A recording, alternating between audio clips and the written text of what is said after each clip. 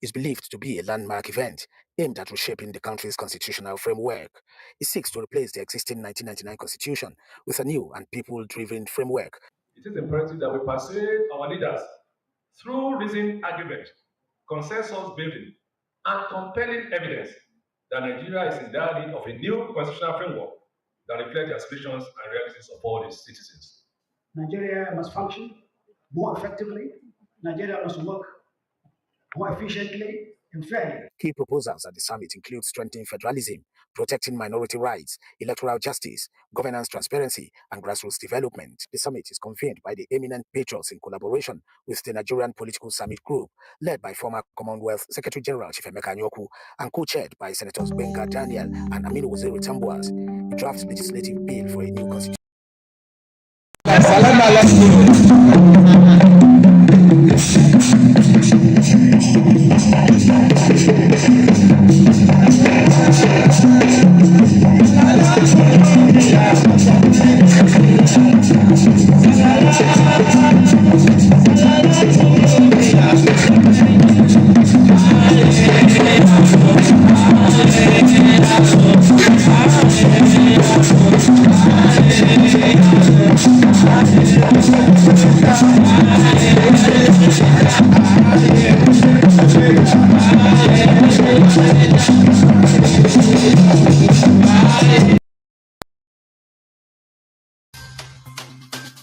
Hello and welcome to Guardian TV. This is Tomorrow's News Today. We'll take a look at our top stories for July 18th, 2025. National news. Nigeria's constitution is not the problem. It is the operators, says Obasanjo. Well, before I respond to that, let me just first go back to the point you made about something collapsing. So I think mindset and attitude and this mentality is always important. My mentality is always a positive one. So I don't see collapse in whatever sense you see. I see a need to improve, and therefore it's aspirational for me. The job never finishes. But in terms of local governments, really, I think that the debate we must have is whether we really want autonomous local governments. It's a debate that must be had. As it stands today, it is unrealistic to expect autonomy for local governments created by the Constitution. They were not meant to be autonomous. That is my view after a very, very close reading of certain provisions of the Constitution. Some of those provisions provide, for example, that the local government in its economic activities and all of that will have laws made for it by the State House of Assembly. If you look at the legal and ordinary meaning of the word autonomy, it suggests that you are acting independently without any outside influence and authority. And to that extent, the State House of Assembly making laws for what and how a local government can function is in itself an external influence that contradicts the idea of autonomy. The next thing, of course, is to look in the fourth schedule of the Constitution and look at all of the responsibilities that are assigned to local governments, such as the operation.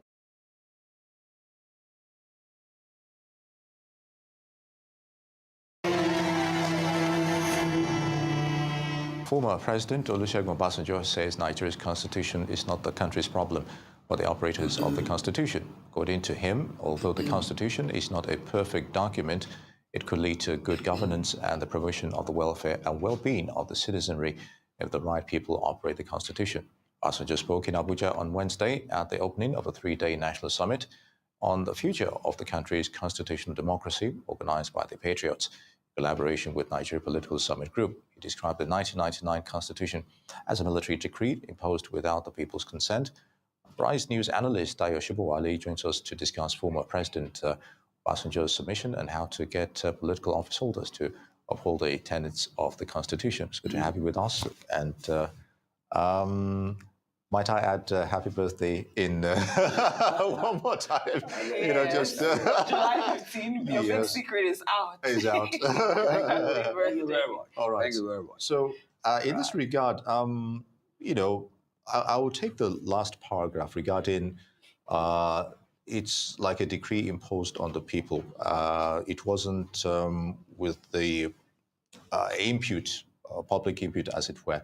So there have been calls on that scenario that you didn't have the people's input on the Constitution, and yet here we are. We're still having issues with it. I'd like your thoughts from that perspective, as it were. You see, the Constitution, like Obasanjo rightly said, Yes. it's not the Constitution that matters, but the way it is operated and the leaders operating it. You see, Obasanjo.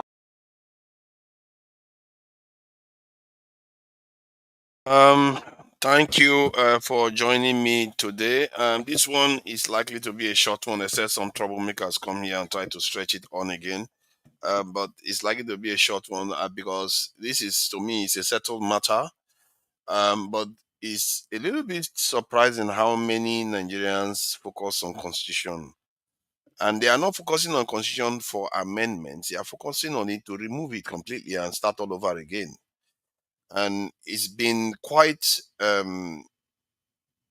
interesting to hear the way their arguments for it, that the nation cannot move forward without a constitutional rewriting. And the entire argument is based on on some kind of idea that the nation cannot function without the constitution, as if the constitution somehow endows the nation some superpower that enables the nation to function. While the examples and history suggest that it's not true. There are nations out there without a written constitution that have gone on to become superpowers in the world, not just become successful nations, actual superpowers out there. One of them is the British Empire. It did all that without a written constitution.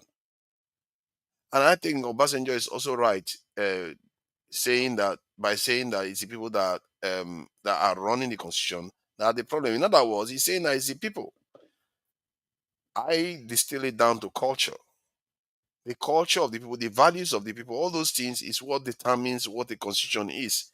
Otherwise, it's just a piece of paper that you are just playing with. And but some people will just say, no, no, no, no, no, no, it's not a piece of paper. It's very, very important. We have to do it as if constitution is some kind of Bible or something that just endows people with wisdom and tells people how to behave and people will behave. No. Even the last election that we did in Nigeria, we had an electronic system of voting that it was almost 100% bulletproof if Nigerians were not corrupt. We saw a soldier or a military official or a security official saying that they cannot recognize who is a child and who is not a child, when clearly children were voting. People will thwart the constitution if they don't want to follow it. So we have to change our culture. We have to change our mindset. And if we don't change it, another force to change it for us. So I will leave that to our people to decide, because is a little bit exhausting when you are having serious conversation. Like sometimes we are having conversation about national security, they are talking about constitution. You're having conversation about electricity, they are talking about constitution. You're having conversation about democracy, constitution. I think constitution will solve anything. If you wanted to change anything, just make the amendment that you want. Which amendment do you need? Make it. For me, I want a presidential council system of government, a system whereby all six regions are represented in the center, and those six leaders make decisions for the country collectively. They all have the expertise, but they make decision collectively for for the country. While the system can be replicated down the chain too, so that everybody in the country is participating in the system. I don't know whether we'll go as far as a direct democracy where the people have a right to recall and do whatever they like with their elected representatives. You could still do that, but if you do that, it means all the powerhouses in Nigeria have been rendered neutral. They cannot have that much influence anymore because the people now determines everything. The people who govern the country the way they see fit. And I really think that maybe that would be a great thing for Nigeria to do, because it will instill a level of stability in the country that we've never, in short, many people, countries in the world have not known before. And it might even threaten some countries, because some people will start feeling like, oh my God, look at them, look at how they are pulling this one off. Because the system you run in your country is a kind of advertisement for that nation. If you run a system that people look at it and say, wow, that's nice, the people have so much power, look at that, they determine their leaders, they determine how everything works on, even Oyibo people will start envying us, even the Chinese will start envying us, because the system you run attracts people, just like religions attract people. That is why many of us travel overseas. It's not only because of the money. We also go there because we like the freedoms that they get. We like the fact that they have rights for children, rights for this, and the way people are governed. We like all those things. Though the way they run their society is not based on constitution. It's based on their values that they've decided to create. So if you write a constitution that reflects that, it's going to attract them too.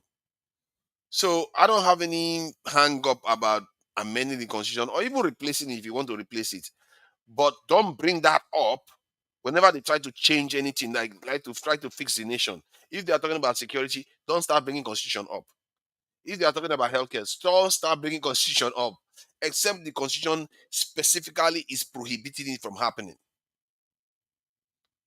If the constitution says, you know how, like, well, for electricity, when people were saying that um uh the constitution doesn't allow states to create electricity and distribute it, that is a fair point. You can bring that up because the constitution is preventing solutions to that problem. But if it's not directly preventing solutions to any problem, there's no real need to bring it up. You can't believe how many Nigerians have heard say that whatever problem you have in the country, they say, when we have never agreed to talk about how we are going to live together, how can we ever move forward with anything? We can't do anything until we talk. It's like, you want to stand still, or is that just an excuse not to do anything? So it's a little bit frustrating to hear people do that, but I'm going to stop there for now.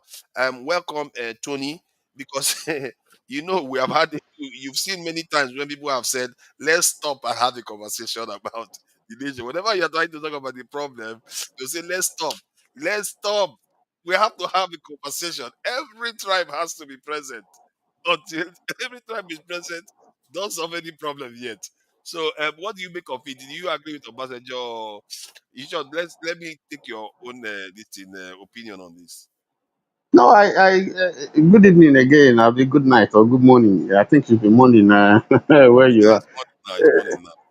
Yeah, it's sad because there's nothing really that we need to talk about because we talked about everything. We've been talking since even before independence. We've been talking about constitutional amendments. We had various constitutions. So if you keep saying is the constitution is the problem. I'm not saying the constitution is perfect. We talked about it in the previous session. There's no constitution that is perfect. The human being is not perfect. So if it's not perfect, he can't give you a perfect constitution. It's not possible. Okay? God gave us laws. Even that law we can't keep. And God recognizes we can't keep it. You know? Mm. So that's why there's grace. You know, if you give somebody a brand new car who doesn't know how to drive, he will crash the car. And Exactly. you don't blame the car and say, oh, it's the fault of the car. Is the fault of the car is brand new. You crashed it. So when you crash it, you should recognize the fact that it was your mistake, it was your error that crashed the car. You know? So So, and but let me ask though, then why do you think people keep doing this? Whenever you're having a conversation about solutions, they start saying constitution, you have to go back to constitution. We have to have a conversation. Why do they do that's a that? la- that's a lazy man's way of addressing the issues because we know the issues. If you say we have to do a new constitution, who is going to be there? That's the question I ask. Is it the farmer in the village that is going to be there? Who has his needs? Mm, Who is going to? Yes, the farmer. The farmer has his own specific peculiar need. That is not the need of the elite. Is it going to be represented in the constitution? And then you say we have over maybe 300 ethnic groups. Are you going to have a constitution that is going to be representative of the needs of everybody? It's not possible. mm, Oh, yes, so we know that for sure. Yes, maybe we have made mistakes in the constitution that we have. We have a 1999 constitution as amended. Okay, it's not perfect. It can never be perfect. No constitution is perfect. But it's like me and you sitting and we say we have an agreement. The North will rule for 8 years, whether written or unwritten. After the North, then it goes back to the South to rule for 8 years. And we have that understanding. And we start it, somebody starts it. And midway, you say no. Is that the problem of the constitution? Or like a referee, you have in the football field, you have rules and regulations. The referee is there. What he's supposed to do is to implement the rules according to the letter, and regulation of the game. And then when you go there, when it's off, you don't blow that it's off, or you yeah. begin to shift the goalpost. One of the things I notice is that whenever they come up with this type of argument, they will say the people that wrote the constitution were not Nigerian people. It's like, They, but they fell from heaven. but they are Nigerians. I don't know. Oh, they fell I from don't, I heaven, don't, or they came I don't, from Niger or I Chad. don't understand why they keep saying that. But It's like, even if they came from outside, even if they came, the things that are bad, take it out. That's why there's amendment. Take it mm, out. What are those things that are setting us back? We can take, okay, let us take two or three that we can all agree. It's very simple, clear. There are issues in the constitution that we know, everybody knows, unless you want to be a liar. You know that this is not good. So what is the problem with, okay, let us, you don't even need to go around the whole country and be asking, "Ngbo, shele ida abi ko da abi, this one, which one no good or which one. There are things that we know is not good. We don't need to waste the money that we don't have to decide on all those things, to go and consult, is it true? Is it good? Is that the person who is in Kauran Namoda, is the legislator going to go there? Or Ilela at the border near Niger? Is he going to go there to say, what is your problem here? mm. Is he going to go there? Are they going to So, go there?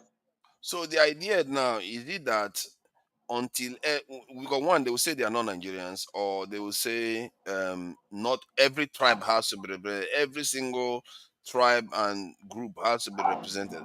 Well, but I'm sure they took sampling of most people, but I'm not sure they will go to every tribe that is just 10,000 and start saying how is the constitution going to be written by and large, Mm. because but people from that region will probably go and represent the people there too. So until every tribe is represented, every single small tribe. There are some tribes that are barely how many thousand.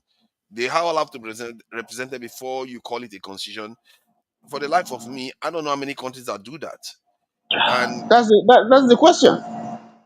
It doesn't mean that, but they should give you a hearing. It doesn't, because we can't all agree now. What we do, democracy is majority. But they should give you a hearing. Say, yeah, this is my problem, this is my problem, this is my issue, you hear the people, and then we decide.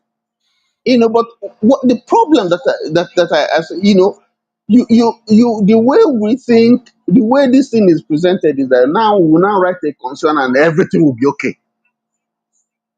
It's not possible. It's not possible. There are basic things that you need to do that will get the system to work.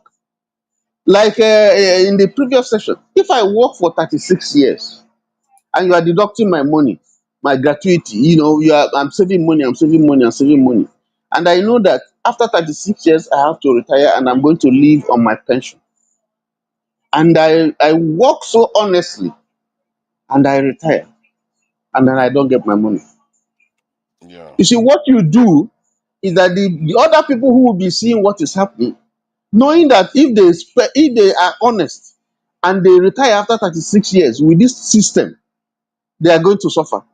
Then they will take their retirement and gratuity before they retire. That's where you get corruption. That's Yeah. where you get corruption.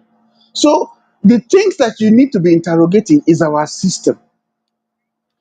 Do you think that the person that you have now that is representing you today, if we make a law to say, okay, in our constitution, this thing will be part-time, you just be paid allowance, nothing else, sitting allowance.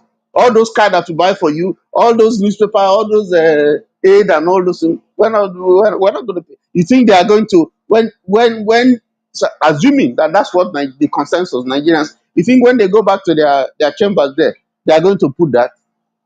Even when you agree, even if it's possible for them to go around and see everybody, they are the ones that are going to write it now. They're smuggling things. Haven't we heard people smuggling things inside this thing and they sign? Am I the one that's going to sign it? Even when you pass it to the president to sign, he can say, no, I'm not going to sign it.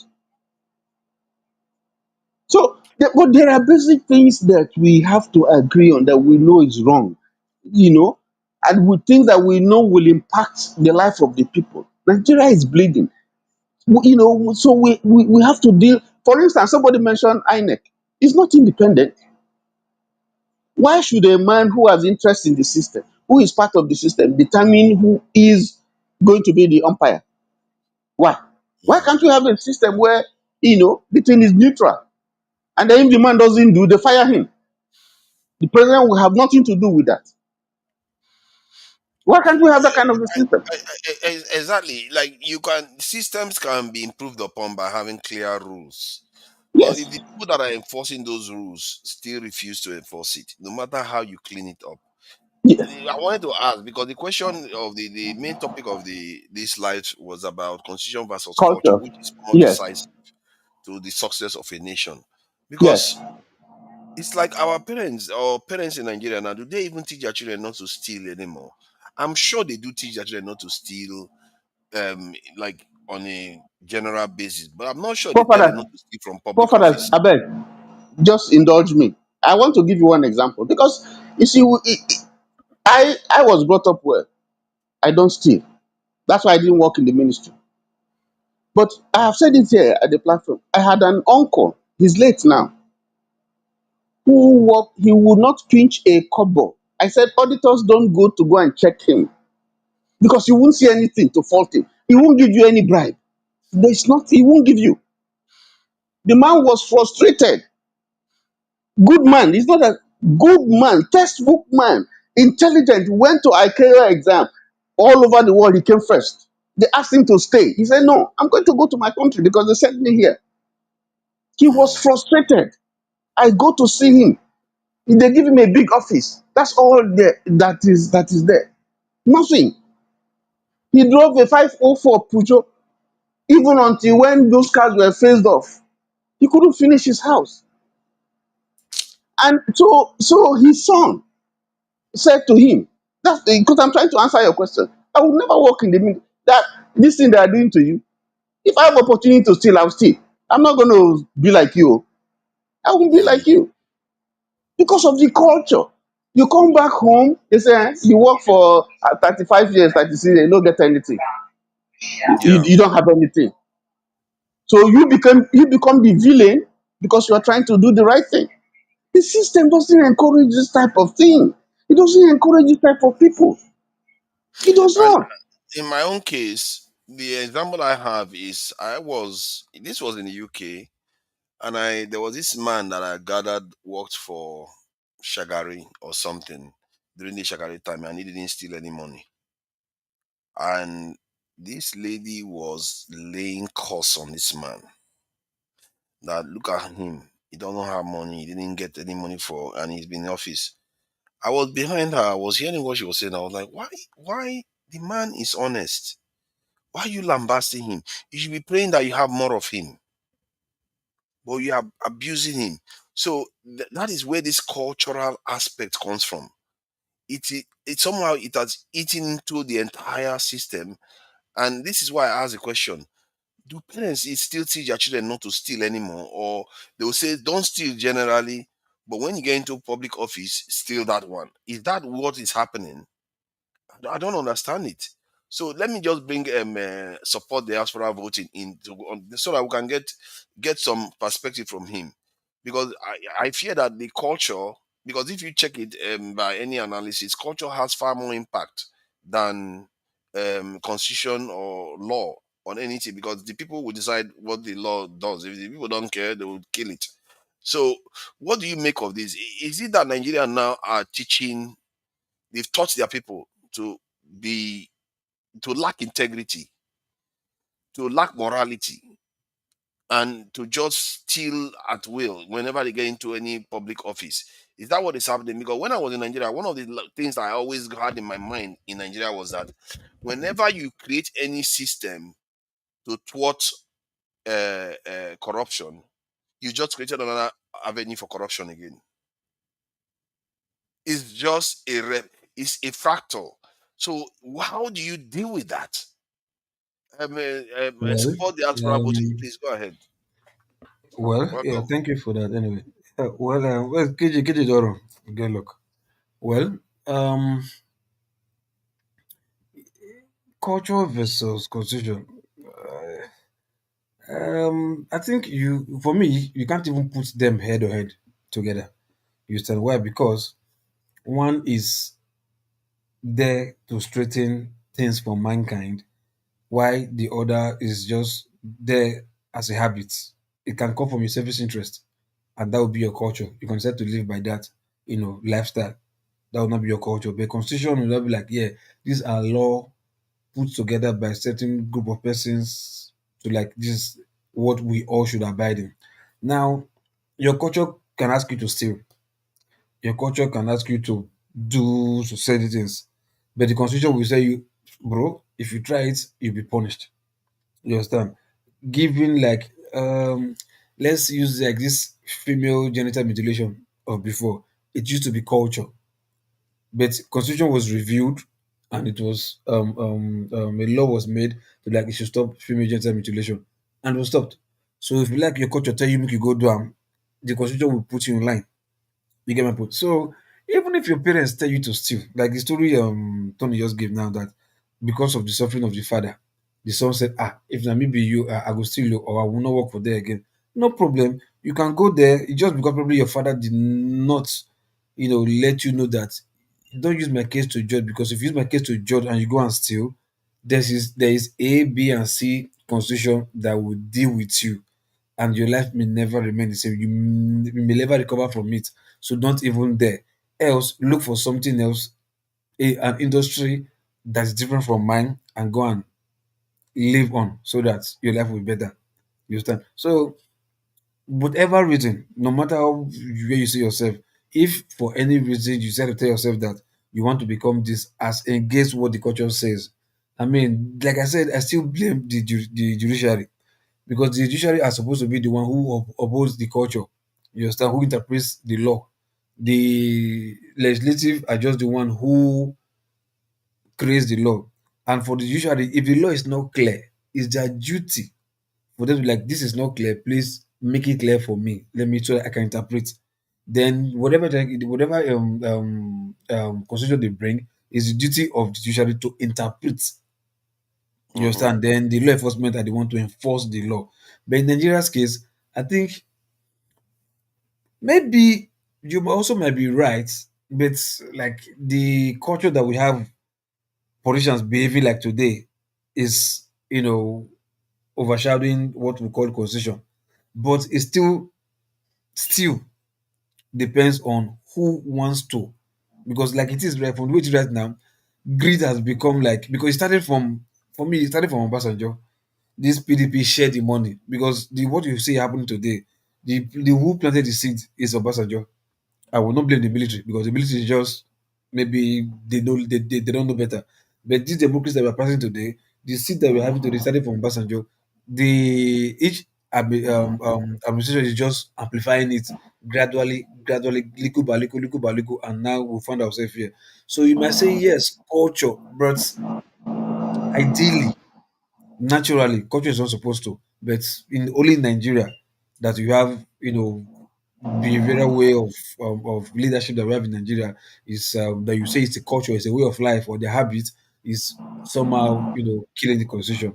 Hence, some people will say change, but for me, I don't believe change. I still believe in look, one decent person should just go in there and say, no, I want this part of the law to take effect, and behold, we'll see the ripple effect it will take onto this culture that we think we have in Nigeria. It will just clean everything out back. So for me, culture has nothing to do with constitution. Okay, okay, has nothing to do with constitution. The reason why As they in, are as in, sorry, let me like it cannot influence or impede on the what's it called constitution to take its effect on society. mm, That's Forefathers, all. let me correct something that Lukupi just said, because we have to understand the definition of culture. Culture is basically tradition, the way people do their thing. That's Yeah, the simplistic. yeah, lifestyle. Yeah. Yeah, yes. So if I'll give you an example from here. I don't usually like to take America and Britain and in comparison with Nigeria, because they're two, the equities are not the same. But if you permit that, I'll just show you take one example. You see, there are certain interventions that the state, for instance, I'm in New Jersey. There are certain, or let me take New York. I used to live in New York. There are certain interventions that the city it does, for people who are in difficulty, who are less privileged. Provide you with some stipends, with some, welfareist stuff.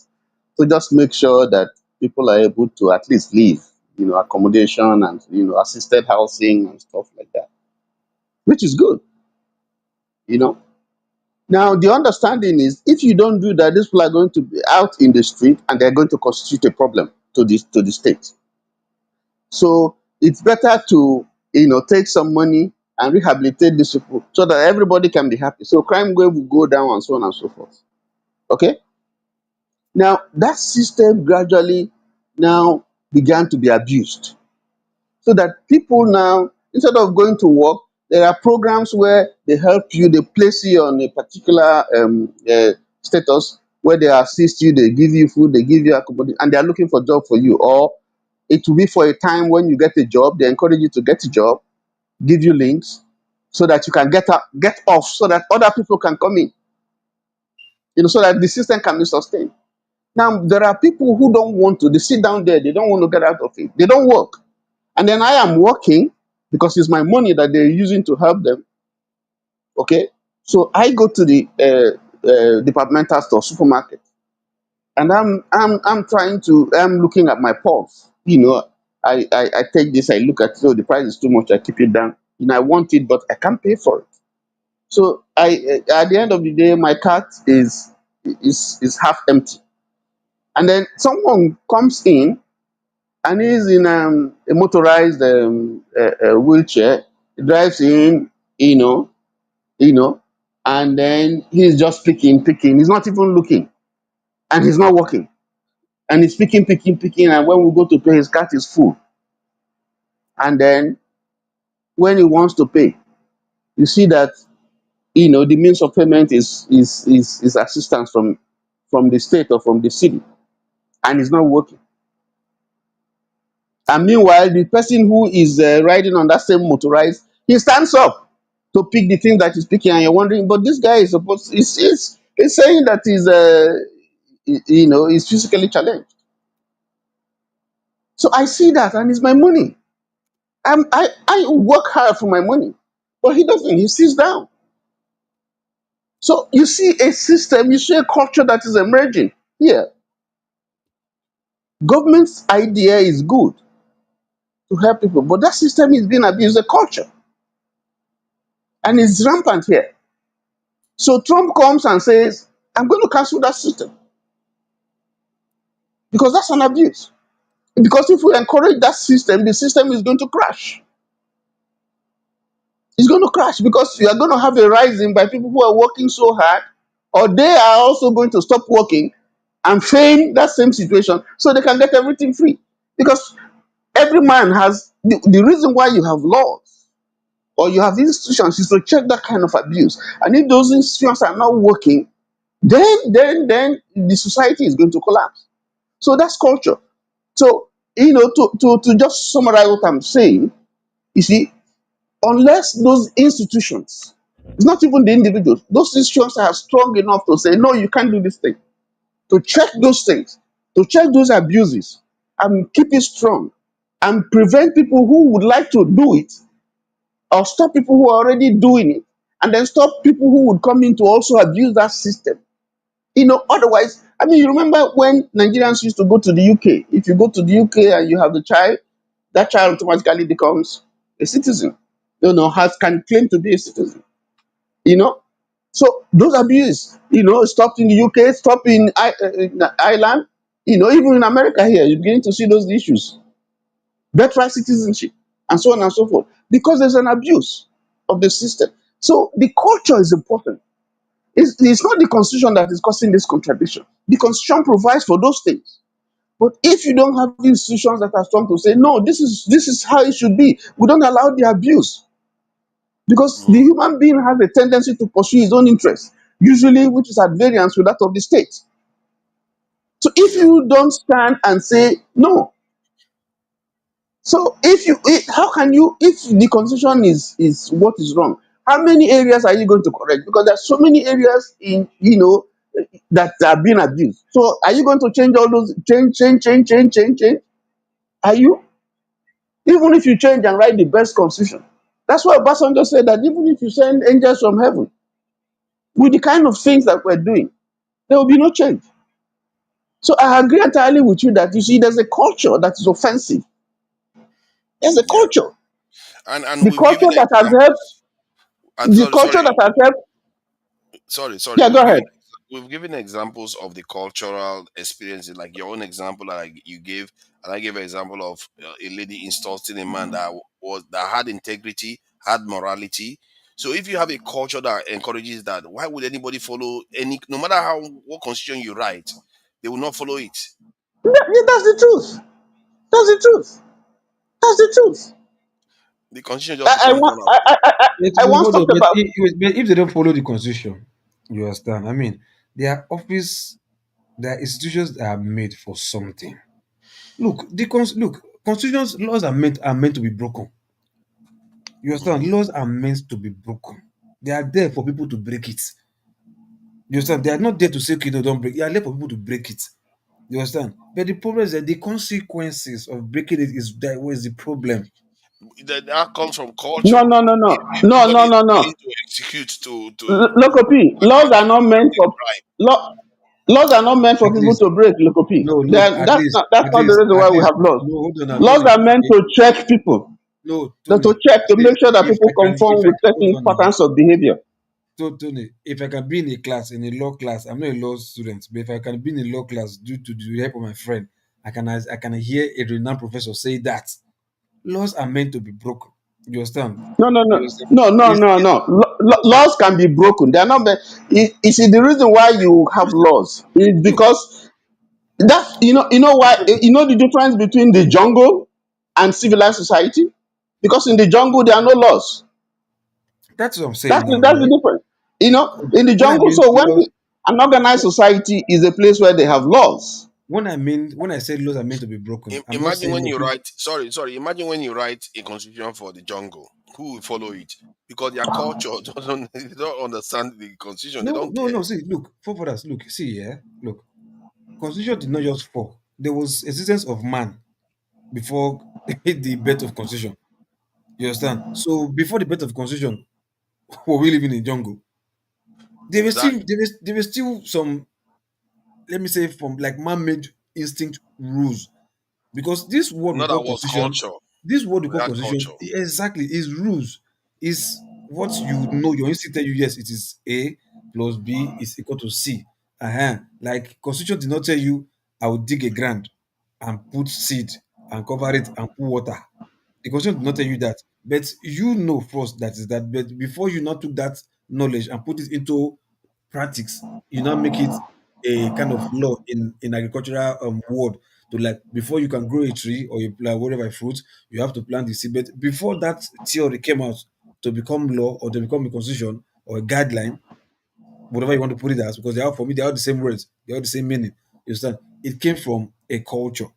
You understand? So because of that culture is there, and man now saw that, oh, this can also be broken, because people will not always want to, human will always want to be human. You understand? So let's make this thing law more, so that if you don't do it this way, you will be punished for that. You understand? Mhm. Ideally, law came out from culture, because culture is the first thing before everything on earth. You understand? Way of life came before everything, but way of life came with principle of that way of life. That way of life has principle. So from there it became law. They now cover law. Okay, leave it like this, or else there'll be consequences. You understand? But saying, like I said, they can't, you can't like put them together, because one will seem as if it's giving birth to one, while the other one is checkmating the other. Yes, you can argue that one is meant to is generally meant to govern the entire, General of, yeah, we have different it's meant culture. to generate the entire group, and is meant to an extent govern what the people have agreed to based on their culture that they have. But if the constitution that they went on to write, they start thwarting it by their behavior, then there's nothing. The constitution will become just a piece of paper. It's not going to matter much, because they have now changed themselves and moved away from the constitution. They are not following it anymore. Like, we all know corruption is bad in Nigeria, but politicians do it nonetheless. We all know rigging election is bad; they do it nonetheless. So many things that we all know is bad. Yeah, I begin to wonder: do the parents even teach our children anymore? Seriously, the serious question. Because I know they will teach them, okay, don't steal in marketplaces, don't steal at school. Stealing is bad, but do they actually teach them not to steal in public offices? Our boys and girls, are they being raised by their mothers not to do those things? That it has implication for the entire society. Because if they were doing it, I don't think we will have the level of decay that we have in our system right now. Because those mothers, when they see people that have money that they cannot explain, they will tell their children, you see, that man, don't go near them. No, you don't want to be like that. They will be warning them, don't be like those people. But now those people are the ones that they give red carpets. Come and throw dollars for our wedding. Let's enjoy. Let's catch cruise. So you can see the culture, the decay in the culture is thwarting whatever the constitution is going to do. But I think you are coming from the point of view of law enforcement in terms of how to ensure that people actually follow the rules. Because of that, I will ask a question: which institution in most nations generally have the essence of following the rules, especially within their institutions? Which institution follows the rules within their institution the most in any nation?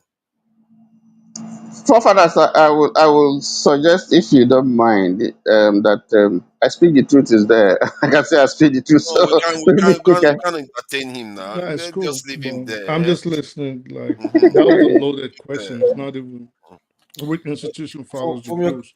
I was okay. trying to think about it, but basically, what brought me on here was both of y'all are right. You and Loco P.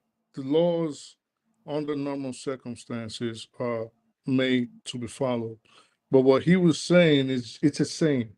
Like laws are meant to be broken, meaning, and he said it maybe not succinctly, but it's just between the ruled and the government and the people being and the rulers.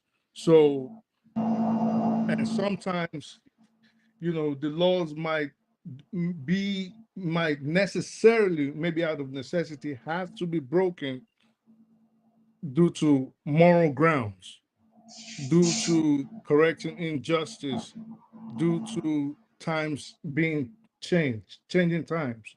So I was just trying to say, like, both of y'all are both correct, but he was going based on a quote, and you were going realistically. As regards to the topic, I think a constitution just has to have the basic element, universal elements of freedom, justice, equality, and fairness. Those are all what you need in a constitution. Then it has to be centered around your culture, whatever your culture might be. You don't have to. The problem with Nigeria at this present point in our existence is, even though we borrowed the culture of the Constitution of the United States, which was based on this culture, then we borrowed some of it from England.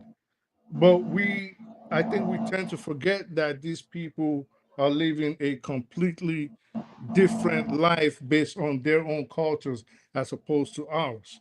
And therein comes the conundrum where we always have problems in carrying things out, in carrying things out, in enforcing the laws, in making sure there's that fairness that society demands and society deserves in Nigeria. So usually based on a foreign constitution that we don't even know how it applies over here. We don't, if you notice Nigeria,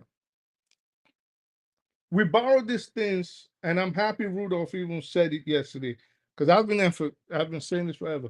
We borrow from the West.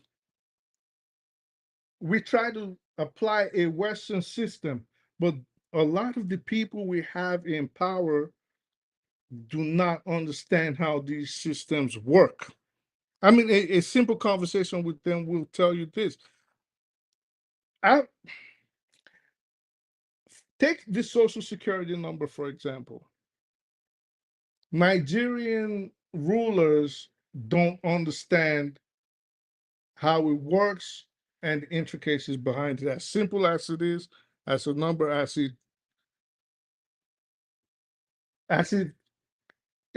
what's the word I'm looking for? As simple as a number as it is, as it involves every aspect of life of us living here, right? They don't understand it. So you see them coming up with BVN, they come up with the NIN, they come up with all kinds of numbers. And that's why, for example, I have this argument with forefathers sometimes, and I say, how can you expect anything to be done in Nigeria when we don't even know our citizens? We don't know our population. We don't know to a T, or at least to a very high degree, who our people are. We don't know. We don't know who Nigerian citizens are. We don't know. So in essence, all I'm trying to say, there was something else you and local people were talking about. Oh no, I think it was the other show. And everybody's saying Nigerians and to fight for.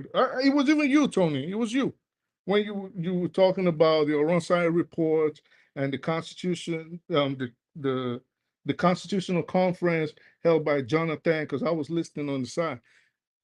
But how can we do this in a country where most of the people are uneducated? It's not going to happen. So we can write all the constitutions we want. We can do all the conferences we want. Like you rightly stated, yes, it's a waste of money, but at the same time, if our people are not educated, and this is why I lay a strong emphasis, at least on basic primary and secondary education, at least that. And that way, the people know their rights. The people know what is accorded to them under the Constitution. As far as we have a largely uneducated populace, we're going to be doing this decades and decades and decades. So, We're going but to be is it talking. the education that is making them become corrupt? Without education, Yes, yes, it plays a part in it, a very large part. how does education like give an example where education makes somebody decide that money that was meant for um let's say their locality hospital, they go and spend it? Well, I'll give you a better example. When a cop stops you on the road and slaps fire out of you and asks you to give him $20 Mm-hmm. just because, not because you broke any laws, just Mm. because. And you know what the average Nigerian does? Instead of them standing on their ground and saying, I'm not giving you this money because the Constitution, the law does not say, the law says I shouldn't pay you any bribe for services. You know what the average Nigerian does? They start begging. They start begging. They start asking. But then the question comes then, what happens when they don't and they challenge the officers? They Nine out won't. of 10 times, what will happen to them? Well, maybe they'll get beat down even worse, right? But they, Now you see why they but beg. they won't challenge it. They won't challenge it. I told you a story on here about a month ago of a guy that was, I forget what he was doing, but it has something to do with him. Oh yeah, it was one of these citizen watches in New Jersey. Mhm. A citizen watch in New Jersey. He was, I think, in southern New Jersey. He was outside the correctional facility filming U.S. military personnel in a correctional facility. So he's one. You will know this kind of people, Tony, that go around checking excesses of policemen and government officials. You know what Nigerians were saying? It was a Nigerian channel on Twitter that posted it. Nigerians were like, why are they even talking to him? They're supposed to have slapped the shit out of him. They should have dragged him all over the place. These are Nigerians. Thousands of comments. When anybody that went on there and said he is acting under the purvey of the Constitution, Nigerians shut them down. Tens of thousands of comments. So the point I'm saying is Nigerians do not know their right. And with that comes, it's uneducation that comes with that. The more in this populace where the people are largely uneducated, what you get is a potentially failed state like Nigeria.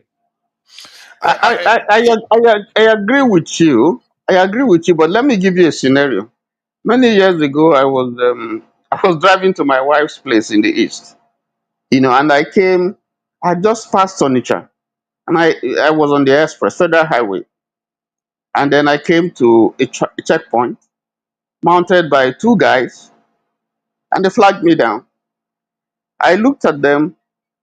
I wanted to run over them, but because I saw a police officer in front, an inspector, I stopped.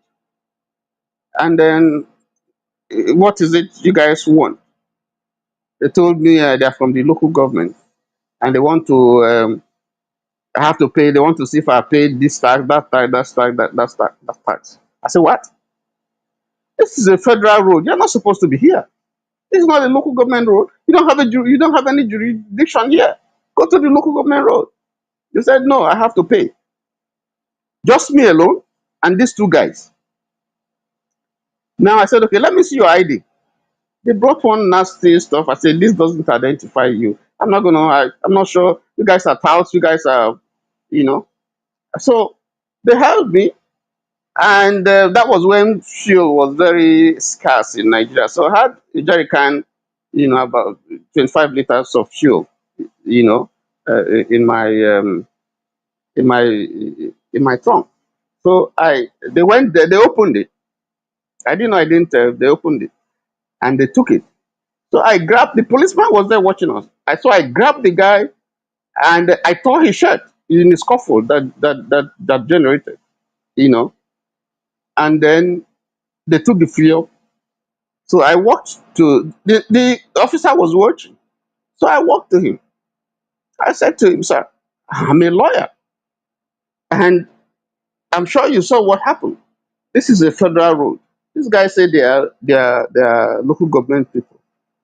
They don't have a right to be here. This is a federal road. So they are infringing on my right to free access. They can't be here. It's illegal. So the man now called them and they came. He said, where are you guys from? He said, they are local government. I asked them to identify themselves. They can't even identify themselves.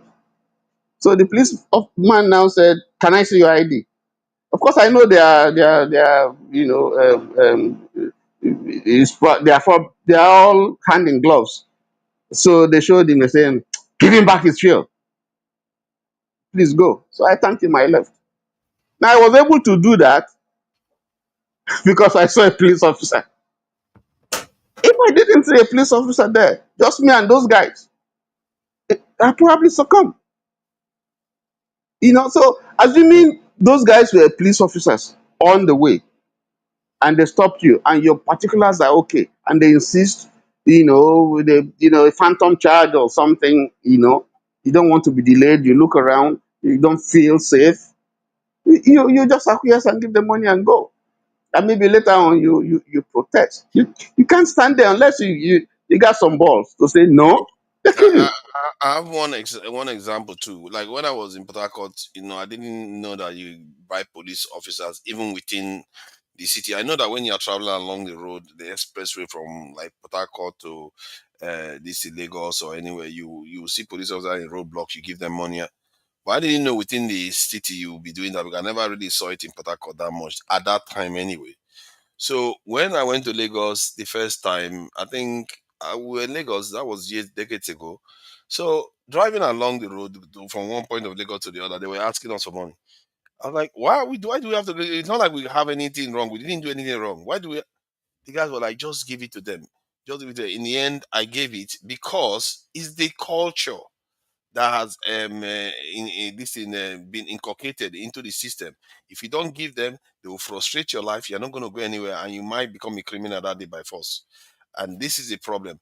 And even in the West, they also said that if a police officer wants to arrest you, they just have to follow you for 1 hour. You break one law. So if they want to find an excuse to get you, they will get you. So the point is that people feel like, okay, instead of us to just start fighting them, let's just surrender because this is how the system works.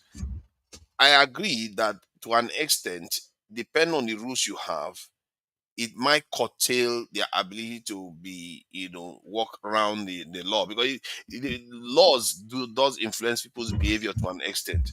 But if the culture doesn't want to obey that law, they will frustrate the law. Yeah, to the point whereby they will disobey it to his face and nobody's going to do anything.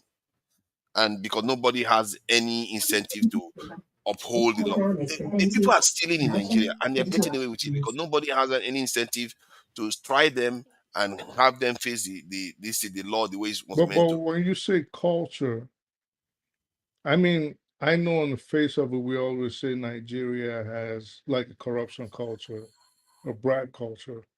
But when you say culture, which Nigerian culture per se are you referencing? The Nigeria culture that I'm looking at is the one that says, you scratch my back, I scratch your back. When you get into public office, you steal as much as you can because that is the way it's been done. Okay, so That's how. not necessarily a traditional Nigerian culture, just basically, for lack of a better word, bad behavior.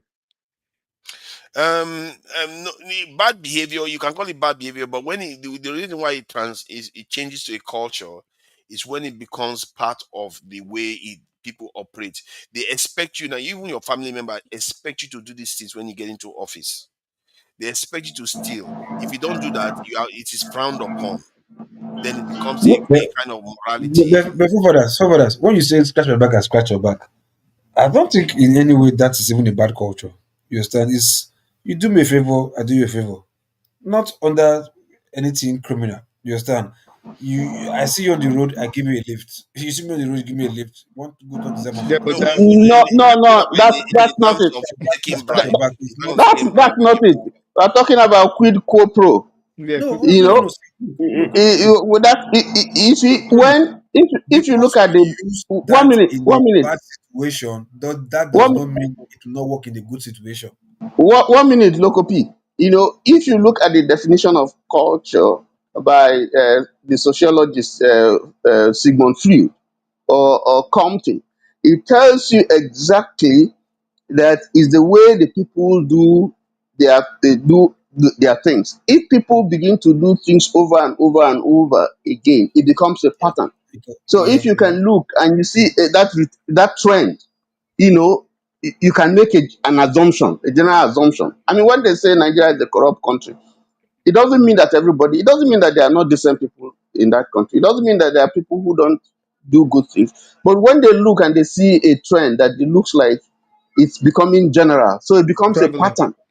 Yes, prevalent. It becomes a pattern, and then the institutions that are supposed to check it seem to be to allow it.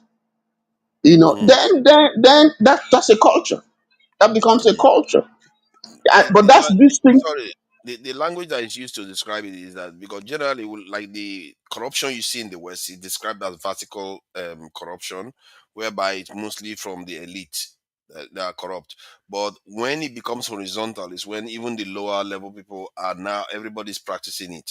That's when, and in the case of Nigeria, it's Across become board. horizontal a long time ago. Pardon? I said across board.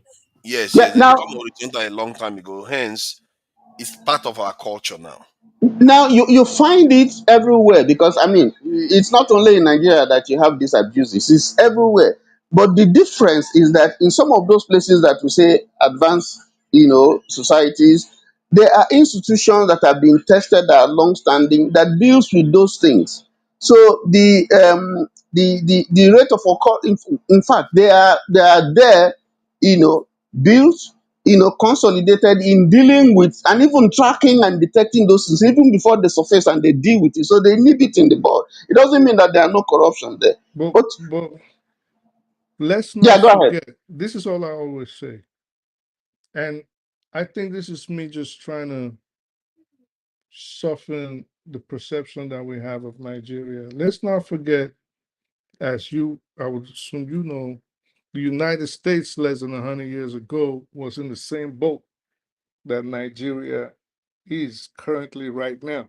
In fact, the United States is still battling, although, like you rightly said, there are now institutions in place to safeguard and make sure they are to have a deterrent factor to make sure those laws are not violated without consequences. But as you would know, less than 100 years ago, we had the prohibition. Well, maybe slightly over 100 years ago, we had prohibition. Then after that, we had, which we, to a little extent, we still are having the war on drugs. But outside of that, we also had governmental corruption, which led to the rise of people like Thomas Dewey and Fiorello LaGuardia. So at that time, America was maybe a little over 100 years old, but it was still, compared to the democracies of France and Germany and all these other well-established societies, was still a nascent democracy. So I think we should be a little soft on Nigeria, because this is why I say if you look back in history, Nigeria is actually making giant strides. You compare it to other democracies, these are the phases that they pass through. In 100 years, 200 years from now, as even Rudolph rightly said, I think yesterday, we would look at this era, or our descendants are going to look at this era as the dark ages of Nigeria. As these men start dying out. Go ahead, you wanted to say something? Absolutely, I agree 100% with you. Yes, these are societal problems, but you see, what is lacking, the things that we're going through are things that they are not things that you don't find in the development history of some other societies that are far ahead now. But I think the problem is, the ability of well, again, it goes back to leadership, because leadership has to set the example. So the problem that we have, the challenge that we have, why these things are happening is because we have a system where the institutions that are supposed to, first of all, detect those things, deal with those things, make sure that they are sanctioned, make sure that there's a reward system for people who do good, Yes. make sure that, meritocracy is rewarded over and above mediocrity. Yeah. So once we build in that system, things will begin to work, because the system would not discriminate between Hausa, Yoruba, Igbo, Izon, or Isha. The Let me system wants. let me ask now about the system you are talking about, because I did ask this question earlier on, because we are talking about culture, and I actually believe that culture is part of the is has more impact in terms of what we are expressed in terms of the negative things we see in Nigeria. So if you want to deal with that cultural problem, you're not exactly going to hire priests all over and pastors to go and preach to people to change their ways. There has to be certain ways you can inculcate that stuff within the people. But the question I asked before was that which national institution generally are rule based and they generally follow rules the most generally around the world? Which national institution generally follow rules the most? Let me give you one example. Maybe let me not answer your question, but there's this market in Poland. There's nobody there. You just go in there into the supermarket. Okay, as you go, this is technology, AI, and Same in Japan. I modern know what technology. you're gonna say. Same in Yeah, Japan. yes. So you go in, it sees you, the door opens. Okay, you go in there, you shop what you want to shop. You shop, shop, shop, shop, shop. You go. Before you get home, the system already has captured your details, deduct money from your account, and everything is good. But if you are not in the system, okay, you won't have access. So what I'm trying to say is that technology can play a key role in ensuring that people do things the way they should. You also have it in China. You break the law, you don't necessarily need to have policemen standing That on the China way and one, I trying don't directly. know. That was where I thought you were going to say, well, this is the advantage and this is the disadvantage. The China societal credit type of system, which they're trying to backdoor into the United States, we need to resist that. You don't want too much governmental interference in private individuals' lives. Now, if it's to say to create a honor system, which is what it is. It is basically an honor system where, for example, I'll give you an example. In the Emirates, Kuwait, Saudi Arabia, all those places, without technology, they could buy things from the store and they would come back and pay. Even the owner of the shop didn't even know that the goods were taken. Without technology, now it's changing. Okay, it's a different generation. That's We do culture. need Yes, That's that's culture. true. That's Yes, the honor system, the culture of the honor system. Africa used to be like that for a yes. long time, and this is why it was easy for Africa to be conquered, because Africa was very trusting. Africans were very honest. Africans would not steal. Now, maybe this also could be looked at as the fear of the traditional elements that they worshipped. Because you want to steal and you're scared Shango is just gonna come with a lightning bolt and strike you in the middle of someone. And this is why I say, for example, I shouldn't be saying this, but I think if Nigerians, for example, the elected officials did not swear by the Bible or the Quran, you will see Let, more let, let me stop. massive. Let me stop you there. I know where you're going. If you tell somebody to swear with the Bible, all those people they swear Yeah, with the even Quran, the they swear. Quran, they But swear. give him a cutlass and say Thank swear with you. this one, he Thank would you. not. They're not gonna do it. He will not They're not because gonna he do knows it. what's going to happen. Yeah, that's Mm. it. But Yeah, the question still remains though: which institution is the most law that enforces the law the most within their membership I don't in think any nation? for far there's three different branches of government, right? But we can't really say, oh, it's the executive or it's the legislative or it's the judiciary. For all intents and purposes, if you were to ask me, I would say the judiciary is supposed to be the most powerful branch of government. This is just my personal opinion. Other minds will disagree with that. Mm. But I You're think But it's you're not about you're power; hundred it's percent about correct. rule following. It's not No, about no, yeah, power no. no, because but I'm getting He's there. hundred sorry. percent correct. I'm Hundred getting percent there. correct. Yeah, Okay. I'm getting there. I'm saying if you ask me, I'd say the judiciary should, under normal circumstances, be the ones who are saying, well, they follow it the most.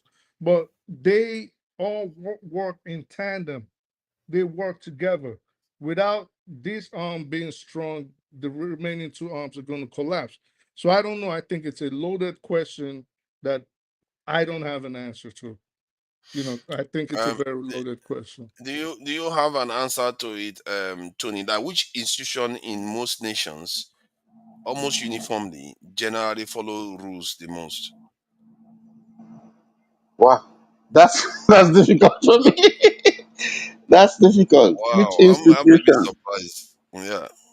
Um, Which national institution follows rules the most? It should be obvious to anyone if you think about it. well, Yeah, maybe you are talking about the judiciary, but Uh, it's well, let me make it clear so that it's easier to understand that yes. they enforce it amongst themselves the most. Well, maybe I'll say the maybe I'll say the judiciary. Maybe I'll say the judiciary. Um, because when I say the judiciary, I'm not looking at Nigeria. Because within itself, it has mechanism to deal with excesses and In most abuses of nations the and system. around the world, not necessarily a democracy, in most nations around the world, in other words, it strips all the niceties out. In most nations around the world, which institution follows the rules the most? Especially amongst people that are participating within that institution, they follow the rules the most. Let me just use to locopy. Look, did you hear the question? This one is stopping a lot of people. I'm a bit surprised that it's stopping people. I would have thought it was obvious. What you say? Say that again. The question was that which institution in most nations, whether it's a dictatorship, autocratic, democratic, which institution enforces rules within the institution the most in the world? Okay, if you say rules, is it their rule? Their own rule. It comes from Asia, Iran. Sorry, not Iran. North Korea and maybe China. Both of No, them. no, institution. No, institution, not nation. Which institution within wait. Okay, nations? Fafa, hold on. So you being it's a loaded question. Exactly, it's loaded. Do you mean the governmental institutions, meaning between the Or judiciary, governmental systems, yes. or do you mean other parastatals that fall under the government, meaning you like the police, the civil service, Yeah, the everything. Yeah, military? yeah, like that. Yeah, everything like Oh, that. that's loaded, bro. No, I mean, for us, you if that can't. Yeah, was the No, because case, no, no, you could nobody just can say give you the any answer. military. You can I Nobody just can think, give you an answer. yeah, I think it's obvious. It's the military. That is the military that you should know that now because lives are at stake. They've enforced rules. If anybody breaks the rule, they could get executed. It should be No, for us, obvious. no. Hold on. First that thing was a first. loaded question. What are their duties first? That's not their duty. What duty? No. Their duty is to follow rules. They have a chain of command. They make sure every chain of command is followed. If you break it, there are serious consequences, and the consequences are not little. They are quite serious. They follow it the most. Okay, I would have thought okay. that was obvious. No. Hold on. That means now I understand what you're saying because I thought your question was like when it comes to like each country, yeah, which country follows the rule or which government arm of government or whatever. But say government institution in each country, which of the government institution follows their own rule. But before you can think of the military, it will be difficult because when it Yeah, comes to like nobody's I would because have thinking of thought the so because military, for bro. me, no, because it's I could difficult. see You know it why? clearly. Because hold on, because when it comes to governance, you don't even look at the military. Yeah. You understand? It's just You see, security. but When it comes to government, okay. You see, that is very interesting. What you are revealing now is it's so weird because it should be obvious because we all know within the military and security institutions they tend to have a chain of command that is very strict. And if anybody screws around, you pay heavily for it. You could be court-martialed and taken But to the back of the bin you and phrased it executed. as if the way you phrased it was as if exactly. you were asking about the arms and the branches of government. Governance. Yeah, Like governance. that, say just which I country? was That's how you I phrased say it. I tried governance. to that's why I tried to enunciate. I tried to talk about the fact that they enforce it among themselves too. Institutions of state of nations. I didn't even say institutions of government. Institutions of state that tends to because you have different type of states. Some of them are not like they don't have even judicial. So I don't think some states have the traditional judiciary as we know it. They are slightly different. I'm not. Who knows what Saudi Arabia has? So let I think Judiciary is judiciary. It just okay. means people that interpret. the laws of the land. That's it. But you might be surprised. Maybe those who follow Sharia law but may also be strict. Yeah, Oh it's no, no, still the they will be judiciary. strict. Religious people are strict too now. But So if you look at that religious people that are strict within their military, they will even be stricter. So they tend to be, because the lives are at stake. If you can, you imagine if a staff sergeant tells somebody to go and do something and he didn't do it and somebody dies, you can see that the consequences are a lot heavier for that kind of situation. So they are rule following, because I've been around them. I've seen the way they behave. Even in a country where they tend to be a little bit corrupt, you see them when they see the superior, they just stand. They just stand. but also Italian mafia still do they still dey follow rule o. Strict rule Fathers, o. Exactly. you See didn't them, ask let's that go wide. question. Let's go wide now. You didn't ask that question well. That's why because Exactly. Yeah, you are talking about how democracy, how would I put the dictatorship, question so that you can understand? and Exactly. you know. So if I you put said it that generally. way, So how would if I you put put the it question so you can understand? no, if you had said democratic system, dictatorship, what's the other one? Maybe benevolent, in between. Monarchy. Yeah, yes, so then we Military can, rule, even military rule sef. yeah, Military yeah, rule. military rule, whatever. So if you put it that way, to be understood, because in a dictatorship, if you disobey, you die now. You buy, there's no, they kill you. Exactly. Yeah, There's but no, but but the reason why I put it that way, then if I put dictatorship, I'm spiking it. I'm spiking it so that you choose security forces. But even in democracies, the people that follow the rules the most still remains the security forces, even amongst themselves. So I don't want to spike it so you say, oh, I'm trying to make it so No, you go because to their dictatorship. institution is based on command. It's based on Exactly, not questioning. It's exactly. based on not disobeying orders. They tell you go, you go. So I guess And traditionally, I actually believe that in most societies, the rules flows from there, because the people that shape the society are the ones that defend it generally, and then rules flow from there because the consequences of not following those rules are quite heavy for them. So everybody else takes it from there. Now, this stuff I thought about it earlier on. The reason why I'm asking the question today, because when we were having a debate about constitution in Nigeria, and then I asked, okay, then it came to me that okay, I'll be yeah, right back. it's culture has more impact. So then I said, which institution has the best culture to encourage good behavior and rule following that could change the culture of a nation? And it turns out that it's the security forces. I did the research on it. It turns out that amongst all nations is the military that was chosen, because not all nations have police even in ancient times. They don't necessarily have police, but they have military.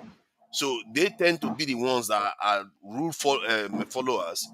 So if you have them, generally, can you imagine when the military is following rules and the citizens are not following rules, how they are going to feel? They will want to destroy the system. They will want to forefathers, destroy the system if they are following rules and the citizens are not following rules. it takes you back again to the topic. It takes you back to the culture, because in the military there's a culture, and the culture is like a command authority. You know, you must obey. You whether you like it or not, you must obey. That's how the system is built. They don't. They don't. You don't. You don't have the kind of citizen participation as you have in laissez-faire, where okay, you bring your ideas, I bring my ideas. No, no, no, no, no. And things move faster in such societies, because there's not so much debate. Someone has the authority, and this is the direction I want you to go. And in some sense, there are countries of the former third world who use that model to develop. Singapore is one of them. Mm. Lee Kuan Yew was close to a dictator, if not a dictator, when he Yeah, started. yeah. You know, so so You so have to you, have a tight rein of this thing, rule of law, if you want to create a culture where people actually uphold the rules. And I don't know why some people find this strange. And I think the reason why most of us find it strange is because we are not taught this at school. We only taught what they teach people is education. They don't teach you other aspects that keep society, especially when it comes to security. I'm maybe shocked by that actually, that they don't teach people what keeps. You know, one of the places I started learning. So I just make a different point. When they first taught me about security, was in a course that I was doing here in the UK. That you will not think it had anything to do with security at all. It turns out that almost everything in society is security. Everything, food, everything. They don't teach you that in Nigeria. They just teach you that, oh, it's economy, economy all the time. Get light, electricity, economy, get electricity and economy. That's what they teach us. They don't teach you that, okay, these things, all of them have implication in security. Nobody teaches you that. And I'm sure anybody that has studied overseas and they've studied some of the kind of courses I'm talking about, they must have encountered it. They would have been surprised that, oh my, what has it got to do with security? I'm busy learning this one. What has it got to do with security? It has nothing to do with, but yet they tied everything to security there. People like Nigerians will be like, why are you talking about security in this class? It has nothing to do with it. No, it does. Because everything you do is tied to your food, your health, everything is tied to it. I don't even know why they don't teach us this thing. I actually, because of this now, I'm actually going to look into that and see whether it's something that is transferable, because people need to be learning this about society, because society is not just woven by this in more non-security based institutions or aspects of society. In the West, you can see that the West is very, very militarized. They don't play around. They know that and they act like, but we don't. We act different. We act like, oh, everything is based on economy. It's not, everything is not based on economy. Everything is based on what you can secure. That's how they behave here. But that said, I'll move on from that. At least we'll clear that question. Now, if you want to change the culture, you say a dictatorship will solve the problem. Personally, I don't want to see dictatorship. I can tell you that right now. I don't want to see dictatorship because you don't Yeah, know what. Yeah, go ahead. let me explain that. You see, if you have a leader, if you have a society that has gone down, that is decadent, and you have a leader who has a vision, who is honest, and is ready to change the system. Now, he's going to meet a lot of opposition if he decides to go it through the democratic way. If he has some measure of authority where he can get those things to pass without going through the legislature and this and have this person sign and go through, you know, where they can kill it or frustrate, that vision. If he has some measure of authority where he can say, this is where we want to go and that's it. That was the kind of thing that Lee Kuan Yew, used. Until you get to a point where everybody now begins to see the merit in what you are doing, then you can now begin to relax it. Okay, so that's the kind of maybe a benevolent dictator. I Okay, think by So, that you probably mean most of the leaders that transform nations, that I said it before, they tend to be ex-military. Transformative leaders tend to be ex-military. not Maybe the necessarily. reason why they Let me push back. name them, but majority are. Let me push back on that. Okay. Mm. It doesn't. I think I'll say, Tony, I get where you're coming from, and I used to be of that school of thought when I was a teenager. And without getting too personal, I'll talk to my dad and I'll hear listening to him and his friends talk. And I don't think that is the way Nigeria should go. We've experienced the dictatorship. We've had people today that would say, oh, well, if Abacha was still alive today, things would have been better. He didn't take IMF loans to transform the economy. Bullshit. I think, and of course, this is us rubbing minds here. I think in a place like Nigeria, we can actually do a lot with democracy. And for now, this is the way we need to go, especially since a lot of people feel that they are being neglected by the government. So even if it's a symbolical aspect, symbolism, like, oh, you're playing a part through your votes, you have your rights, individual rights. I think democracy which needs to be extremely strengthened, not what we're practicing now. But like I always say, we're on the trajectory, we on the journey, right? Now, if we had a sincere leader, which personally, may God bless his soul, Buhari was who I thought was going to be that person, where we need some brassness right now. We need someone that's going to come and have the politicians run away or hide in their holes. They can't steal the money. We never got that. But I still think, even with the little successes that we had with him, starting with Yaradua, then Jonathan, the little successes here and there, and even Buhari to a large extent tried to be democratic. And his hands were tied, like you're saying. But I think we have a charismatic leader. If we have someone that goes in there, he definitely will have to break some rules to cage these politicians. But if we had a leader, for example, that went in there with the mind that I will reduce corruption to a bare minimum, at the very least, then it trickles down. Someone can do that.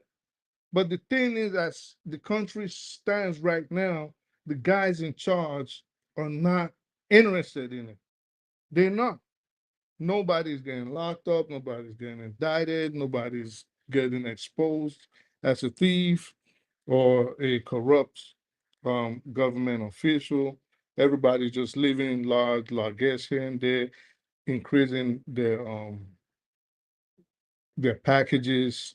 So I just think a dictatorship is not the way to go. Democracy can still play its part in Nigeria a lot, but we just need that one leader that on the day he takes office, goes to the National Assembly and lists like, this is what I want, and this is what is going to happen.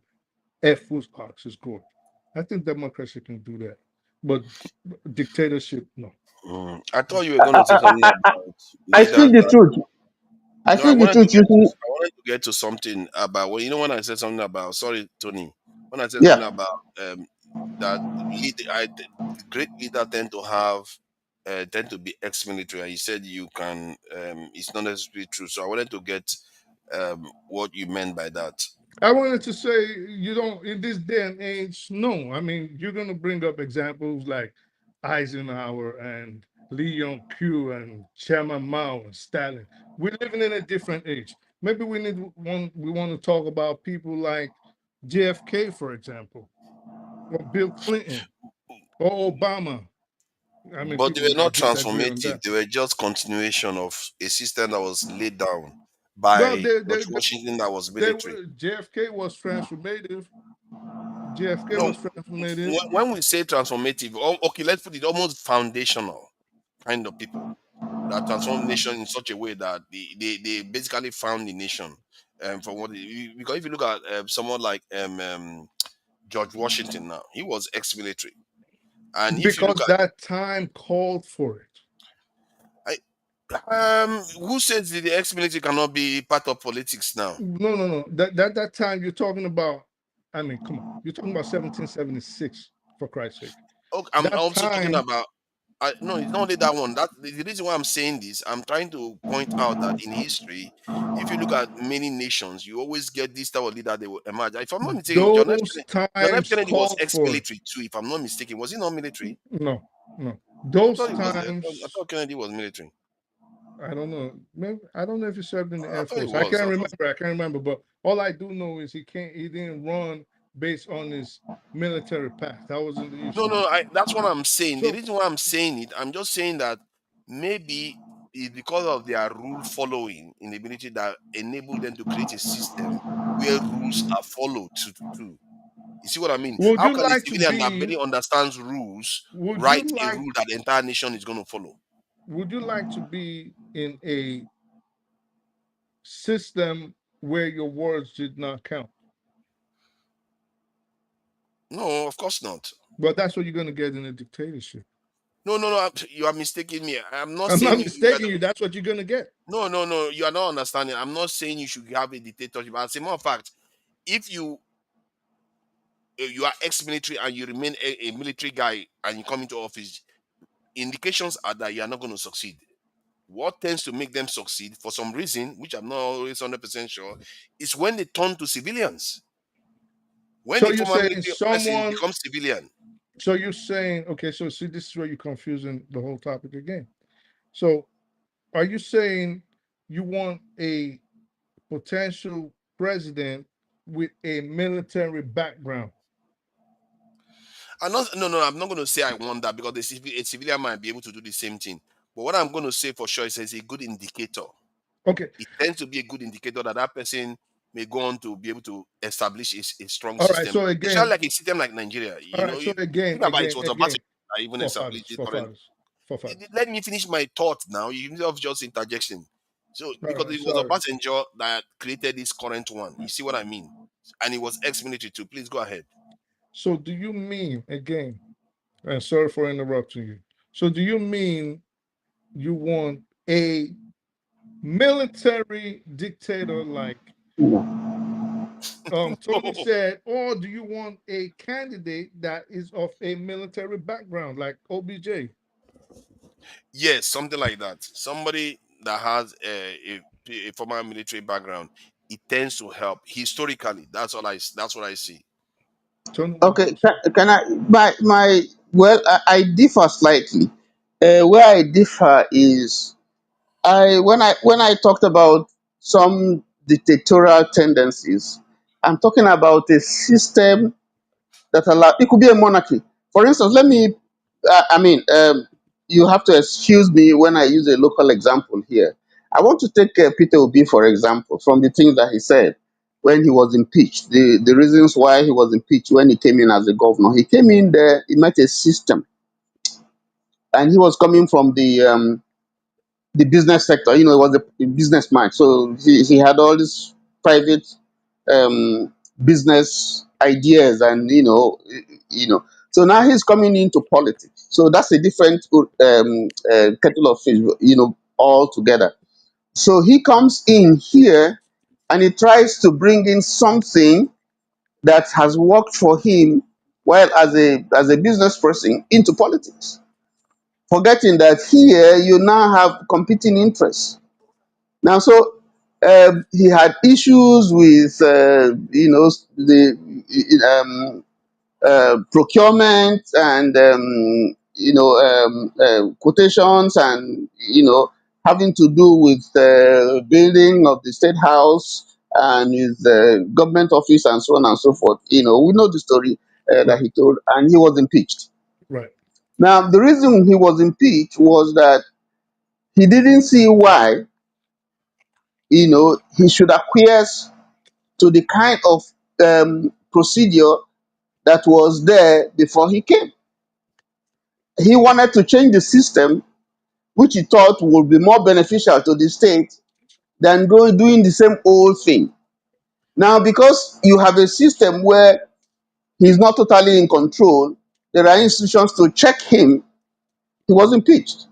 And so he had to go to court for him to be restored. If it wasn't for the court, he would never have come back. So I'm saying that to tackle things like that, you need some measure of protection, where, in that kind of the issue, the governor will just sign. That's where it stays. So if we can have that kind of system, But, democracy that is tempered with some form of um, uh, dictatorship, I don't know, right. midway, But Tony, so this what I'm gonna say to that. In essence, what happened in with the Peter Obi incident was some form of a civilian coup, right? It was a form of a civilian coup, which could also happen in a dictatorial system or a military system of government. So your guys don't like you, which actually happened with Buhari in 85. We didn't come Dogon Yaro, IBB, Abacha, Maman Vasta, Lawan Guadabe. All these people were basically on some, we didn't bring you here for these things that you are pushing. You got to get out of here. So it can also happen if the people are not happy with you or the people in your inner circle. You get what I'm saying? So whether it happened in in a civilian setting or it happened in a military background or a civilian setting, it can also happen in a military setting or a dictatorial setting.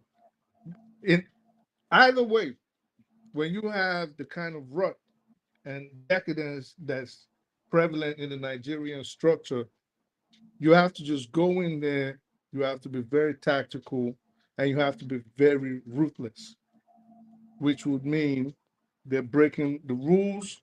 You also got to break the rules, but within. Then you'll be impeached. You need a Well, you strong can man. only impeach me if I haven't destroyed you. No, no, you need, what I'm saying is that you need, and I think forefathers made touched a little bit on it.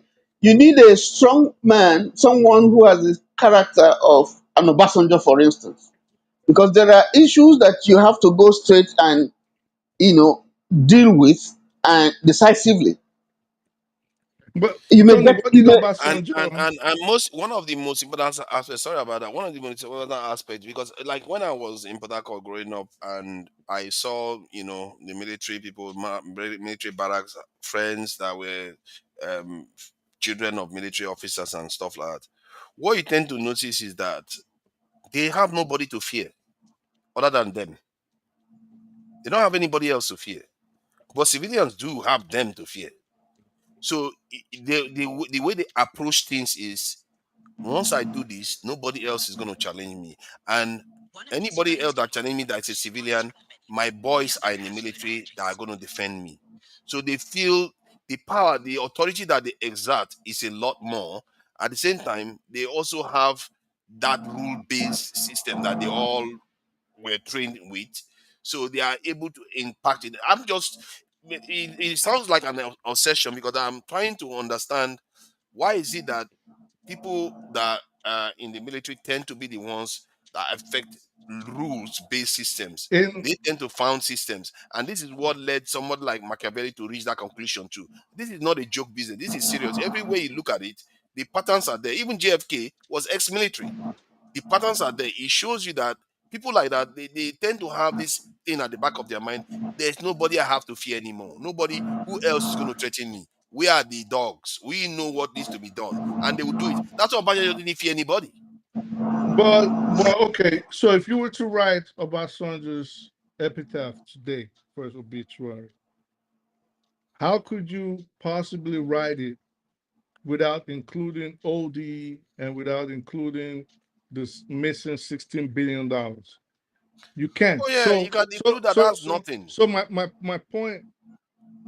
One It's second, Tony. nothing So compared to what former military leaders do. They are crazy.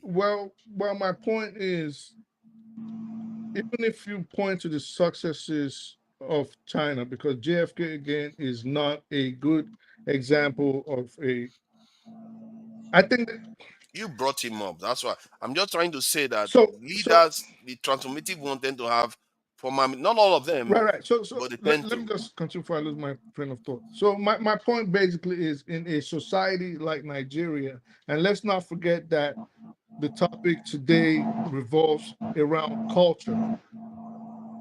Mhm. In a society like Nigeria, where we've gone through the military and we've never, outside of 76, between I'd say Gowon had good intentions for the country. Well, then again, the country was awash in cash, right? But then Muntala Muhammad also had good intentions for the country, but then he got mowed down on the street in Lagos. But OBJ gave democracy back to the civilians, or instituted Twice. a civilian government. Well, but then let's look at the antecedents of the military after 83. It has been dismal. It has been terrible. Why would you It's now, true. as a nation, want to subject yourself to that, knowing that the previous military administrators in that country were horrible? Even OBJ, that is being praised on the panel now, and I said that facetiously, he was a horrible president. He institutionalized bribery in the federal government of Nigeria, and which has now become an endemic in Yes. Nigeria. I, So I, we I hear can't. what you are saying No, on no, that no. front. What I'm saying, what the reason why I mentioned, I'm looking at the character. I'm not looking at whether anybody did good or bad. Okay, and I'm not looking at. I'm looking at post-military Obasanjo. I'm not looking at him as yeah, I'm not. When I say dictatorship, I'm not looking at the benevolent dictatorship. I'm not looking at the military. No, I never support military rule. I'm not an apologist for military takeover or whatever. But let us look at two examples. I like to use. Maybe that will make it clearer. If you look at Awolowo, you look at Saduana, you look at Zik, you would see that these were people who were charismatic. But apart from that, they were people who would put their feet. For instance, Awolowo, this is the way we're going, and everybody follows. So they are people who are shrewd. They are people who are, they would have done their research. They have a vision, and they say this is where we're going, and then people follow. It doesn't mean that they are not criticized. It doesn't mean that they don't listen to advice. What I'm saying is that the kind of leadership we need now, with the way things have gone, is a leader that will stand and say this is the way we're going, and then people will follow. Okay, people will follow. Okay, if you look at, I've been wondering why. I'm looking at the Middle Eastern countries, Arabia, and so on, where you have monarchies, and I'm looking at a lot of them are doing good now. They were behind us. A lot of them are moving. Qatar, UAE, Saudi Arabia, they're moving fast. So what is it? You may say it's Islam, but take away Islam first. But there is some. This is the way we want to go. If you take the Sultanate of Dubai, for instance, just one leader came out to say, "Now this is the desert. I have a vision. This is the way we want to go," and he mobilized the resources. And maybe some people would have told him it's impossible. It's not possible. There's no way you can do this. But he had a vision, and he pursued that vision without distraction. And when people began to see what he's doing, the result of his, everybody keyed in. And that place is now, sometimes when you talk about Dubai, they think it's a country, but it's just an emirate in the country. Right, because it's also Abu So Dhabi. And yes. but So so Tony. Oh, sorry. Go ahead. Sorry. yeah, no, go ahead. Thank you. So that's what But I'm looking at. I'm saying I'm trying to see what is it that is driving them. It doesn't mean that there are people who are not disgruntled with the monarchical system. But take Morocco. Okay, maybe if you leave Middle East, take Morocco for let's instance. take Gaddafi for example. Libya. Gaddafi Okay, was a perfect example. okay. But Gaddafi, when he quit the military, for instance, not Gaddafi. yeah, Okay. Gaddafi that ruled after the military, even when he was Yes. Lieutenant Colonel Gaddafi, after like 83, 84, he had a Yes. vision for his country, Yes. right? So But you need at this point you need someone that will drive that vision up but to he a cannot point. work in Nigeria. Why not? If you can work in other places, because Well, that's why I said that democracy would not take you there, because democracy will try to checkmate your ability to do that. he cannot. In good time. I It think will take Tony, time. There are people who will check you, and there's this, this if diverse interest and so the on. So it slows the vision down and can even the destroy, truncate it. the kind of system you're envisioning would have worked in Nigeria 40 years ago. And I say 40 years ago because I'll say 85 was when IBB came in, right? And then the Abacha years and all those. But it cannot work now because there are too many factors that will ensure that it doesn't work.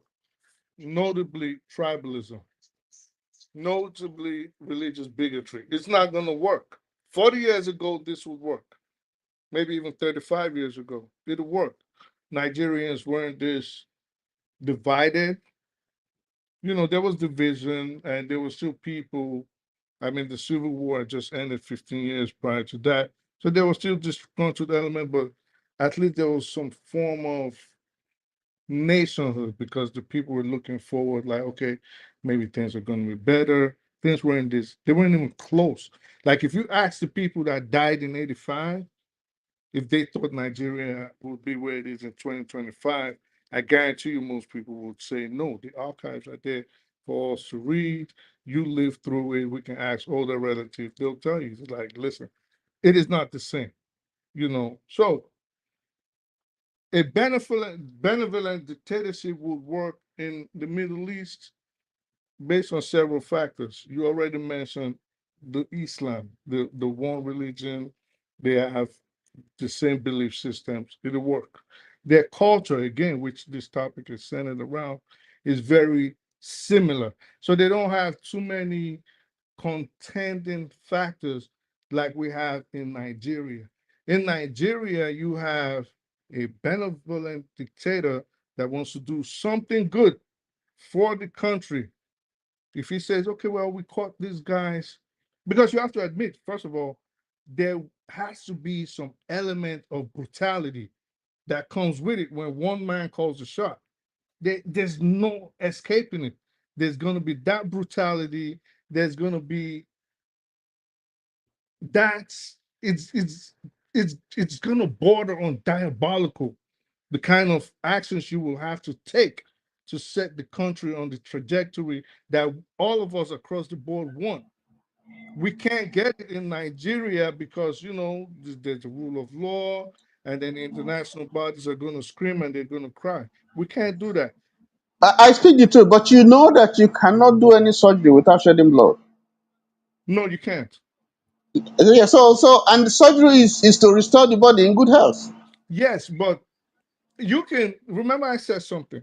Even in a democracy, you will have to break the rules because obviously, like I said, the other side is breaking the rules. Why should I follow the rules? But in a democracy like in Nigeria, it has to be systematic.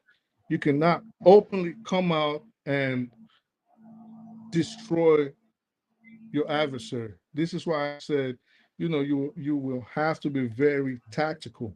And you say, oh, they will impeach you. I said, no, you cannot impeach me if I already destroyed you. Say, for example, I know you're corrupt. I know I might need some sort of leverage over you in the future.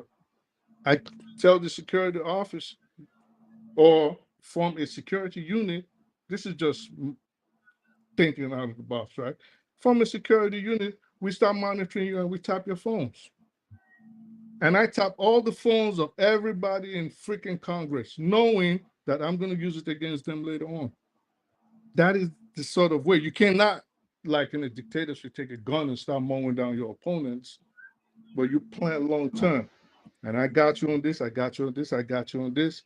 You're dying in prison, my friend. Or you do this. You resign, you return these monies, you give me Yeah, this, you give me but your all the partners. stuff you are saying, then who is going to implement it?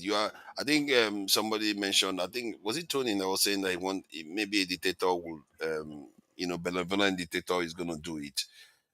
we are where we are now. We have a democracy, and if we are to have a leader that is going to transform things, maybe, just maybe, is going to be an ex-military official that might actually be quite transformative for Nigeria. We've not. It's funny because almost all the presidential candidates that run in Nigeria, they are not of like after Buhari's time, after Babangida's time, ex-military officer. We don't have any young former military politicians that have come along and say, okay, I want to run for office now. We don't have them like you do have in the US and many Western nations. It's very interesting that we have not seen that. Maybe if we see that and we have somebody that has served the country with distinction, we might actually, as a country, vote for that person. But who knows? Maybe Nigerians will not like him because we fear military because they kick I mean, they beat I Nigerians don't, all the time.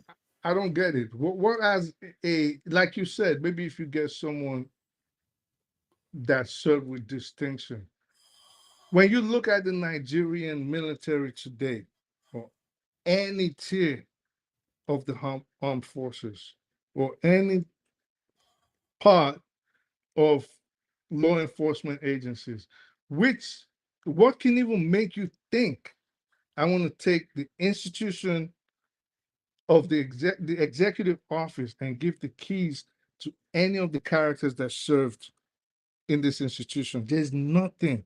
So I Why understand. not? Oh, You want to give it to other people that didn't serve at all? They are worse. well, what the Nigerian The, military where the, they the beat others up are worse than the military. Nigerian military where their job is to beat up cab drivers and bus drivers and harass market women and take But, bribes from but them. for This is somebody the like you, people. I would have thought that you understand that they also die on They, behalf of people. As a they matter of also fact, they what? die more. They do die. Almost every day, Nigerian military soldiers are dying for the That has country. nothing to do with what we're doing. Of course, it's an honor to serve in the military of any government. Hmm. Those are the people that you have to bestow the highest honor to under normal circumstances in the society. But these ones are But dying nonetheless. Nigeria is a whole new ballgame. It's not the same. We're talking about But why do we? Is that fair though? Because why do we say that when it comes to Nigeria, it's a whole new ball game? Other countries, their military is also misbehave too. It's not like they are all perfect. So why do you always say that? Okay, in the end, they still die. They still die on but behalf of it's the not country. about the death. Everybody's gonna die. Yeah, but no, But but not where is everybody the joins respect? a profession where they could die. Where is the respectability behind serving in the Nigerian military? There's none. I think there is some. I don't think you might think there is none, but somebody like me, I don't think there is none, because they are doing an. If anything, people should be a little bit. I hate that their doctrine, bloody civilian doctrine, which seems to be coming down from the colonizers' kind of way of looking at locals. But in terms of the work that they're doing for the nation, they are punching above their weight. They don't have the If we numbers, say that but they are doing all that job. we agree on that. Okay, we can agree on that. So without us taking the debates or the discussion somewhere, Okay, we we are in can agreement agree. on that. We can agree on that. Okay, but what we're talking about now is your position that maybe governance will be better served if we had someone ex-military heading it. This is what we're talking about. Yeah. Laying down Yeah, your life. yeah, yeah. Go ahead. I am saying we need a strong man, quote and unquote. And I We need a agree. strong man. I agree. The mode in which it's going to come, maybe that's what We we. differ I on. think what we three of us have agreed is that we need a strong man because forefathers is saying we can find that kind of person from a retired military officer who has distinguished himself. I'm saying that it doesn't necessarily need to be a retired person, but it can be a civilian who has a strong character, but that the Mm. system that we're running now would not allow him to do some very hard things without getting a knock, a serious knock. It will. And You can do okay, it. sorry. You see that you see getting a knock. Whom are the people that are Yes. going to give that knock that he doesn't have control over? That is a problem. This is why I keep saying there's a reason why ex-military, because the people that are going to give the knock, where are they going to come from? From the military. And this guy knows them. Most of those people will be on his side. So this is what I keep talking about. If you want to have a civilian that does it, that civilian has to be able to command the support of the military. And it's true. There are civilians historically that have been able to command the support of their military. Even if they are not military, they command military. To go. I'm reading that the House of Saud, the founder of the House of Saud, he commanded people, even if he wasn't a military guy, he commanded people to go and take over and conquer It is things. up to you as a person. There's been Not military. everybody is I able was to do that telling, too. You know that now. I was giving my wife a story earlier, and I said there was something we were talking about, and I was like, okay, I referenced the coup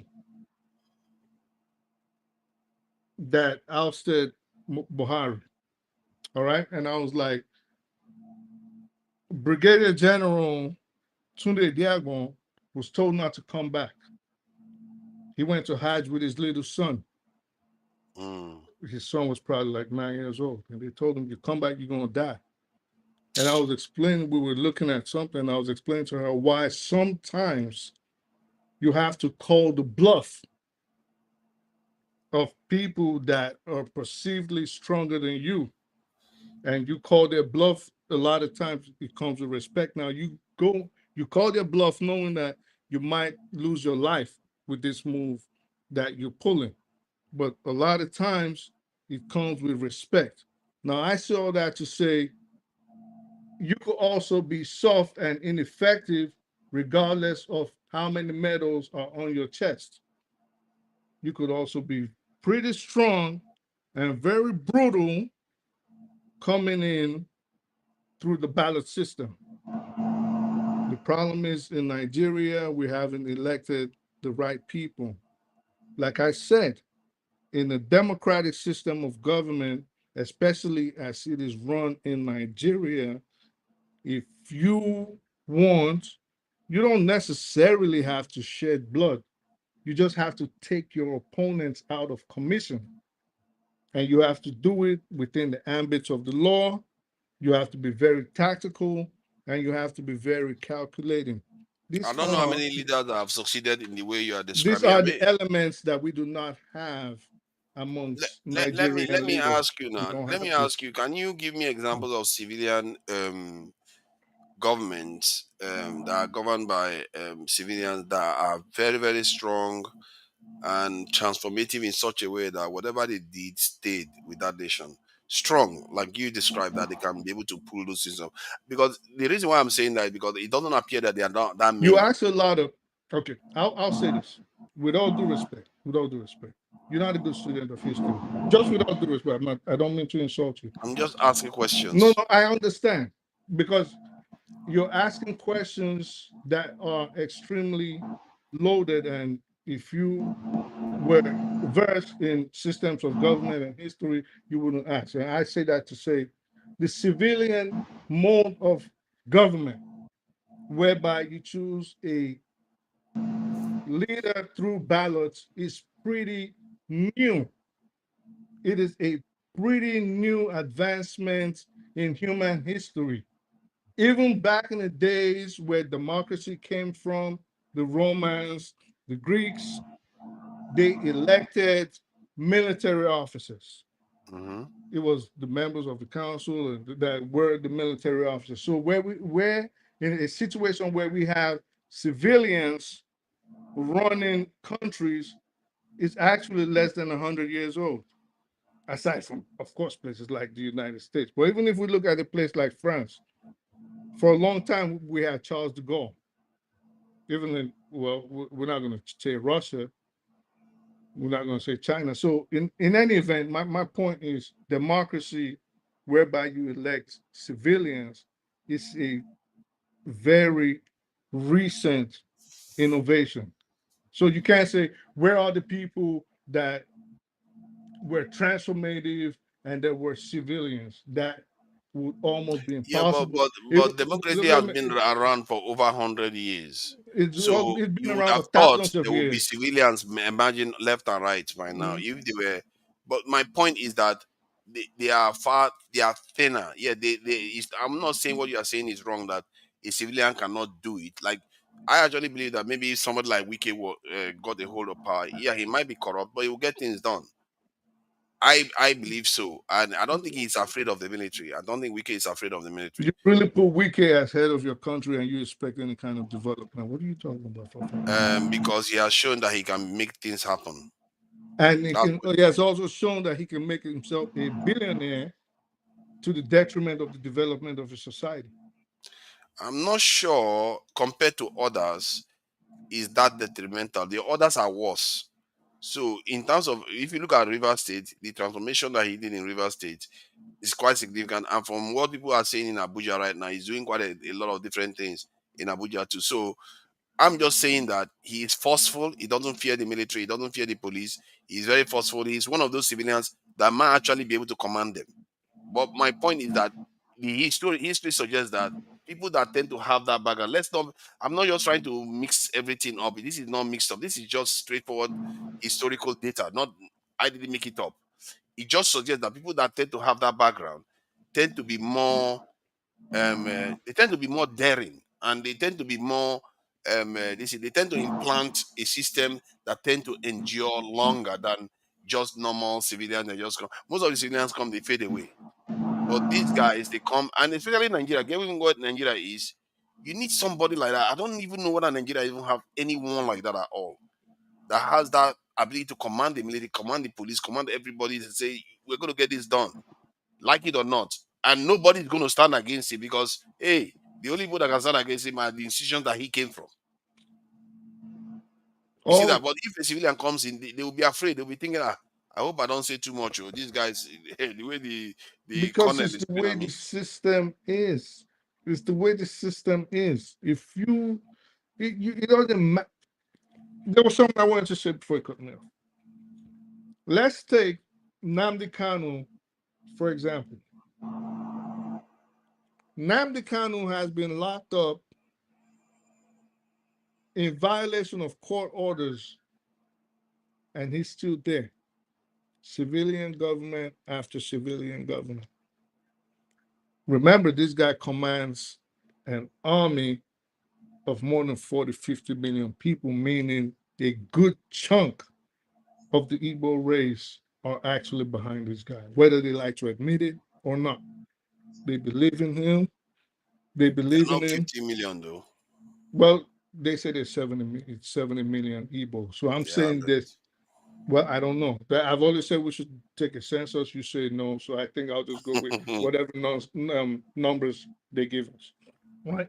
So, but in any event, this guy has been has been incarcerated by civilian governments. He's been incarcerated by them. They say give him yes. bail. They say kiss our ass. They say, oh, give him bail again. They say, yeah, whatever, kick rocks.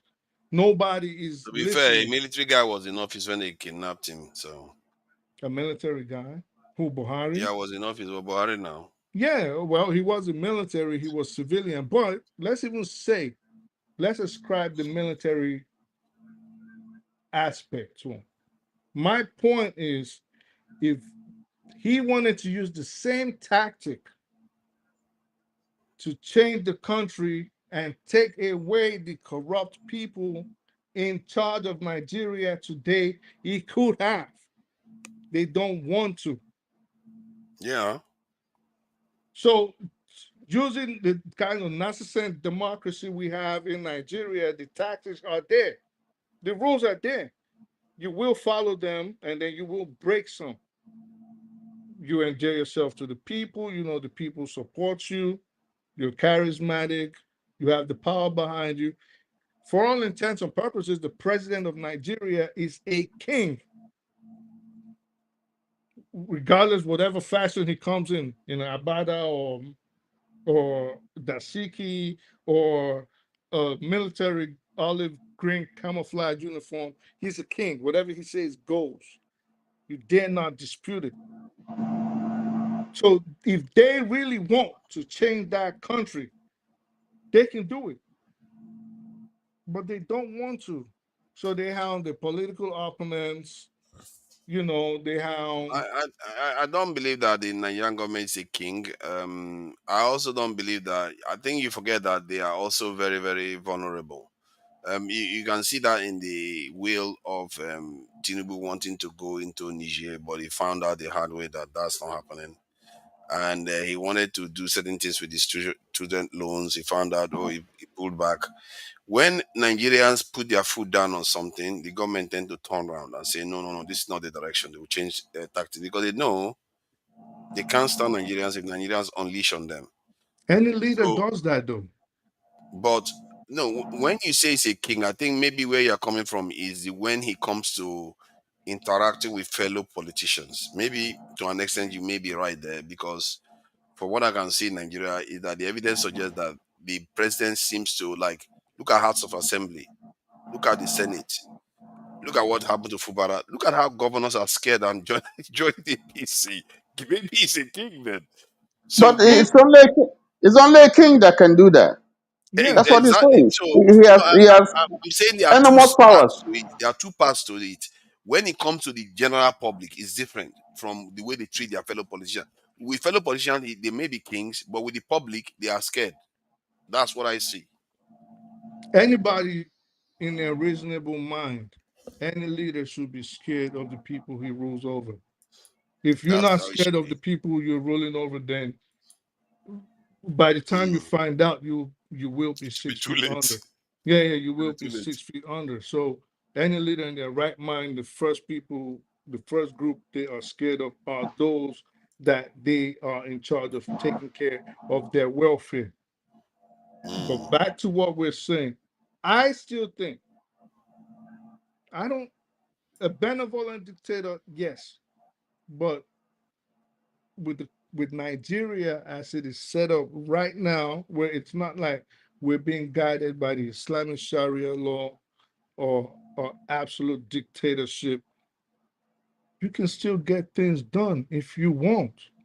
If you all it is, you have to realize as a leader that especially something that especially someone that is coming to rule over a country that is in a decrepit state like Nigeria, you just have to realize that you cannot change anything.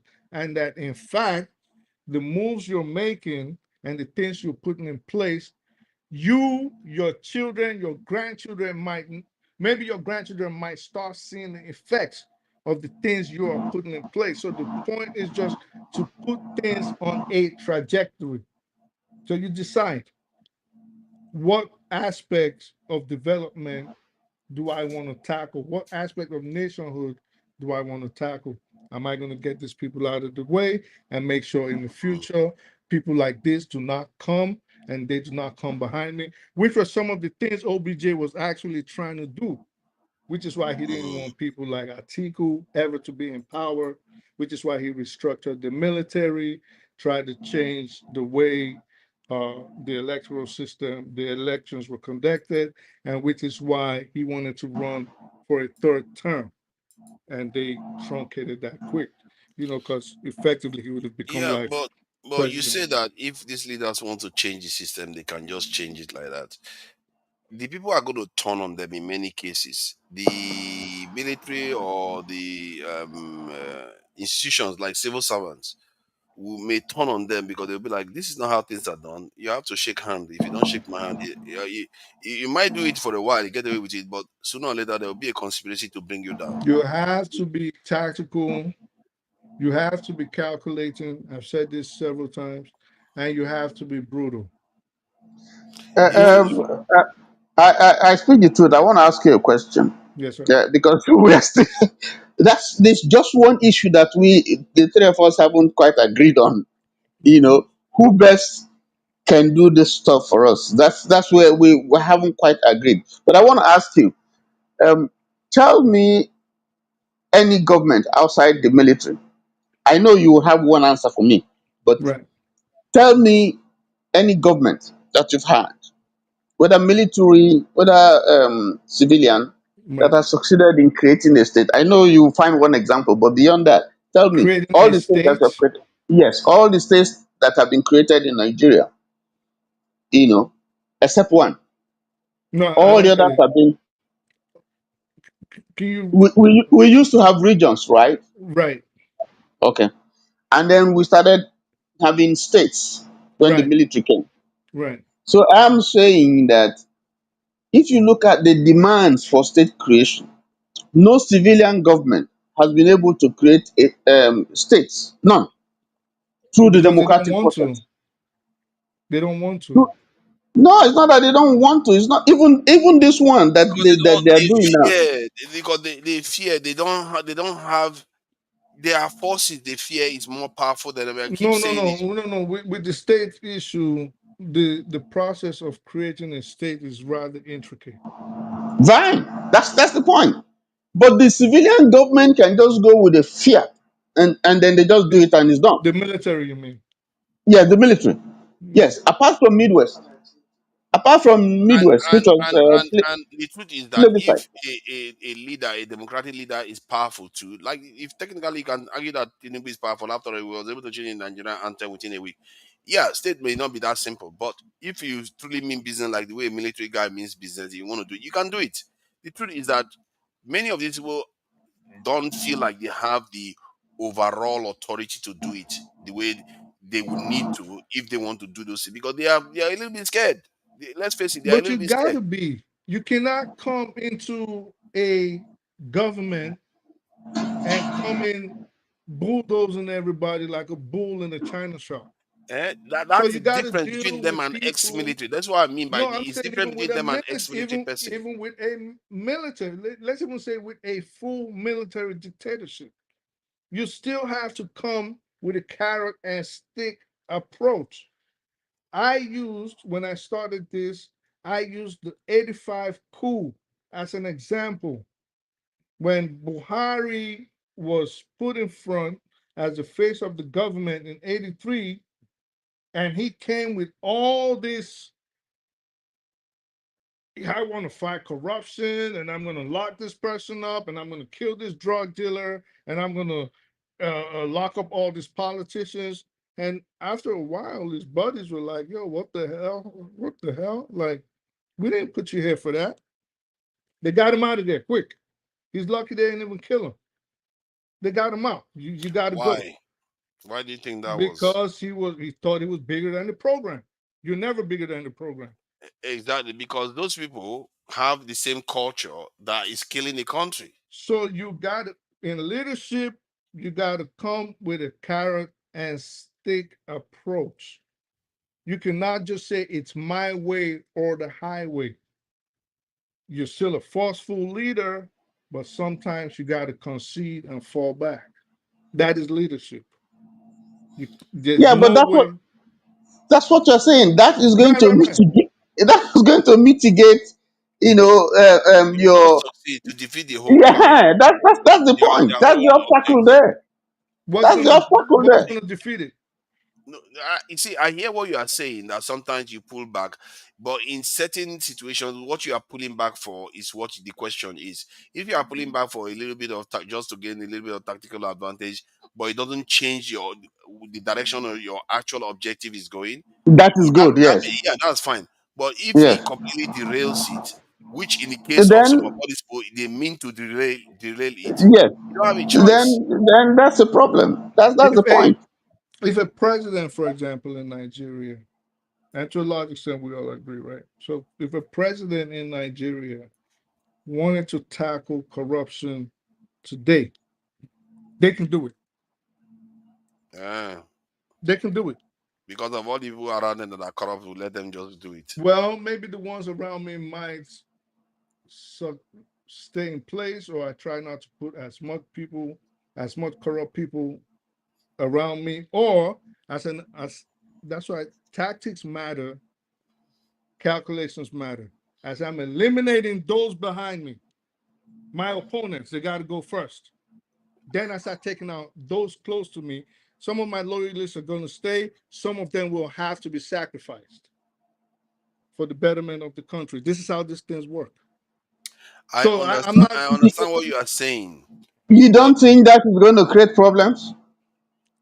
If you play your game right, meaning you know, you know that you cannot completely sweep house, but you put the play in motion to eradicate as much as possible that will not be detrimental to your health or the survival of the nation, you can do something.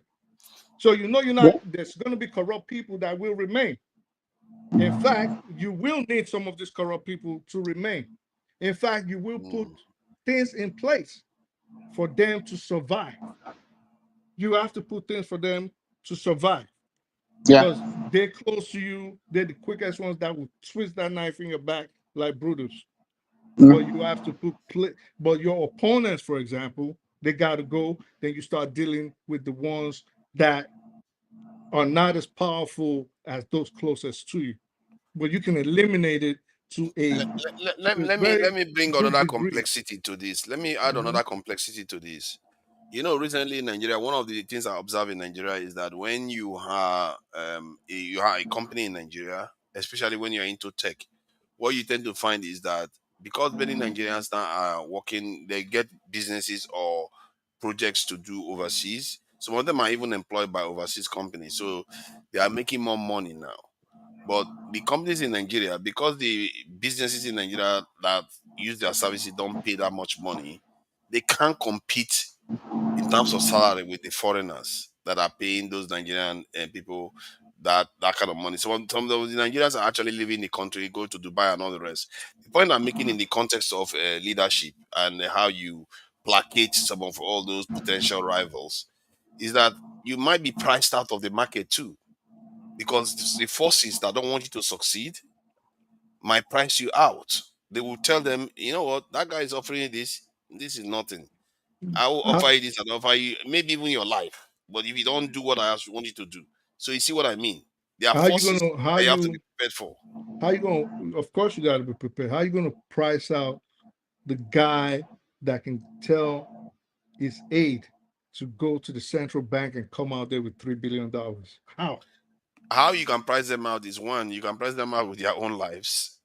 You can price them out with blackmail. You can price them out with money too, because they are richer than your country. You What are see we what I talking? mean? What are we talking about here?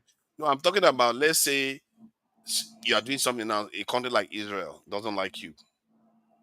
You can imagine, you can start imagining all the kind of things that they can do to your whoever is around you if you are not listening. Yeah, but we're talking about okay. So forefathers, you're jumping the fence now. We're talking about the institution of Nigeria.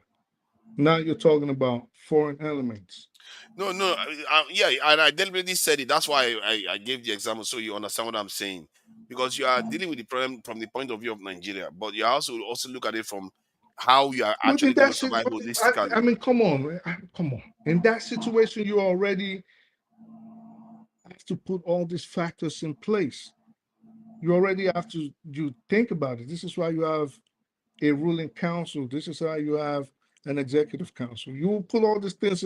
You will come up with all these simulations already. These are things you're thinking about. So if you nothing works, I'm not. I don't everything works. disagree with that. I think what you are saying that you need to do. I don't think I disagree with that, because if you want to really deal with a problem like Nigeria, you have to be radical and also calculate that you might not make it after But a in period of everything, time. if you But go out make of your sure what you do house, last. if you go out of your house right now, you might not make it back. No, no. But my point is, make sure what you are doing last, even if you don't make it. You see what I mean? As you are But moving that, forward every but single day. I already emphasized. I already emphasized that all these structures, I'll pretend like I'm the one. All the structures I'm trying to implement, I might not even see the effect. Meaning, I might get killed in a coup, Yeah, you or did say that. or I might live to be 80 years, 90, 120, retire. My kids' age mates take over, and they might not even be the ones to enjoy the benefits, but their grandkids. I did say this. No, I know you said that. I just trying to question you to see whether you have actually thought about the different angles that this can come from. But that said, you are still a bloody civilian, so I'm not sure You what you think can I'm be a able to do. citizen? Okay. You're still a bloody civilian. You don't qualify. We But so I think the yeah, long and short of what we are saying here, we agree. We see the threat, we see the issues, we see the problem. I think the agreement we have here is basically how best to tackle it. What kind of leadership do we need to be able to deal with this situation? And I think, forefathers, you introduced a variant to the discussion when you say, let's not look at the internal dynamics. Let us also look outside, because there's a way in which outside influence or pressure from outside interest also impinge in what happens within our country. So, exactly. and that's serious, because if you look at what happened with our president with respect to the initial plan to get some members of ECOWAS to invade Niger, I Yeah. suspect that that pressure came from outside. Mm, I suspect that it was a plan to placate certain foreign interests. Okay, yeah. and maybe they would have been okay. You scratch my back, I scratch your back, kind of thing, and so on. But he didn't foresee. He didn't quite think of what the internal dynamics, the The way within pushback. the country. Yes, the pushback that's going to come from the country that probably was not factored in, or maybe he underrated it. Okay. I also think it was a situation where he showed himself as being subservient, not averse with geopolitics or the military, and not a forward thinker per se. And why do I say that? There really was no plans in place to carry on. You didn't want to mention it, Tony, but to carry on the demands from France. There was nothing in place. You have an internal rebellion going on.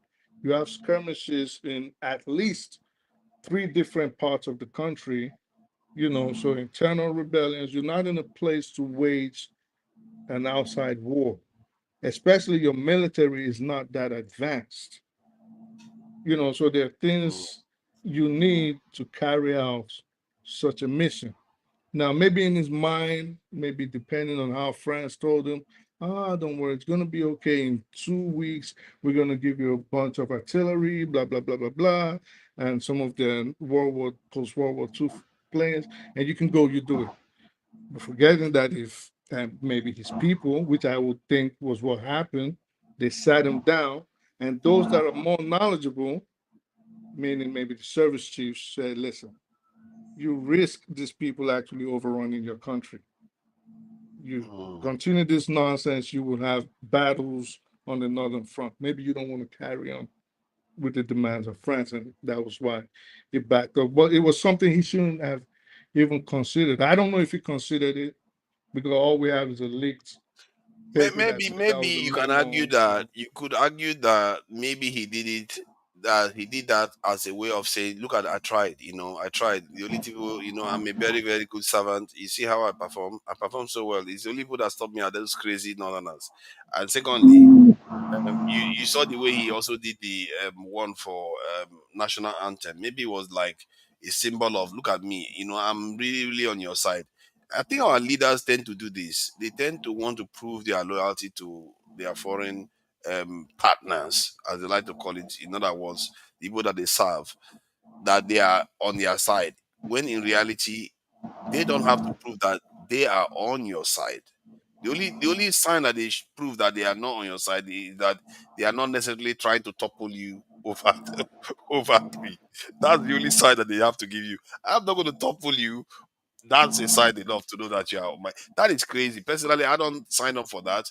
Our leaders should be ready to say, you know what, life expectancy 5 years after you become leader, or 4 years after you become leader, you do what you need to do.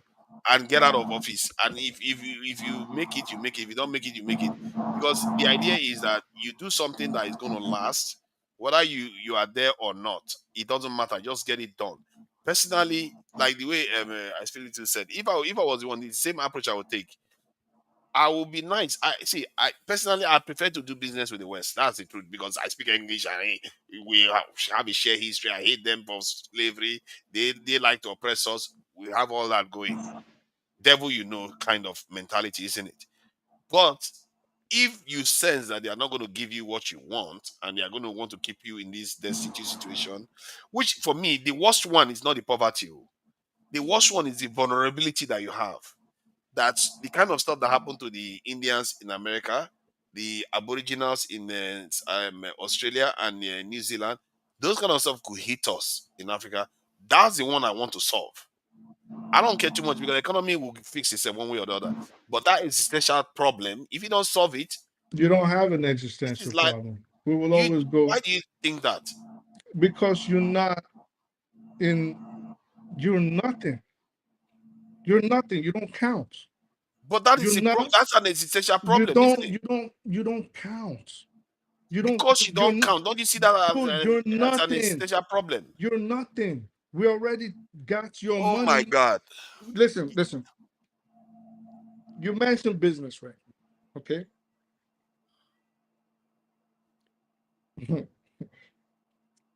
Let me just say, I could do business with anybody. I was going to use my child as an example at 16, but I'll refrain because I had my child pretty young, just out of high school. All right. And at 16, I would tell him, he's talking to people, and I would tell him, like, why are you like that to the person? He's like that, he's going to call back. They offer him something, he refuses and hangs up the phone right on them. Even my wife will say, oh, you're always too kind to these people. My son don't have got time. He's just going to hang up on you. And he'll say they're going to call back. And they will call back. I could do business with anybody. Just insofar as the terms are fair. And I'm not on the table as someone lower than you. Now, if we come to the table as equals, we can do business. It doesn't matter if it's the West. It doesn't matter if you're Indian. It don't matter if you're Chinese. I don't care if you're Japanese. It doesn't matter to me. Okay? So you don't count. In terms of the hierarchy of how the world is right now, Nigeria doesn't count. But then We you don't want your understand. money. Hold on. Let me finish. We want your money. You've repeated it how many I've not times? repeated it. We want your money. We are not using guns. You're giving it to us. We asked for it. You've been giving it to us for over 100 years. Why would we come with guns now? Oh So my you're God. not defending against anything. The main thing Nigeria needs is full security for the people, education, employment. We don't need nuclear weapons. We don't need bombs. We don't need B-52s. We don't need B-2s. We don't need Patriot missiles or David slings. We don't need none of that because we are not facing. We're not facing. You want to be a leader? We Forget are it. not facing any threat. Guess what? We are not. My Oh my God. people are more Okay, you are powerful. just over talking now. You I'm are over talking. blocking. Let me You are finish what I'm stunting. saying. You are over talking. Let me just You've finish what I'm never saying. done this before. You are over talking Let now. me just finish what I'm saying. Nigerians or any society is way more powerful when the people have their belly filled, they're educated, they can live a decent life and enough for entertainment to divert them from whatever exercise the government is performing. And that is the way you want to start building weapons and all these things. You can do it without people questioning too much because they're living their life in comfort. You can't do it with hungry people. They're going to eat you alive. Now, this is, I call it a syndrome. Just like I call some people, some group that in Nigeria that have the Abel syndrome. This one is the Esau syndrome that we suffer from. every time we talk about existential issue, they talk about food.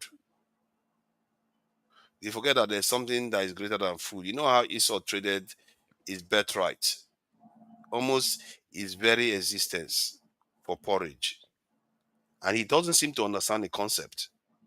And many of us grow up reading the Bible. We don't even understand what that means. You would rather endanger your people's actual existence for food.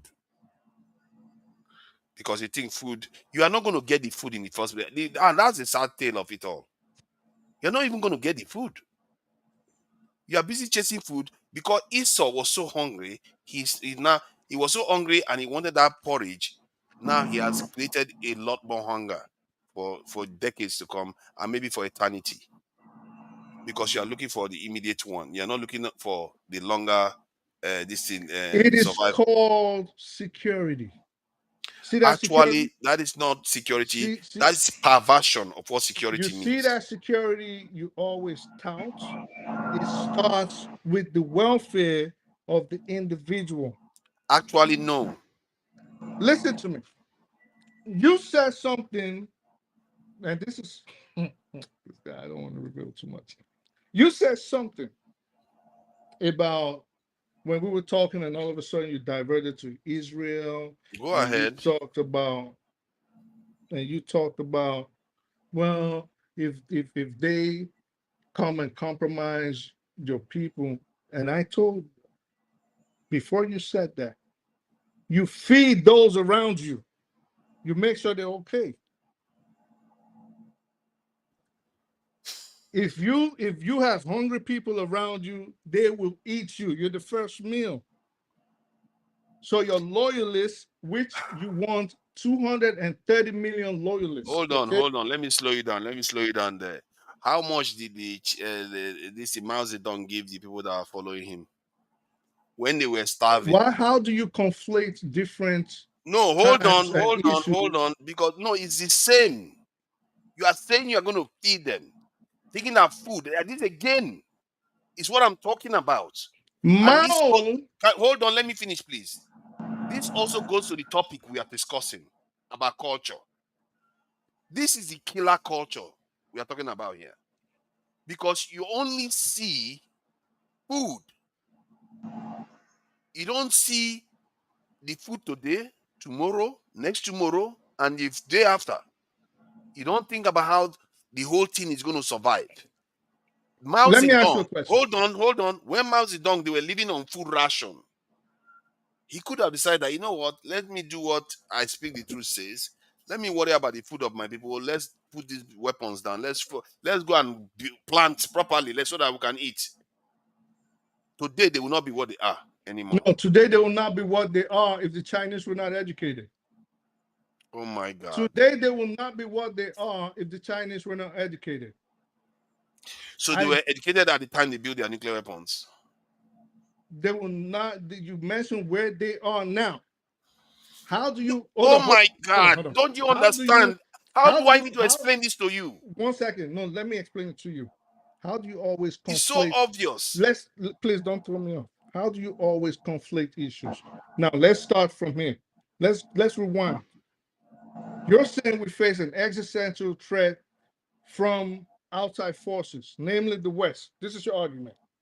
Not mainly the West. Everybody that is more advanced than you. Stop making it mainly the West. It's everybody. Like who? China, Russia, China Israel, hasn't shown that they're an Saudi adversary. Arabia, Iran. All right. So they have to show you first. Iran. I don't understand. I think you're just enamored. So you have to wait until somebody shows you before you actually start preparing. You're just enamored about things that you just discovered. Let me tell you something. Okay. China had, this was at the end of World War II. All right. China had adversaries surrounding it. Japan, South Korea, even North Korea that they were influencing in the Chinese peninsula. Taiwan had broken away. They had that problem. They had a problem with the Russians, even though they were allies. Then they had a problem with the entire West, led by the United States. We don't have those problems. So China's decision to go nuclear or to focus a lot of their energy, and which they worked in tandem with food security. China became agrarian. They made sure that people were well fed. They made sure that people were well Was that educated. before or after they had their nuke? What kind of question is this for, father? It's You're an so obvious question. enamored It's about yes news. or no question. It's not. It's so It easy. has nothing to do with what I'm saying. Is the point? No, it has everything to do with the point I am making. I don't care about the point you're making. You Because you don't mentioned, understand that because they you're have to all over cross the that place. threshold First, you're first before saying anything else comes. this is what you said. Will China be where it is today? This is what you said. The moment I said, well, with education, they secured their place amongst the League of Powerful Nations. You changed it and said Mao Zedong. Mao Zedong's situation in that period is different entirely from what the world is today. Oh It's my different from God. the world Nigeria is in. I think Iran you is have not a way of understanding something that is a bit Iran is not strange. attacking I us don't anytime. understand how this is confusing for you. This for me, Iran is this is not so attacking straightforward. us. And Iran is not attacking us anytime soon. Neither is Huh? Israel. Yes, Iran is not attacking us anytime soon. You mentioned them. Neither is Israel. Neither is Russia. Neither is the United States, nor China. In fact, China is one of our greatest allies today, just like the Americans. They are not attacking us anytime How do you know soon that? because we haven't woken up to a broadcast that they have invaded us.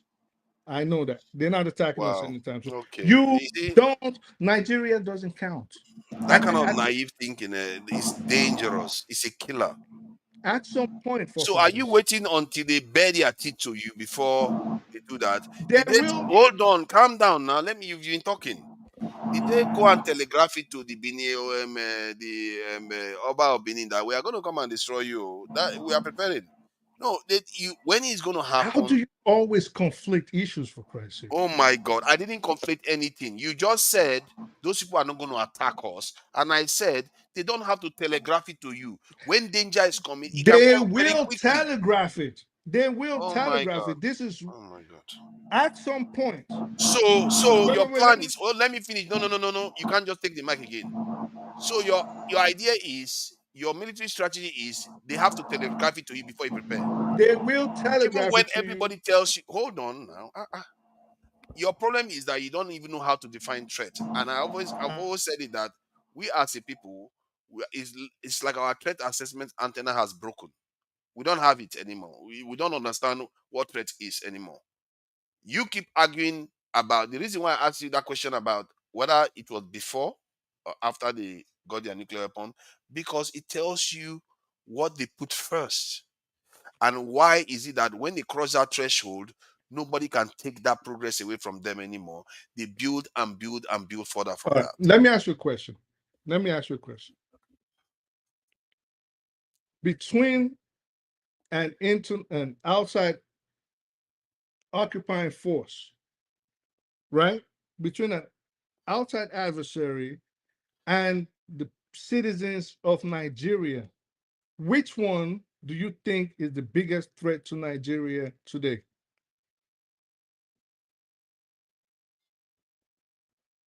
Depends on how you look at it. You can say it's No, outside, there's and you no can say depend. It's very actually easy. depends. Which one do you think? Because I know you know the answer. I saw that look in your eyes again. So, which one do you think is the biggest threat to the state of Nigeria today? Outside forces or the people living there internally today? That is not the. You know what I call that? You need to add more context. No, it's a Otherwise, simple if I give you the question. answer, you're not going to And I like it. guarantee you, there's people in the comments that can easily answer that. And I know Tony can answer it, and I know They I can can answer answer it. it, but I can give you the answer, but you're not going to like it. Let me give you the answer. If the internal forces are going to be armed and encouraged by the outside I forces, don't want they are- if. Oh, you see I that? don't You want. see that? You see, that's why I say I'm you're not not going to playing like it. suppositions. I That's why I asked say you're not you. going to like it because I it no, has I wouldn't like it dimensions to because you it. don't know. You're not answering right. I asked You know you. what? Okay, let me give you one answer No, no, no, no, that you no, may no, not no, no, like. no, no, no, no, no. We're not gonna run around. So you I don't want asked one you answer too. a direct question. Who do you think between an outside adversary and the internal people living in Nigeria today are the biggest threat to the government of Nigeria? Outside. Based Now on jump and hit the ceiling. because it makes no sense. You know you're not making any sense. The Why does it you're not not make making any any sense? Do you sense. want me to give you the reasons why? I don't need a reason. The biggest threat to Nigeria, and even this is even. You ask a I think question, you you don't want think me to this give is you the a reason joke. why I give you the answer, but it's okay. This is even several intelligence communities assessment of Nigeria. The biggest threat to Nigeria are the Nigerians based on several factors bordering around poverty. Wow. You believe that, huh? Nobody is worrying about nuking your ass. You You do believe not that, even eh? have You are 24-hour you see, electricity. this is where you are the most ignorant person. That you can be smart sometimes, but your smartness turns into some of the most ignorant statements. I can't even believe, like, you are even defying people that know geopolitics. Like, what you are saying doesn't even make sense. Even a white man will not believe you. Even a white man in the West, man, Sometimes I they want will to hear you tell this talking guy and will we're be at like, work this guy and is like, crazy. I think we have to leave this issue because I we think make no sometimes, you headway. know what? Sometimes I feel like this Um, guy. No, no, sorry. Let me add this. Sometimes I feel like this guy. He knows what he's saying. He's just here to mislead people. He knows what he's saying because no, The no, UK no, just last no. week they went and signed a peace deal. They went and signed a defense pact with Germany. The UK that fought with Germany in the Second World War. They signed a defense pact because they were not even sure whether America could defend them anymore. Within how many why? weeks they went and signed a defense pact? Forefathers, No, let no, me no. I'm ask not you, talking to you. I'm not talking to you because you're. I think you are deliberately doing what you are doing. I don't why? think you are this dumb to be saying what you are saying. You're not that Why? dumb. Maybe, I just can't say You a are lot of literally things on saying here. we should fight for food first before our survival. Are I you asked not? you I asked you a simple question, and I believe people in the panel can You are Can see. I literally can I twisting can I logic. come in here? Yeah, come in, Can I come in. let me intervene? Forefathers, I want to ask you, what is the greatest problem that Nigeria is facing today? Our existential crisis. That's the greatest problem. It's crazy. Most of us don't just know it. What do you We mean don't know by it. what do you Now, mean by let me break it down. Let existential me break it crisis? down to you. Do you know that the Red Indians in America? I don't like calling them. I think they are Native Americans now. When they were exterminated to the point where they are now, it didn't happen overnight. It happened slowly. It didn't happen within 1 year, 2 years, 10 years. It took hundreds of years for everything to get to where it is right now. So there were periods when they were living, they thought they had a stable system. Then when the enemies or the people that want to take more land from them get stronger, they demanded more and they would take more from them. And that is what many of us don't see. Even our forefathers didn't see that the British were going to come and colonize them when they first arrived. They thought, okay, these are just few men. Slowly, they keep coming. They don't see the existential threat that they are facing. That is my point. When I said that our problem, our greatest problem is an existential threat, because we don't have any way of stopping it from happening to us. No, We don't you have are any way. saying that our greatest problem is the threat from outside. The question that I Yes. ask is, if we proceed the way we are going now in Nigeria, the way things are today, okay, um, what Nigeria is going to collapse if we go the same way, the way we're going now. So, what is going to collapse Nigeria? Is it a threat from outside or the problems from within? What is going to collapse Nigeria is going to be the threat from outside, by far. Even when it happens from within, when it appears to people from within, it's still going to be from outside, because if they don't want it, it's not going to happen. Because we don't have any control. That's the worst of it all. You don't have any control over your destiny. And I don't understand how somebody can sit here and tell me that, oh, let's rely on other people's goodwill to determine whether we live or die. That is crazy. That is just downright crazy thinking, because they will never do the same for you. Forefathers, let me say something. let me just give you a little hint of something, because you come on here and I think you just like how you having fun. So remember, There's no medicine that's going to save you. remember when Whatever me you've and eaten, you've eaten it already. remember when me and Tony was on here telling you on ways to defeat Boko Haram. And Tony was actually, at some point, he told you, and I was saying, okay, we can use Donnet wires and we can cage them in. And Tony was also talking about using sensors and all these other intelligence mechanisms to cage them in and eliminate them. And you kept saying, no, we need more guns. And we were telling you, we need intelligence. Your chief of defense staff, less than a week later, started talking about, yeah, we need to put wires all across the border. You mentioned it. Do you think that was by happenstance? What do you mean? I mentioned what? You mentioned what the chief of defense staff said About about, putting the border yeah, the troop. fence. Mm-hmm. So All what right. is the implication of that? Don't worry, there's no implication. So in any event, Mm. this is what I'm saying to you. If you think that you count in the committee of nations whereby anybody is even worrying about you, I think you're just fantasizing. Nobody cares about Nigeria to the extent where, let's even assume, you know what, let me ask you a beautiful question, because I've asked you this a lot of times. You want that nuclear weapon. You're president of Nigeria now. Tell us how you're going to get it. Why should I tell you? I You will appear use like the you are a same. I will compromised use the same individual already. tactic There's no point telling everybody you. has used. Nobody's There's no giving you point telling anything. you. I don't think you are a very reliable person, Nobody. because if somebody that decides that you today you will not vouch your child's life to another man, but you vouch because you know what he said here. Do you know? So that Nigerians will hear this. Do you know what he said here? That we are worth nothing. You know that is the best thing to tell a living I said entity. you're worth You are nothing. worth nothing to other people, so remain worthless. So Can you you let me finish? that said the Let people me can die finish, of because you are just hunger. opening your backside right now. Hold on. You are telling us that we are worthless. Let's remain worthless.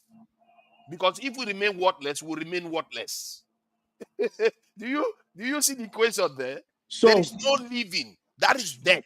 What this man is wishing you here. so so Something he is not going to do for his own child. He's asking our so people to be like that. so Whatever is making you say that, maybe you should go and check your head. all right. So let me ask you. Let me ask you, because I know you want to pretend like you know about governance and security and all this thing, or the military. Let me ask you something.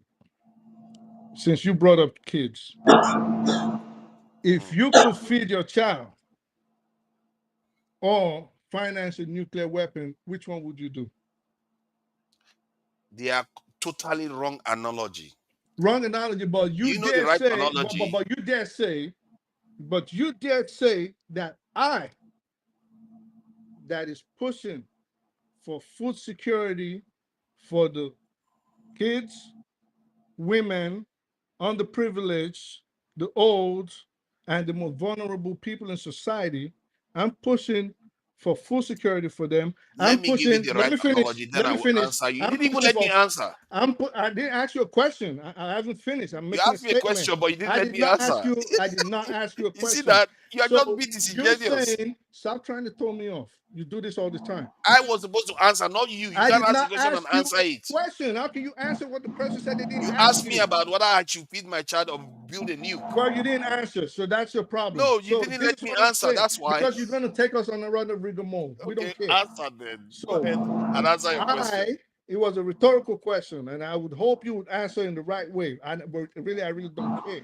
But you're saying, because what I was attacking was your statement that I want to starve people, I want to kill Nigerians. I am here saying the most important thing for Nigerians right now is food security for the old, the young, the vulnerable, women, and the most disenfranchised and vulnerable people in Nigeria, meaning like the people that are disabled and people of that nature. Education for them so they can also be self-sufficient in the future. Now You let me are give you the here answer now. No, espousing. you are This just is you the are thing. You see. don't listen. You want to win No, an I've argument listened without to listening to the you, person. but the So original question still you said, I'm stands. not asking you a question. I'm making a Okay, statement. let So me have my say now. You've been let me talking. finish. Can I You will never finish? finish because you just want to fill the air with this Can I garbage you are spewing. finish? Okay, go ahead. This is your tactic. I want to win. I want to win. Like your little No, brother I want to G-Day. I You want to just want to answer keep the jumping down the question. president's throat. I didn't ask you a question. You can feel free to answer the rhetorical You've question. already made this feeding point. I What would point are you trying think to make again? I would think that anybody would choose food for their kids over buying nuclear weapons. Okay, Aha, good. I You don't see care. now, So I was making a statement. Until you let me finish, or you want me to get off your show, I'll gladly do it. But let me finish my statement. You do this all the time. You want to win a conversation. You don't listen to the other person. I want to win. So I'm here because you made an accusation on me. And I'm saying the most vulnerable need food, security, and they need education to be self-sufficient in the future. But I am the one that wants people of Nigeria to die of hunger against you that says nuclear weapons are more important in a poor country like that than making the people fully secure. I'm the one that wants people to die of hunger. am I ready to speak now? You think this All is a right. game, man? So you see, he asked a very disingenuous question to start off with. Are you going to feed your child or build a nuclear weapon? The question you should be asking is, are you going to feed your child or secure your child? Because if you don't secure your child's life could be forfeit. So without life, you can't feed. Have you ever tried to feed a dead body? No. Now, that doesn't work. And that is a mistake. Whether it's a mistake on yours or it's deliberate, I don't know. Why you put food before life? Because you think you can feed a dead body somehow if the person dies. If somebody's life is in danger, you have to remove that danger first before you worry about feeding them. Except they are starving, then you feed them. And in other words, you are still taking the danger away. You understand the concept? When somebody's life is in danger, you take their life out of that danger situation first. Okay, can I say something? I think this argument, if we continue this way, we're not going to. But let me say two things.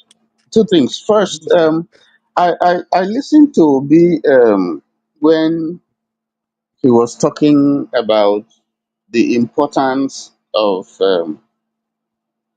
a economy to any country, any developing country, and he spoke about one of the courses that he went to in Switzerland, Kellogg, Kellogg School when he went there, and the professor late now was teaching about developmental economics and investments and how the world looks at opportunities abroad. I mean, looks at areas where they can invest, in terms of planning. And he talked so much about investment and so on. And when he finished, Obi said he stood up and asked him, you said so much about investment opportunities and destinations and so on. You said nothing about Africa. So the prof said yes. He said, why? The prof said to Obi, nobody plans with Africa. Nobody plans with Africa. So he invited Obi for a lunch or dinner or something. And then he brought out um, a dollar and asked Obi to bring out a naira. Obi brought out. He said, choose one out of the two. Obi said he took dollar. He said, why did you take dollar? Obi said, well, he said, no, the reason why he took is confidence. You have no confidence in your naira. Your naira is not valuable, it's not worth. So, in other words, the reason why America is dealing with Saudi Arabia, is dealing with Japan, is dealing with some of these countries that they're dealing with, it's not because Saudi Arabia has nuclear weapons, or Japan has nuclear weapons. They may have the ability to do that, but there's something that they got that endures America through them. Nigeria has nothing as we speak today. Nigeria has nothing that it can brag with. If it's oil, Saudi Arabia is an alternative, Angola is an alternative. And there are so many other countries that, I mean, America is even diverting now going to share oil. So you have nothing to brag with. So nobody's going to look for you. I think the point that we must make here, this is not about winning argument. The point is you have to put yourself in a position where people are going to look for you. People are not going to look for you because you have, Leverage. yes, people are not going to look for you because you have nuclear weapons. No, people are going to look for you because you have something that you can offer. Something tangible on the table. And it is at that point where you have something that you can offer that you can now say, okay, we have the I have to resources. protect. We now have to do Thank this thing you. because people will envy us and they want to harm us. Thank you. It's just like life. If you're a little, nobody's worried about the bum on the street. Nobody's worried about the bum on the street. But guess what? The guy with that mansion, he needs to be worried because everybody wants a piece of that. His business contemporaries, ordinary people on the streets, starving people, even the government, they want something. So if you have nothing to defend, nobody's worried about you. You're not a threat. You're not a threat. Nobody is bothering about you. You're going to be fighting bush wars with Benin Republic and Niger. You can't go outside there. You can't even, you're not a threat. Why are we worried about this African nation? You see, I thought I've already made that clear that if you keep telling us that we are not a threat, then you are telling us to remain no threat. And when we remain no threat, we are dead. That is a You don't lie. understand. Now You you're are being you don't deceptive. understand. You don't understand. We are No, because now inviting you're being, problem. Can if you let we're me finish? saying, You just finished talking, please. You just but finished you, talking. all right, You go don't ahead. like to be interrupted. So, Sorry, I and apologize. at the same time, what Tony did was sidestep the entire issue. We are talking about an existential issue. He's talking about making ourselves relevant as if we are here trying to prance around for people to come and price like some kind of this in livestock or something. We are not here to price for people. What I'm talking about is our very survival. When other people can determine that you know what, maybe we just need your area now to do some mass manufacturing for whatever reason they like. They don't even need us there anymore because they have robots to do it now. Clear the land, clear everybody out of there. Or maybe their area is flooded, they don't need it anymore. Clear the area for us. They'll do whatever they like with you. You want that kind of situation to occur? No, you don't want that kind of situation to occur. Saudi Arabia is not in our position. Why do we even think that we are even in their position at all? Saudi Arabians, Iranians, and the Indians and Pakistanis, they are basically the same people. If any of them face a threat with nuclear weapon, the other side is going to react too. The Asians are basically the same people. If you go and say you want to destroy the Asians like the way you did with the Red Indians, you are not going to get away with it. But you're Do you forefathers. no? Tell me, do you think if there is an Indian nation out there that had the power to resist the British, will watch the British go into America and destroy everything in America, they will not let them do that. But how do you, Because that's back how in the days, civilizations behave. You may even not talking to understand my it. students, anyway, so how do you tend to conflate I'm not finished issues? my point. If you want to ask a Oh, question, go you can ahead. ask a Sorry, question. sorry. Go ahead. Go ahead. So if you have a people around that can defend you, they are not going to be wiped out. The Saudi Arabians don't have that problem. They have nuclear, this thing. They even have the capacity to go nuclear if they wanted to. Then they also have the money. And America has a lot of their money anyway. And there's another area that they have an advantage where they are also strategically important. We as Nigerians have not made ourselves strategically important. That is on us. We've not made ourselves important in any way. But the argument that because we are not important, we should remain unimportant. This is crazy talk. We should Bit. remain unimportant because we are not going to be any threat to All anybody. right. So Let let me let so the me moment you become important, you become a threat. let me But if ask you you. remain unimportant, you are not a threat. No, no, And no. This. once Your your, No, your no, no. argument, Tony, forefathers, your let me just argument is finish. very wrong. Your Tony, argument is very wrong. Okay, If you let me hear from Tony, because I don't need, I think I've heard from if my you speech quite a lot, and if let's keep it you brief so that we go Of to course, and fro. I've scrambled your brain. Of if course, I did. No, if no, you no, because you are ensure disingenuous. if you ensure that you have food security, which is part of And the problem that education. this country is facing, Mm. And education. if you ensure that you drive a knowledge-based economy, if you ensure And that social you welfare. address yes, Reduce if you are homelessness. I've One made at all a my yes, time points. now. I need to be if, hearing Tony. if you address those things, in fact, the fact that your level of education and ability to that capital that you have in terms of knowledge, you become the envy of the world. That Why? is power. So they can plan with you. So they can look for But you. but you see, you are doing it again. We're No, talking no, about no, no, survival. no. You are talking about Hold on, hold sorry. on, hold on. Sorry, let's Hold restrict it on. to No, no, survival no. here. I'm addressing the question that you said you just sit down and you wouldn't do anything. No. By the time you pay attention, you're doing something. You're not sitting How down. do You're you doing something. address our survival? You see, we're talking about priorities now. We are not saying, nobody is saying this one is not important or that one is not important. But in the specific state that you find yourself, you are saying that the problem that we need to address is to go nuclear. That's what you're saying.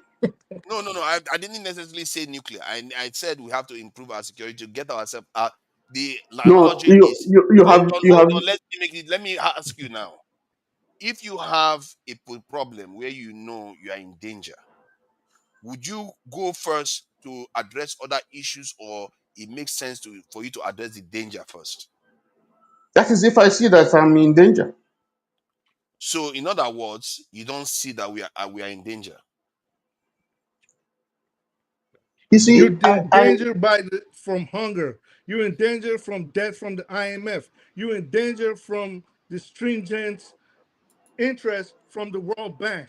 You're in danger from being vulnerable where your citizens are 90 something percent living below $1 a day. Those are the What dangers is making in that possible? Nigeria Why do you today. think that is happening? Why? Because Because you you are a don't, weakling. because no, it's Jesus not Christ. that. How hard can Let it me, be to you to all right, understand that? so Every nation that has overcome it, they became strong. all right, so let me ask you a question, just a quick question. That's a quick question. And I'll still go back to that statement that you made about, oh, I'm the one that doesn't want. Let me just ask you a quick question. If you wanted nuclear weapons today, don't give us any fantasies that you always do. They say, they ask you a question, you say, well, if I had wings, I'll fly. That's not what I'm asking you. Today, 2025, if you wanted a nuclear weapon as president of Nigeria, how do you go about it? I'm not going to tell you. And I'm saying you don't have an idea because it doesn't exist. Of So if course, I you, don't have an Forefather, idea. nobody's giving you forefather, nuclear weapons, nobody's exchanging forefather, technology Thank with you. you. Nobody got it. It's all right. forefather, if you study management, if you have done a study in management, you would not find anywhere even as a thesis where the indicators that you need to develop Thank as a you. country is that you have to go and get Arm nuclear weapons yourself, or get nuclear ready. armament. It's No. not there. The basic No, principles no, of no. I have the no, no, no, indicator. this Let is me universal. This is a It universal. said the thesis. Yes. we have a cultural problem here. This is the problem. None of us want to hear the truth of the situation because we have a cultural problem. Because first, you don't even see that we are in danger. And let me say this to you now. The reason why I said there is a formula to it. All great races of the world that number over 1 billion, there is a procedure that they follow. They always go to try to defend themselves first. They always do. The Europeans did it, the Chinese did it, the Indians did it, and we are the last, and we've not done it. We are the only great race that don't have any nuclear umbrella, nothing. Why is it that the Chinese did it, the Indians did it, and the Europeans have done it multiple times over? Because they were in conflict with each other. They were in conflict with each Oh, other. so they are not in China, conflict with each other. That's why they China, colonized us. like It's I okay. mentioned again, China, like I mentioned before, China was in He came conflict throwing flowers when he in came the here. in Korea. I get it now. They had problems with the Philippines. They had problems with Europe. They had problems with the United States. America also had problems to a little extent with Europe. Well, not if we count Russia, but they were more allied with Europe. I mean, let's listen. I don't feel like rehearsing history. All we have to ask you right now, because we've asked you, why do you? Let me ask you a question. Why do you think Nigeria, as corrupt as it is, as wasteful and as wicked as the leaders are, they ensure that at least the people have food to eat and do not fall into this Mao Zedong-esque era that you seem to love so much, where millions of Chinese people were dying. Why do you think the Nigerian government even subsidizes food, subsidizes agriculture to make sure that the people are at least well fed enough to carry out everyday activity, even in the midst of all poverty? I'll answer that for you because I don't think you're going to give a good answer. They do that. They they That's a they good one. they do that. They do that because they know if the populace is hungry enough, they will run into that National Assembly. You will wake up one day and there's 20 million people marching to Abuja, and they will run in there and drag everybody out if the people are hungry enough. And this is why they make sure at least the people are fed. Maybe not to their satisfaction, but enough to make sure that there are no dead bodies littering the streets of Nigeria. So if you Then think, answer me this then. Simple question. Why did the Indians and the Chinese not attack their governments when they were starving? how do you conflate issues? No, you just said just now that if they don't feed their people will attack them. Then I want to ask you this question because the question is going to answer the question. It's going to make you understand why your argument just now was wrong.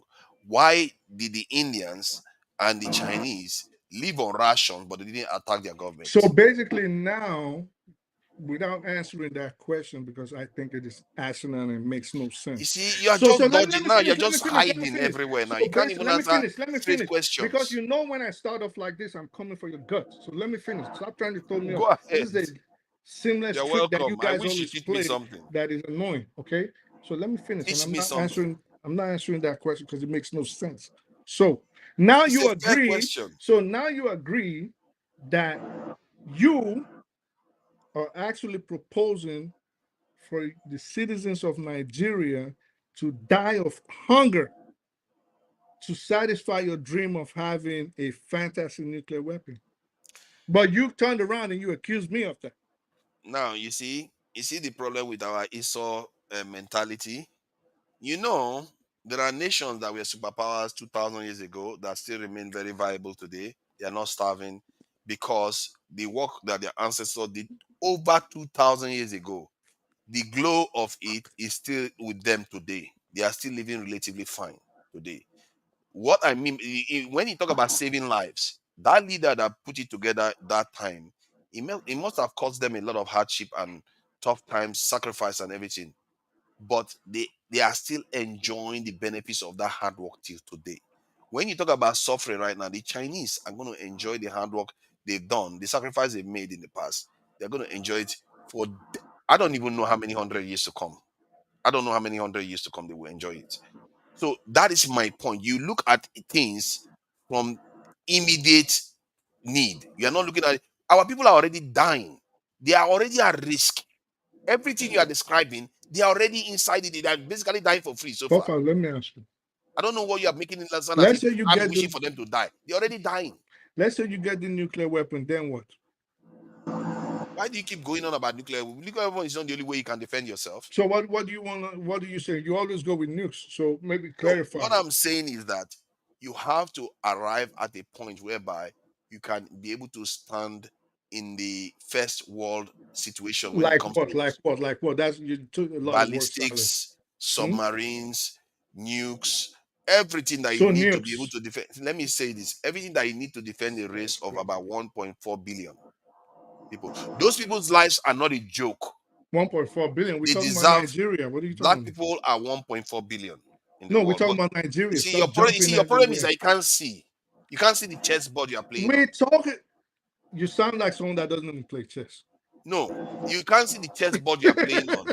You just like No, to use words. You sound like someone that doesn't even play how chess. do you even know that? Because You from don't the even have things, your proof of that. postulations, You it's just saying stuff obvious. you don't know. If you See, do, I'll send you an invitation right now. hold We on, can have hold fun on. a few You see, times. look at that. Now he wants to play chess.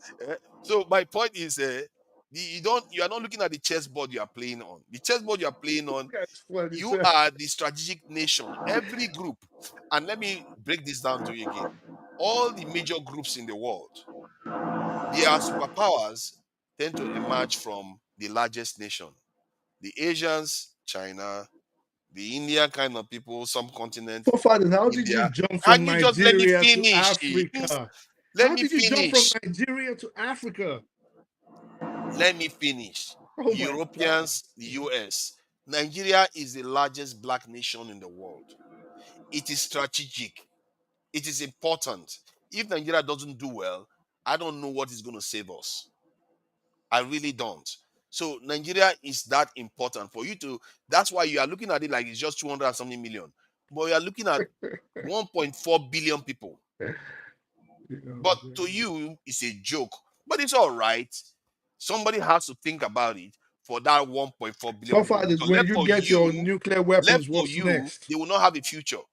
All right. But you have a nuclear weapons, then what's next?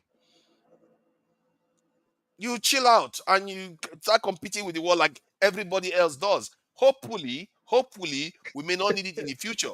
Because Who's that's gonna the way give you who's let me ask you a question. oh I God, this guy ask who's you gonna give you? Are you telling us we are the fat, ugly girl in the class? Nobody's gonna go out with a date on. Fine, fine.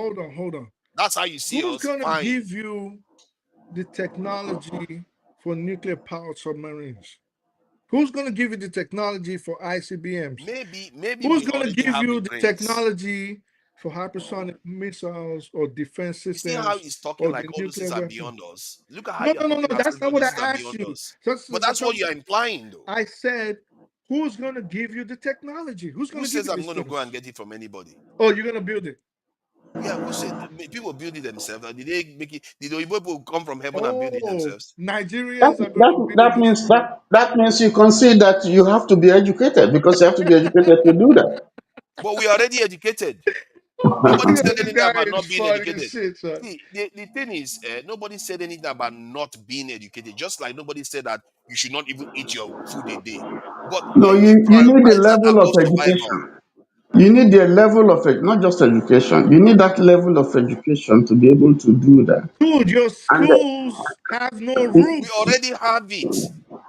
no, we don't have universities in Nigeria where you study how to make Have you heard your ballistic teachers missiles and speak? submarines and all that.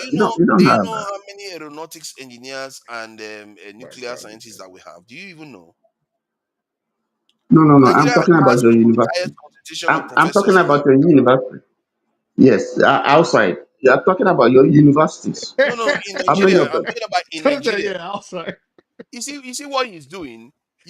Basically, Tony, you are doing exactly what I feel the two is doing.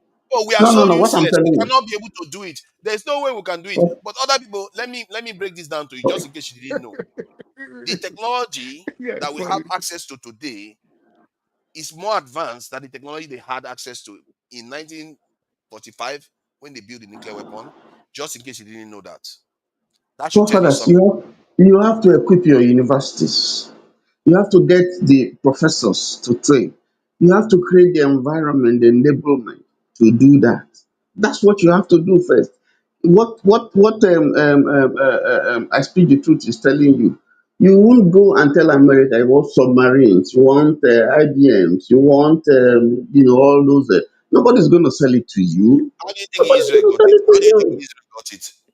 Oh, Israel that's got another. it because You are they taking up. fund the U.S. government. Do you know You are how the And taking US us to got it? another. they Nobody, had there was nobody the is going need to. to arm Israel. No, nobody is going to give it to you. So, and even if they're going to give it to you, even if you find someone to give it to you, I mean, how long did it take? How long does it take America to supply some of all those things to Israel or to Ukraine and so on and so forth? Those are allies. Now, you see, the point that you have to make is nobody is saying that all these things that you're talking about is not important. Nobody's. I don't think But that this anybody is will our say that. life, our very What what life. what I'm saying is that if you have done some studies on developmental economics, you see that the focus is not those things that you're talking about. If you What? want to develop your economy, if you want to develop your economy, You improve the there are standard of Oh there living. are my God! there are What basic things. this is There the are problem? basic things Oh, that you have. Oh my why God. do you keep going back to economy all the time? No, Why do you because care so much that's about what the economy? that's what keeps you going. It's the Oh economy my that God! keeps you going. But you have to be It's not alive new. first. What keeps you alive? You Ballistic have to be Security, missiles and alive all those things first. keep you alive. No, you are need to security, defend yourself to stay alive. That's what keeps you alive first. Then you worry about the economy. security is not just weaponry and armaments. Who doesn't know that? But All the right. So primary one is the one. if you obviously don't know, because if you No, no, I do actually know, do. well, you Hold on, obviously hold on. Let don't. me just say this. Let me just say this. See, security is not only just weapons like food and all the rest. However, if some other person has their capacity to deny you your life and deny you access to that food and all those things, you have to stop that threat first No, before you forefathers, start this thing. Who's trying to stop we're, you, we're, Ghana? we're moving away from the topic. You said there's a threat because we start. That's the Okay, starting move, point. so move on. You said that we have an existential threat, and that Yes, threat is from the outside. That's yes, the argument. And yes. then I speak the truth to say no. The greatest threat that we have now is from within. Because People are why? hungry. Because you trust the people. You trust the foreigners that have come and enslaved your people before and colonized you. You trust them to just stay away while you are busy trying Forefathers, to feed your forefathers, people. forefathers. Let me ask you. What kind of people think like that? So I let don't me ask understand you. how our culture is our problem. This guy is correct. We are done. Our Okay, people don't have a clue what matters most. so They let don't me even ask you. understand. Let me ask you now: are you going to be in your house, an armed robber shows up, and you're going to say, "You know what? This is time to feed my child. Let me go and feed my child." No, that's not how it works. An armed You don't robber understand is it. an internal threat. No, no, they come from outside into the property. All right. So let me ask you, forefathers. So You see how we understand things? It's just what are you scared? And please just be direct so I can move this along. In 2 words or less, in a sentence or less, maybe in 2 sentences or less. What do you think the outside world wants to take from Nigeria? land, resources. Okay. And at this point, are they taking those lands and resources without guns or not? They are not taking the land, but they are taking some of the resources. All right. So basically, they're taking your lands and your resources because the resources that Nigerians have are primarily on the lands, and they are They, indeed, they are taking Nigerian lands because the Chinese, they for are not the taking the Chinese, for land. example. Like I Let me said, just move I on. said So, resources. So don't all right. change my So answer. the Chinese, I'm not changing any answer. I'm not trying to argue. So the Chinese, for example, are buying swaths of land, especially in the Middle Belt, even though there's a conflict going on there now. Even these Chinese are mining your resources without paying tribute to the federal government of Nigeria. Now, if we Mhm. go to the east or the southeast or the south south of Nigeria, we have a bunkering issue, which is being carried out by Nigerian politicians and Nigerian military internal forces with the cooperation of outside entities. All right. So, my point is they are taking your resources without resorting to violence. They are taking your resources even right now and for the last 60, 70, 80 years. And for a matter of fact, since the inception of Nigeria, even before the amalgamation in 1914, they've been taking these resources for free. They don't have to kill you. They don't have to throw bombs at you.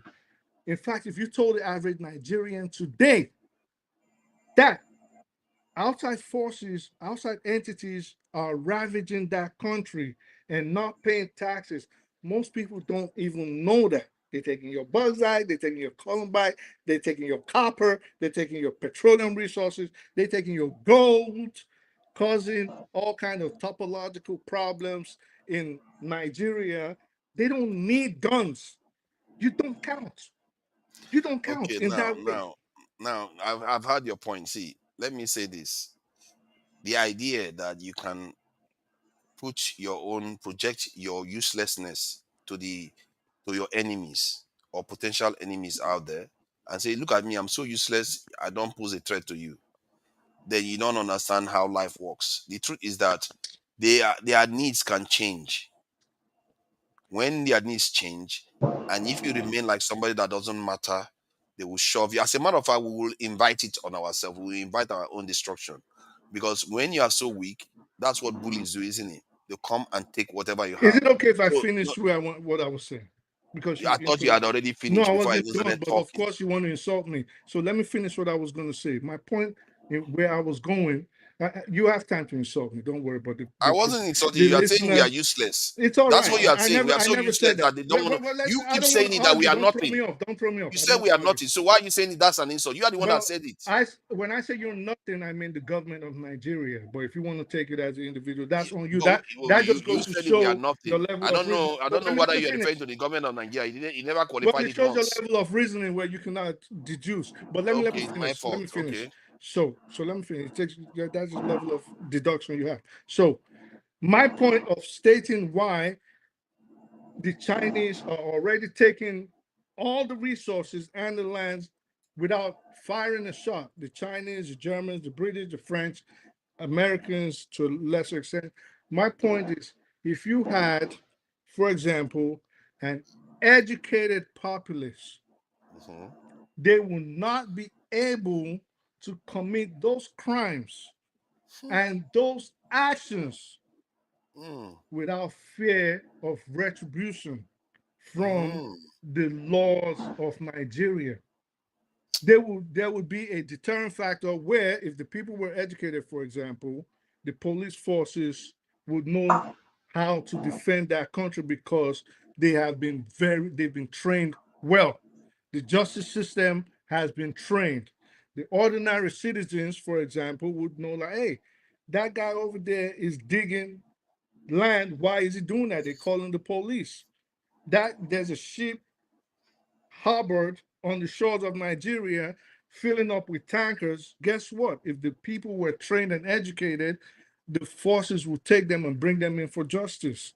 So education is not just what goes on in the classroom. It starts in the classroom, then leads to other aspects of life. Now, finally, you can only do these things where you cannot bribe people. You can bribe a hungry man. You cannot bribe someone that is well fed, lives well, and believes and has the welfare and the backing of his government. You can't do that. Mm. So your threat is not with people in the Pentagon or MI6 or MI5 or the French military. Those are not your problem. Or like you said, Iran. They're not trying to bomb you.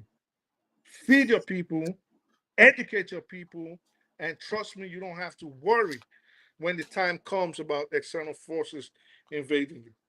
Hold on. So you educate people, that's where you stop. Did you listen to anything I just said? I just asked a straight question. Everything I said, that's what you got out of it? I just asked a straight question. Is that where you Are, stop? are you Tell me what you serious? do after that. After I you just educate, said after you feed the people.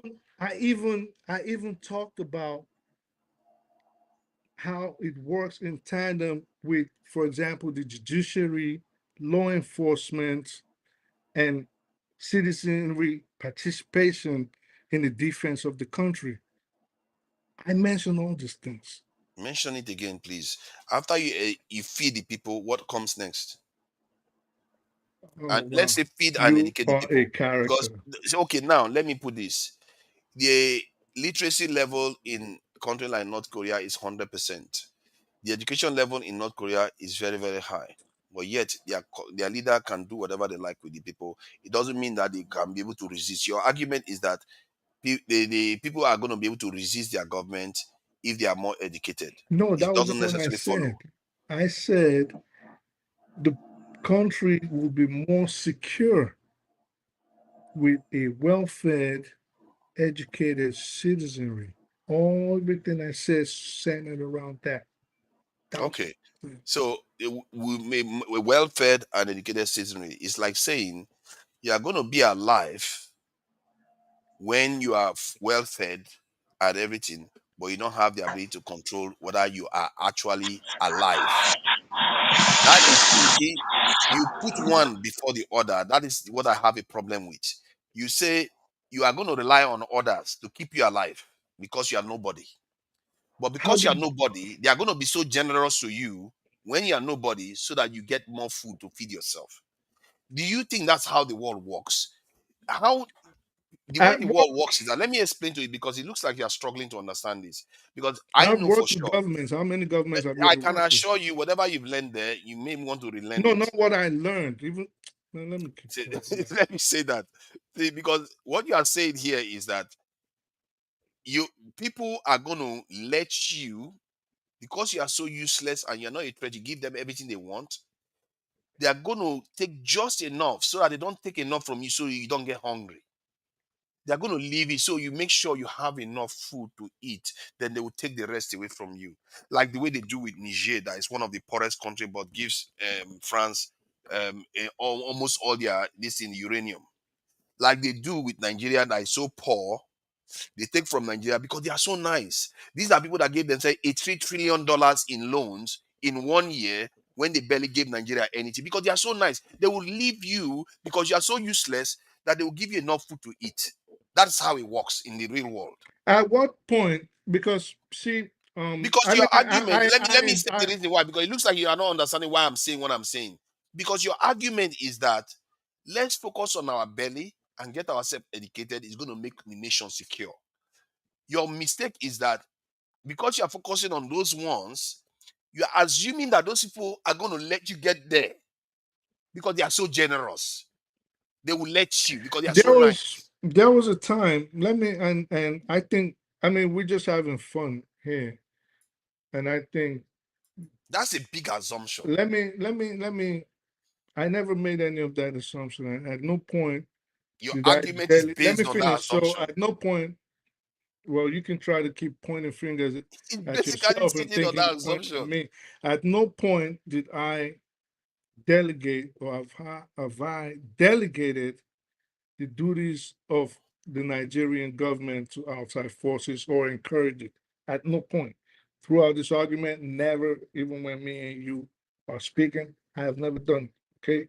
So it is very simple. Let me ask you. No, I really don't want to say this. But you know what, carry on. I don't want to say it. But Okay. So clearly you I have don't run want to out say of it. breath and you've run out of No, this because ideas. well, one You've of it run out of was breath and you you run do out this of thing where ideas. you throw Why are you people talking now? off. You just said keep quiet. And you kept quiet. Yeah, Let me yeah, let me talk keep now. quiet. Ah, Forefathers, yes, forefathers. go ahead. So if Niger, for instance, had nuclear weapons, France would not be able to rob them of their Yes. wealth if they had nuclear Yes. capability. Definitely not. So all Yes. those things they did with them, It will never have happened.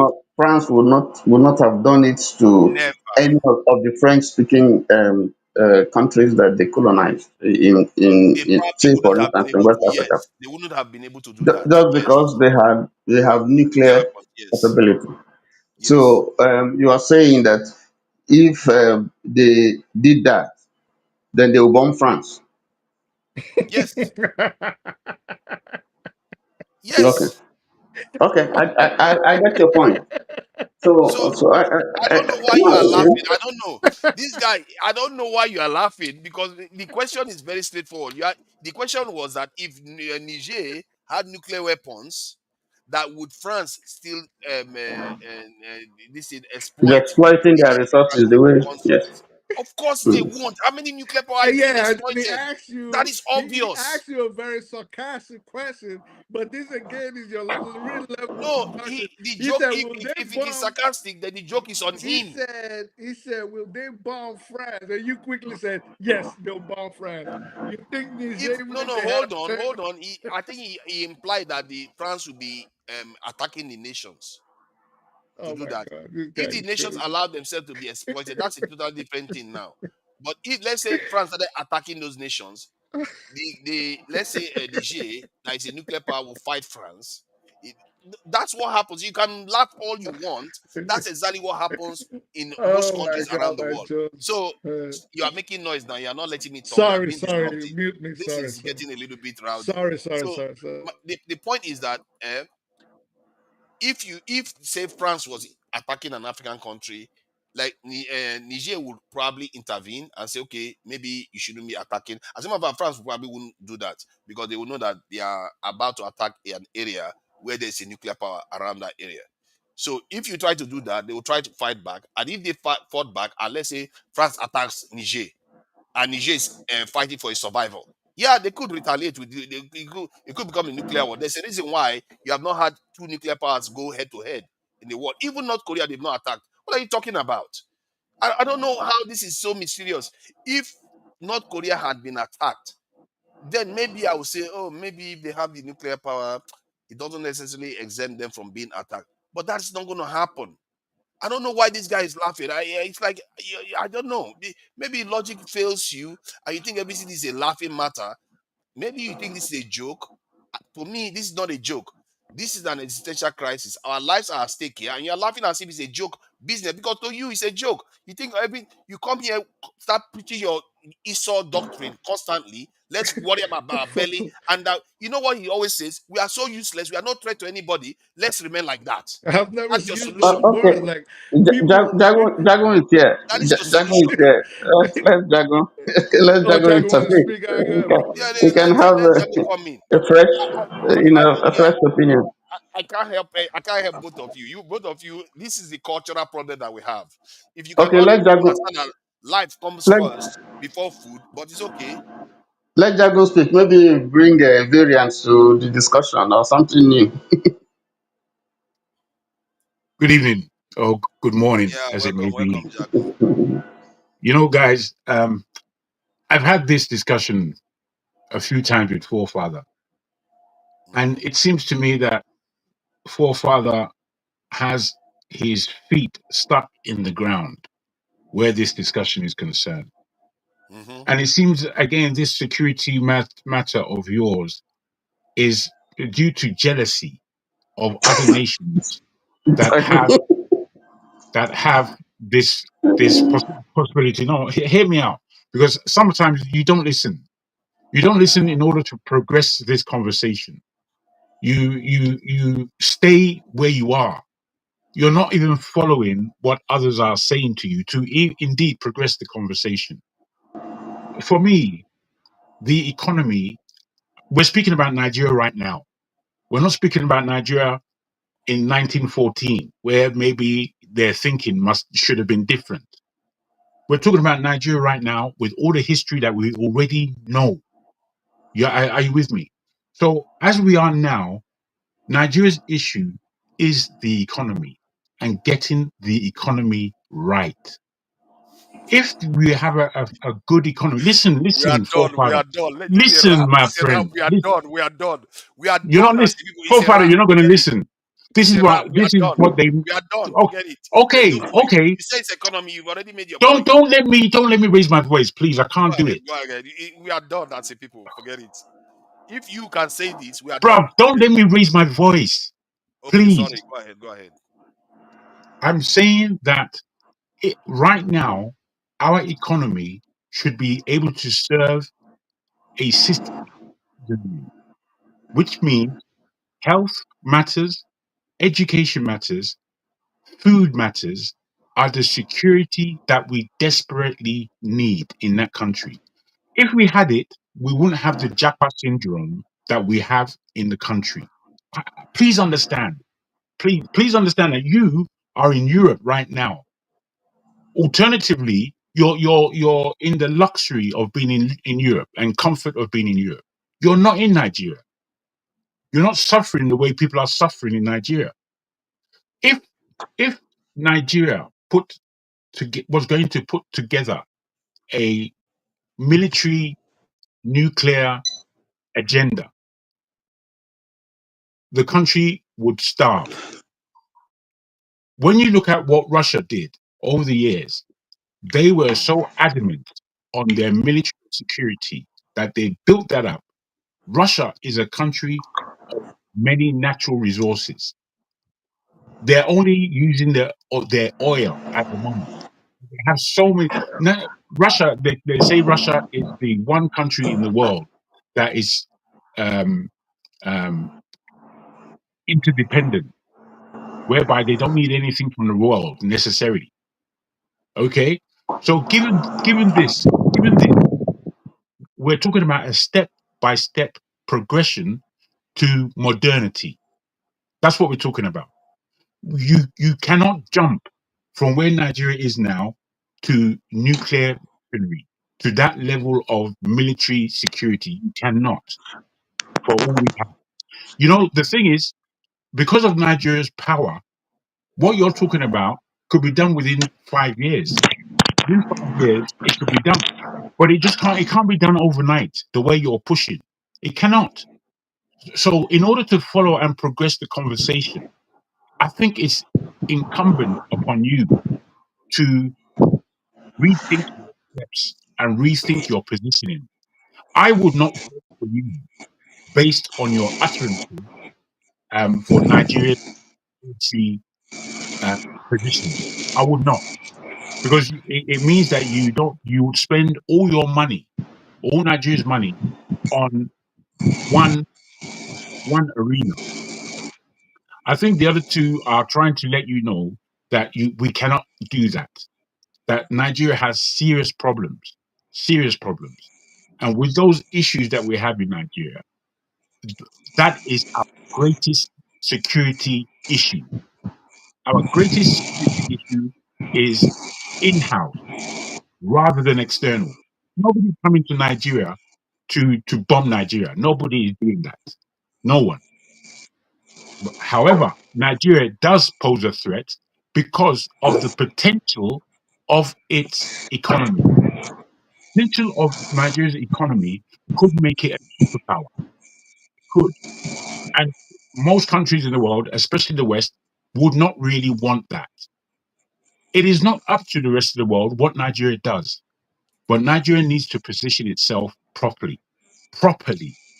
And that proper nature is that imagine we deal with an elite, and that elite actually includes us, people who are well educated, people who have health health security, whether they're in Nigeria or out.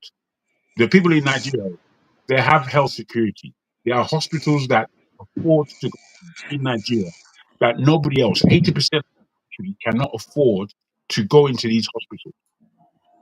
There are schools in Nigeria without roofs. I saw one school in Nigeria the other day. They had a big assembly there. The rain was pouring into the hall. My brother, Nigeria, you don't seem to understand that Nigeria is a dump. It's a dump. It is not. It is not a first world nation. Unfortunately, it should be, but it is not. So you trying to propagate us to become North and South Korea? We're nowhere near those nations. We're nowhere near those nations. So we should remain there. You need to understand we're not in the first division. We may be in the first division of Africa, but we're in like the third division where the world is concerned. And I think you need to take that on board before many of the utterances that you're making, because you're making utterances based on other nations. Nigeria is not those other Okay. nations. Now let me ask you questions then based on your analogy. Economy first. So No, when not you economy first, economy now. now. which is first now, isn't it? No, So which is that we had an opportunity from the 1960s to become a nuclear power. We've had those opportunities financially, economically, in many ways, educationally. We've had those opportunities, but we haven't taken them. So what's and happened? so What's so because we happened? haven't taken them, we should not take them. No, not at all. Don't jump like that, forefathers. That's an argument. That's a way to argue nonsense. That's not what I'm I'm saying. asking you straight. Why can't And we just I hear answer a you. simple question? I heard you, and I put back to you. That's not a valid question. I think what you people are doing here, No, no, gaslighting, no, no. and just downright Don't make bullying. those So when they statements. ask you a simple Don't make question, you start saying that they are badgering you. It's a simple question. no, no, Why should no, we stop no. Listen, doing what we did forefather. before? That is not a. That's a childish argument. I can't, It's childish. you guys are driving me crazy. It's like, No, don't what go is it? crazy. Don't go crazy. Stick with where I we are. asked you a simple question. You said we lost opportunities to do these things in the past. I said, does that mean we should stop? Is that not a logical question? No, it's not, because I spoke about. I'm giving you this paradigm so that we have to understand the time that we are in. The time that we're in now has an importance for our economy to grow. £500 million economy, which is the highest that we've ever been. It's not the kind of economy that can support a nuclear uh, agenda. Nigeria, in all honesty, should be about 5 trillion by now. Because why? Because we have it in that nation. We have it, but we are not there So for. North Korea needed to be okay. Pardon? Okay, I don't know. North Korea didn't need to Pardon? be. I'm not hearing you. I think You're speaking to yourself now. North Korea didn't need to be 500 billion economy before it's able to build nuclear submarines. Do you know what the economy of either of the Koreas are? North Korea is smaller than us. North Korea is smaller than Nigeria's economy. Either. I said either. So okay, North Korea is stronger.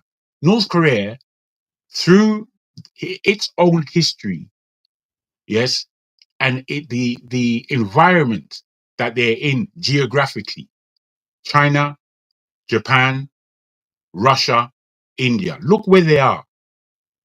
Just have an understanding of where they are and why, be it good or bad, why North Korea has that type of nuclear facility.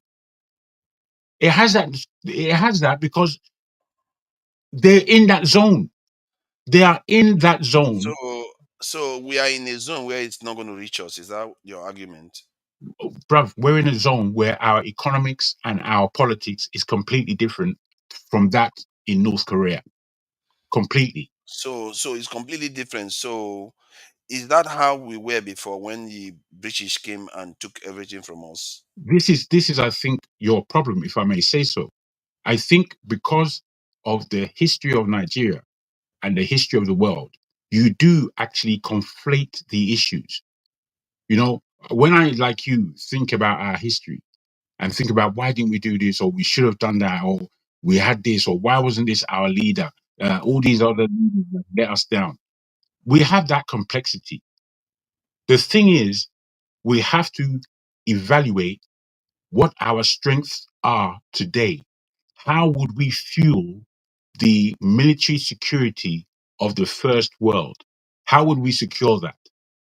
We have to secure that financially. Financially, it would only happen through our economy. They have Mm. been put into you that part of the security mechanism that we need to enforce is food, health, and food, health, and it's our city and education. If our education is high amongst our people, high to the tune of So 80, so you are 90%, saying that we are not in danger. you see, Of I know the no danger no that no we are in. no no. Clearly you are not. You No, don't no, because don't put that to me. You're going because to argue. your No, you're suggestion is that because if let me ask you forefather. this now. Let You're me going ask to you this. argue. Hold on. Let me ask you You're not this. following what I'm You are saying. the one arguing with me now. You are not even I letting me know ask I'm you a not simple arguing. question. I'm putting to you clauses Can that I? would Can you allow me wait. ask you a question? All right, go on then. The question is, if you have somebody that is in danger and the person is also hungry, which one should you deal with first? If you're in danger and the person is If somebody also, is in imminent danger and the person is slightly hungry but not deathly hungry, that hunger is not the reason why they are in danger. Which one would you deal with first? bro, do you know, if you're hungry, the ability to fight is going to be far less than if you are not. No, I'm not saying Have, the individual. I'm no, not saying. no, no, I'm no. saying You put if you are. If, you, no, which one would you save first? Would you feed the person or would you take the person out of the but danger? because of the simplicity of that question, That's why I asked. wait, my brother, because of the simplicity of the question, and the issue that we're talking about is rather complex.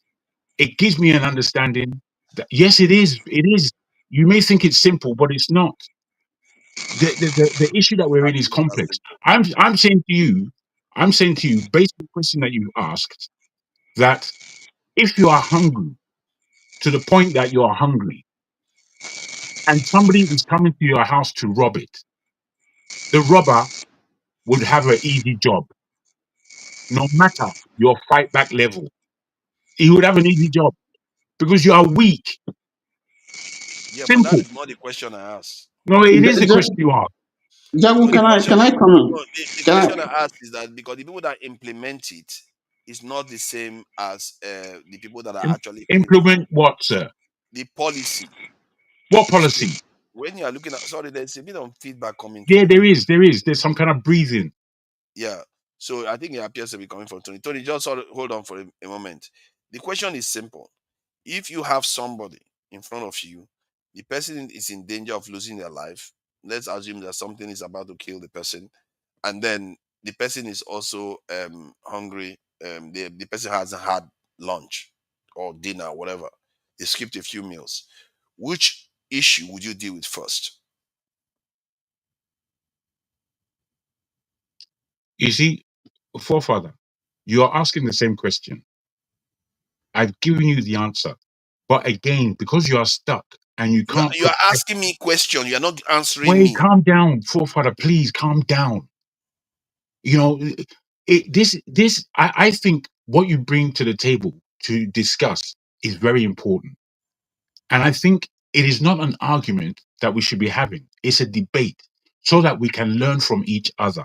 That is got to be the purpose. It can't be winning points. I understand that. That's exactly what I'm Okay, doing. okay, because you understand that now, follow me. Follow me in what I'm saying. Simply, if somebody is hungry to whatever level and you have a accidental threat of being robbed in your house, you may use all your energy to battle against this threat. But it is more likely that if your enemy is well fed and well resourced and you are not, your enemy would win. That is my answer. Okay, now let me Did you go. ask a simple See, question? you are wiggling. This is what I call No, wiggling. this But not wiggling. I'll say the same thing. I'm following you now. Let me follow you into your analogy so that let's see where you're going to run to next. Now, Did I run from anything? I've said the same you ran thing. from the other one. You didn't answer it. Your This, characterization of but your hold on. You sidestepped characterization. it. You sidestepped it. Okay, You didn't. let You me could say have said. this. You could have Let me chosen say one. this, You had two forefather. options. You're You just chose talking. something else. Let me No, just say let this. me ask you again now. No, no, let me say this before you ask. Do not characterize what I'm saying. Follow what I'm saying. Because Because you when didn't you answer the characterize question. what I'm saying, you bring it to a point of Because you didn't answer me, my question. um, um, There are Tony, two options. Tommy. You didn't choose any of Okay, them. let Tony be the judge. You know, we are two individuals. Let Tony be the judge. Tony, is what I've said to forefathers' question. Does it make sense to you? Yeah, it does. It does. It There you does. go. There you go. That's the I wanted end. People to. are so disingenuous. Eh? I, Well, I, And how can you I, be being wa- Ronnie, this? Ronnie, I Oh, watch you for doing that. See, I our wanted people are to so ask disingenuous. you. They ask you whether you can For, choose. for, Hold on, sorry. When they ask you whether you can choose yellow or blue, you say something else. And somebody like Tony says yes. The answer makes sense. This is people are watching this, and this is on video. You see you how see, spontaneous our people are. We are not truthful people. But let me go on now. Let me go. Forefather, Sorry, Tony. Let me can go I and ask you? I wanted to ask a question too. I wanted to ask a Okay. question first. Okay. So the question I wanted to ask is, you said if somebody is very, very hungry in their house and somebody wants to come and rob them, that they're not going to even be that able to defend themselves in that property. No, what I actually said is that as much as that person who is hungry would want to fight back or will fight back, the person who is well fed and well resourced, he would have more power than you in that scenario. Because Good. you're not listening, you're not taking it in. I heard you. Basically, you are So saying if that person, what's disingenuous about that's that? I'm just trying to repeat it. You are saying if that person is very hungry, they will not be able to defend themselves properly, as well as they would preferably defend themselves. But now let's say the person is fully fed, but the person doesn't have any means of defending themselves, and the other person comes with the resources and weapons and everything to come and take this thing. Would that make any difference What that would be, to the apart from the fact that you are now moving the goalpost, you are now moving the You goalpost. brought it to be feed, that the person feeding. I'm not giving you I'm not No, considering. Let no, that person be fed. Whether it's going to change the no, no, outcome. no, no, no, no. I already answered your question, and now you are moving the goalpost. That's what's happening. No, you move the goalpost because you're supposed to choose one or two. You moved No, it and no, I moved no, it to where no, you no, no, are, and you're no. still oh my god. You asked me, forefather, wait. You asked me an open question. Because of my intellect, I already told you that that question is very simplistic in when we're talking about a complex issue. But simply, I answered you that in a common sensual way, nothing else, because you're always trying to attach things to what I've said. I didn't say what you are supposing. What I said was that if somebody is well fed, well resourced, and they're coming into your house as a threat, that person who is well resourced and well fed would more likely beat you, no matter your resistance. I hear what you said. What is important in what you just said just now was that you said the question was simplistic. In other words, you didn't want to engage the question. You went somewhere else, which is No, I fine. didn't go somewhere else. I That's went to why. the point Why did you call it where simplistic? that's Because a you didn't want to that's a answer it. shame. That means that you can't accept an argument.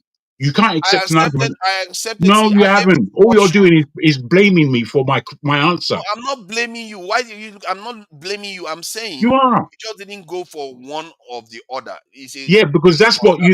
you see what it is. We have two different minds. You put something to me openly.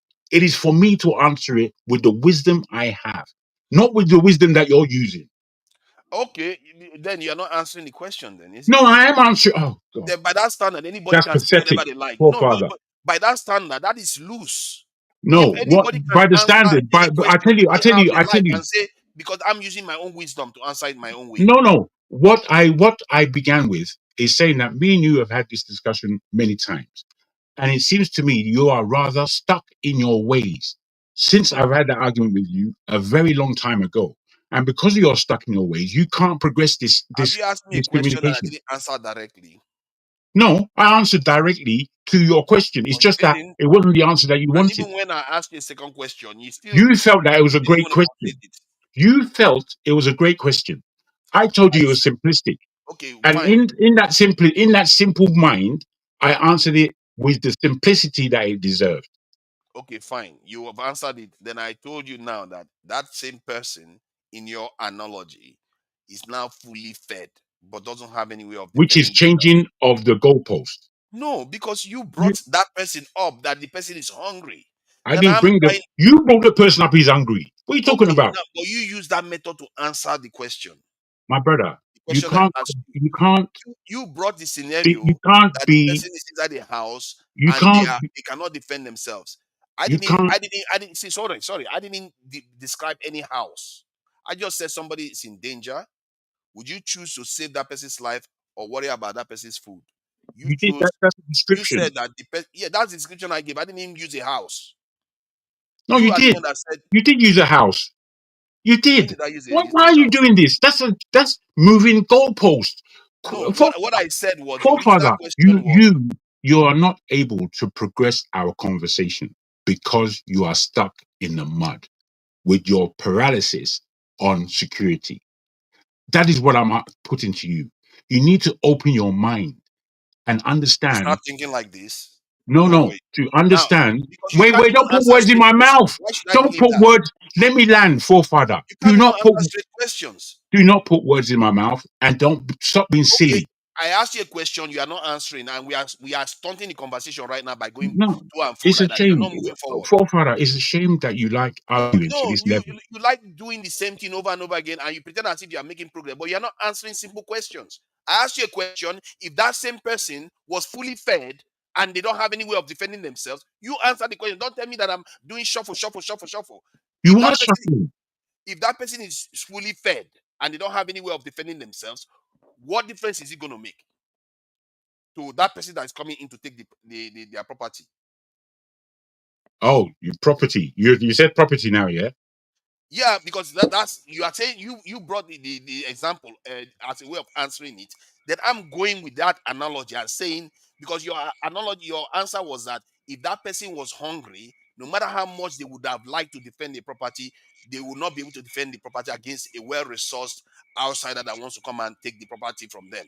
So I said, okay, what if that person was fully fed and they still don't have any way of defending themselves? They don't have any weapons, no way to defend themselves. Would that still make any difference in the outcome of that situation? Forefathers, what I understand you're saying is that your model of development, talking developmental economics, is first of all get nuclear power before every other thing. No, get security. No, What that's it now. what What security? security? Food security, economic No, And let security. him answer. What not security? security. You are, or whatever it's going to take for you to be able to defend yourself. Because Does if you that have, does that if include somebody, food? Does that my include analogy, education? Does that include health?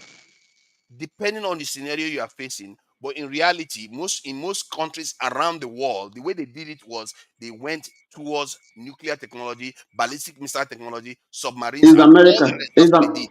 is that the model? Is that how America got developed? Yeah, that's how they did it. How do you think they did it?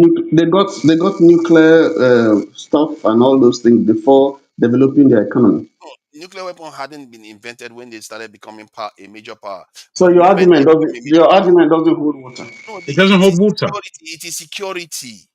Oh, How do you, hard is this for do people you to know? understand? I don't understand it. The examples are all there, all around the world. No. It's not that simple, my brother. In order for America to do, I'm going to give you two scenarios. Please allow me to speak. In order for America to be the superpower it is today, they took that they took that technology from Germany.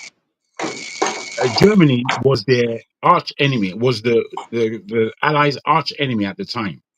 They within the Nazi auspices, they separated those people that they needed and brought them to America, made them American citizens in order to claim that technology. One, two.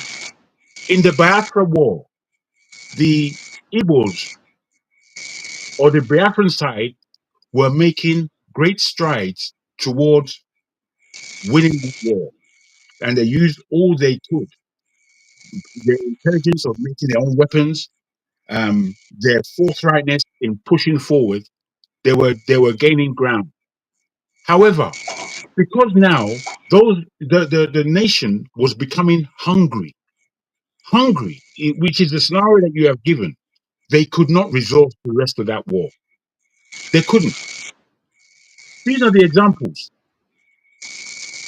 If they had um, a supply of food from Cameroon, they had some in that war would have gone on for a lot longer.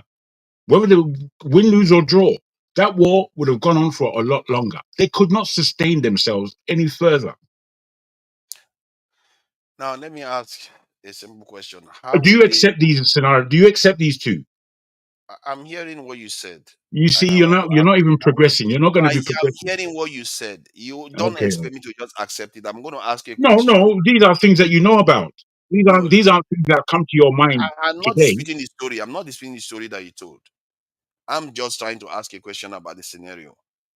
What you didn't highlight was that it took force to pin them down, which was military might to put to barricade them. And you didn't also explain the fact that if they had enough power and force, that barricade wouldn't have been able to stand. So you see, It wasn't force alone.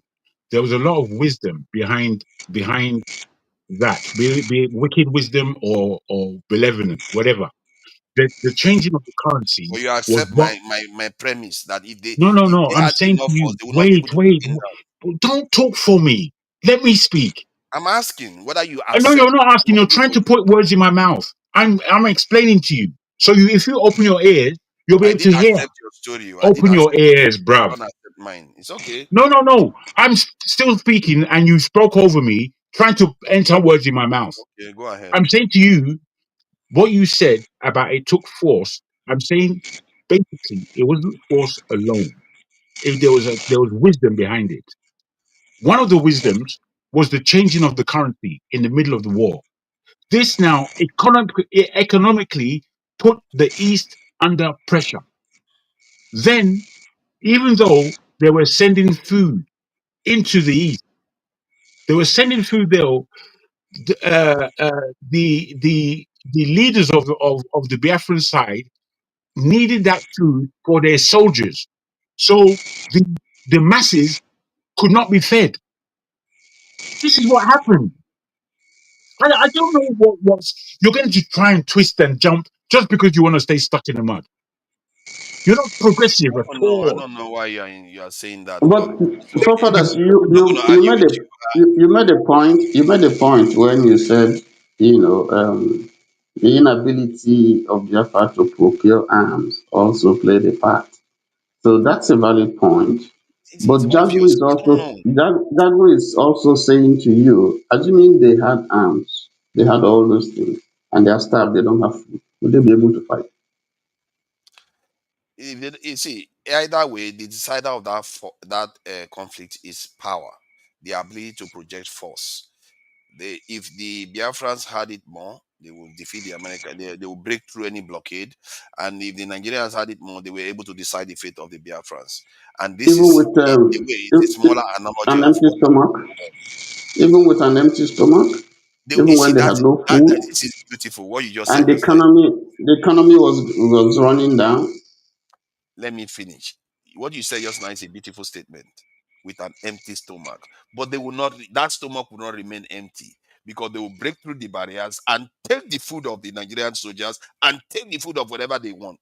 They will never No, remain hungry. If you have no, power, you'll never remain hungry. the place was surrounded. The place was surrounded. Yeah, Food but that's couldn't my come in. point. If you have enough Food couldn't power, come you in. break it. So, food couldn't. No. You can't fight on an empty stomach. You No, know that. it's a funny thing that You know both that. parties is arguing. It's a You know. strange What You you know thing. that. see, you are not going to fight on an empty stomach. But if you have power, you are not going to wait until you get hungry. You will bust through and get the resources you want at will. That is the whole point of power. It allows you to shape reality as you see fit. Forefathers, power can also. You can be an economic power. You can be an economic power. There are countries today in the world that are economic powers, and they don't have nuclear power, Like and they're which one? doing well. Like which Well, one? there are so many. There are so There's so many. many. Come on, you don't have to ask that question. There are Come so on, many. come on, forefather, grow up, man, grow up. Even, even very small Jago, countries. Jago, No, honestly, don't honestly, start with me. forefather, Oh. you are Jago, don't arguing start to with me. Oh. argue. Don't start with me, No, Jago. honestly, Leave you're. me alone. You see, You need to stop I it. came on. Yeah, I came. I was I'm just not here walking to out. listen to fight you. You Eh, just came here and started a spewing moment, sir. insults left and right. You need to stop it. Okay, a moment. I came on. I woke up about 4 o'clock because I couldn't sleep.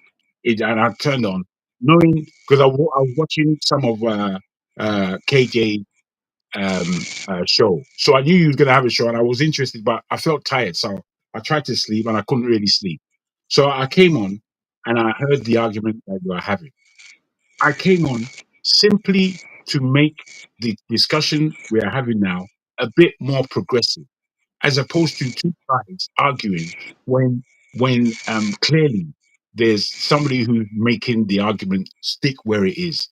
And what I realize about some of the moderation that you do like complication. When somebody brings complication, no matter whether they're speaking to the point or not, you engage them. You know, and I feel that sometimes we have to look at the importance of why we are having these discussions. Are we having these discussions in order to be seen as being correct? Or are we having these arguments in order to educate each other and progress our minds? You know, that's the bottom line of where I come from. So I think it can serve both. You can have the conversation for to solve specific problems, and at the same time you can also expand the horizons, because I don't necessarily believe that we have enough access to enough this in knowledge. The idea is let, that the let me more ask you this. conversation you have, the Let me more you ask you this. expand the Okay, horizon. let me ask you this question. It's a very valid question. Let's say Nigeria is a nuclear weapon holder, that we have serious nuclear. Let's say that we're probably the third best nuclear power in the world. Let's just put that as a scenario. Mhm. Do you think the present crop of leaders in Nigeria that we've had over the last 20 years, do you think that those people would be responsible enough to hold nuclear weapons? Let me just ask you that. You know why they will be responsible enough? Because the culture that creates nuclear weapon will be able to sustain it. What does that fucking mean? I'm sorry to swear, but that is not What an that answer. means is that whenever a people are wise enough to be able to create it, they are wise enough to manage it. Create. You brought nuclear weapons are already there. So they're not creating anything. What You they will make be doing, manufacture well, it, what they produce will it, be whatever doing, way you yes, want to describe exactly, it. exactly. What they will be doing is installing, buying, increasing their power, nuclear wise, in the world. So it's nothing that they've necessarily conjured by themselves. It's something that they presently hold because that was their drive. Now, given that, I'm asking a really simple question based on what you realize Nigeria is. Are these people responsible enough to hold a nuclear weapon without entering into spurious violence because they have the power to do so? They are capable of. I have faith in our people that they are capable of doing it. Not You're, these people, not this you one. have faith in Tinubu's them doing that, administration. but This is not Tinubu's administration. you have I, faith I, I in. think Wait there, you. let me I put it to think most of you. you are suffering Let from me this no, let self-hate me put and this to you, sir. self-growth mentality where you My think that brother. the people can Blah, blah, amount blah, to blah. much. I Uh, don't share that ideology. You can oh no, start it's putting okay. It's that okay that you don't share. I It's don't share okay. that ideology at all. No, that's okay. But you are putting to me now that the government that cannot provide citizenry, that is full of pilfering and thievery, that is very tribalistic ideologically, that they have this sensibility already planted in themselves, that these kinds of people could be responsible enough to hold nuclear. Thank you. That tells me all I need to know about your thinking, because it's stupefying thinking. It's not thinking on a truth basis. You guys in England tells me that you're not satisfied with the Nigerian government. It tells me that I you would be in think Nigeria if you were you're satisfied. you're overthinking it. The Uh, answer I gave you was Bruh, this. you're nonsense. I'm afraid See, but where you are. why do we you see you know you came here earlier and you said this is not about winning arguments, but it looks I'm like not that's trying to win an argument. I'm trying to give you scenarios no, that you put are your trying to make mind me in a. accept what you believe in when it's not even logical approach. I don't The understand that. world, the world doesn't share your opinion. The world itself completely denounces what you are talking. It doesn't believe in what you are saying. It prefers your scenario, No, it's not my scenario. It is its own scenario. brother. The Let me world, tell you. all I'm doing is interpreting what the world has just done, and you are just making it look like it's me. The only countries that have not been attacked today in this world, like if you look at North Korea now, that has not been attacked because it's a small country but strong because they went through hell. Maybe that's what we need. When we see fire, our eyes will open. They will do what is right. Because it looks like because we are sitting down now, we think, oh, it's all food, food, food, food, food. When they bomb you twice, you will find out that, oh my God, maybe food comes second before life. How Because you have how to save how your life did first. this North Korea that you keep mentioning? How did they get nuclear weapons? How did they Did get nuclear weapons? Did he come overnight? Did he I come out wouldn't of say no it came scenario? overnight. I wouldn't say it came overnight.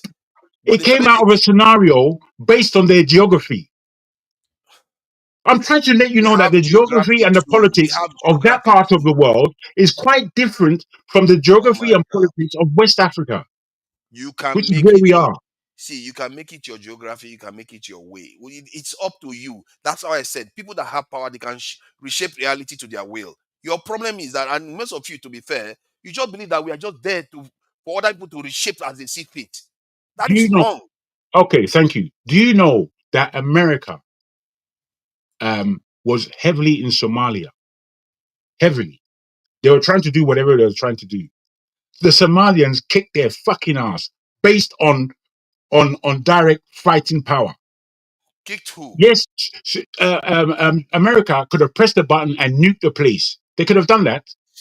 However, the Somalians weren't afraid of that. What they were saying is that you can't come here and bully us here on our land. You can't. You know, that's what they said. They don't They have nuclear defeat weapons. America. They They defeated don't have America. nuclear weapons, my brother. I mean, It's all You're right. just going, for you're you. going, you're going, you're going too far. Afghanistan, Russia went there, they lost.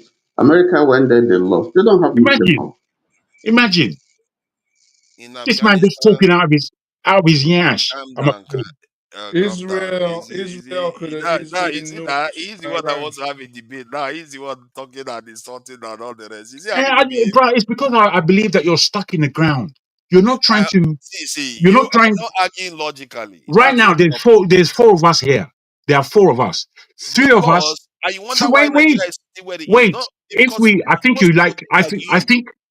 I think that you are somebody who pervades democracy as a way forward. There are four of us here. Three of us are in some kind of alignment to this discussion. Only one is stuck in the ground, and you won't accept that. You won't See, accept it, if you gave me a reason to accept your argument, I bro. We've will. been doing On this before I came matter, on. on this You matter, know, sorry, hold on, let me say Tony, something. Tony. See, let me say something, please. See, on this matter, I came You to don't have the to do that now, yeah, forefather. because you are not letting me talk now. And Let that's me what you do now. You do the same thing. okay now. Okay, let me finish what I'm saying. See, I came to this matter from the context that I have had from when I was growing up. Economy, food, food, food, food, food. That's all we talk about, like crazy people. But it's not what we do. Hold on, please.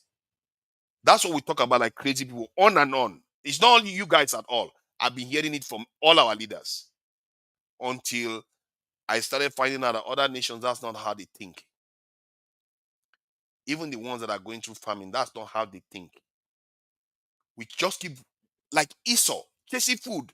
Like I think grown men like we are dying Forefathers, because of let me. food.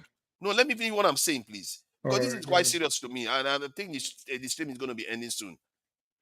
We keep chasing this stuff. So when I hear people saying this, I don't need you. I don't need to be in the majority to have my position because I've had the majority all my life. And look at where the country is.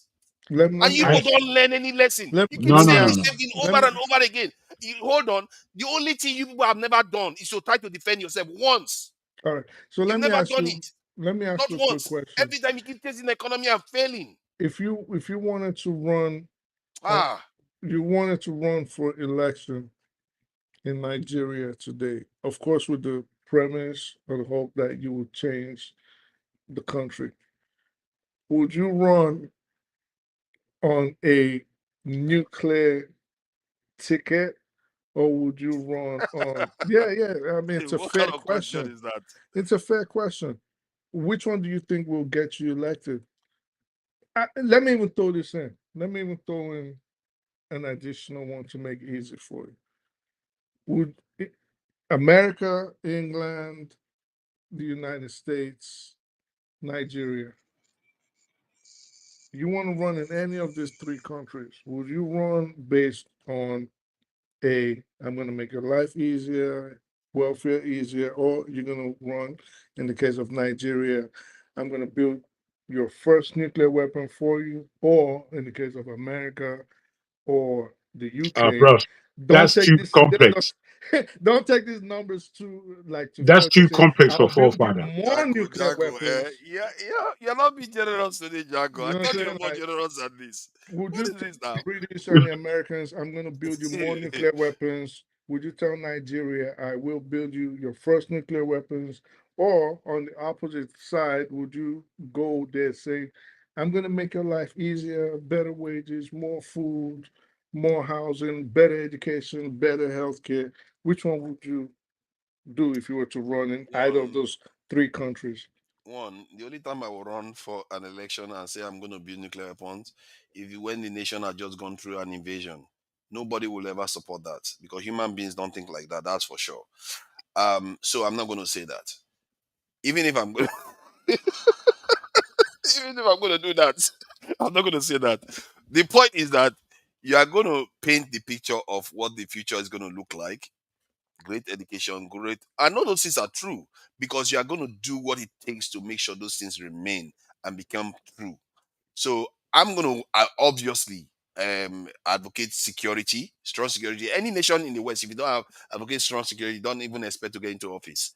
So I'm going to advocate strong security, and in a way, people are going to be persuaded, not these wishy-washy people. Forefathers. What I asked was very simple.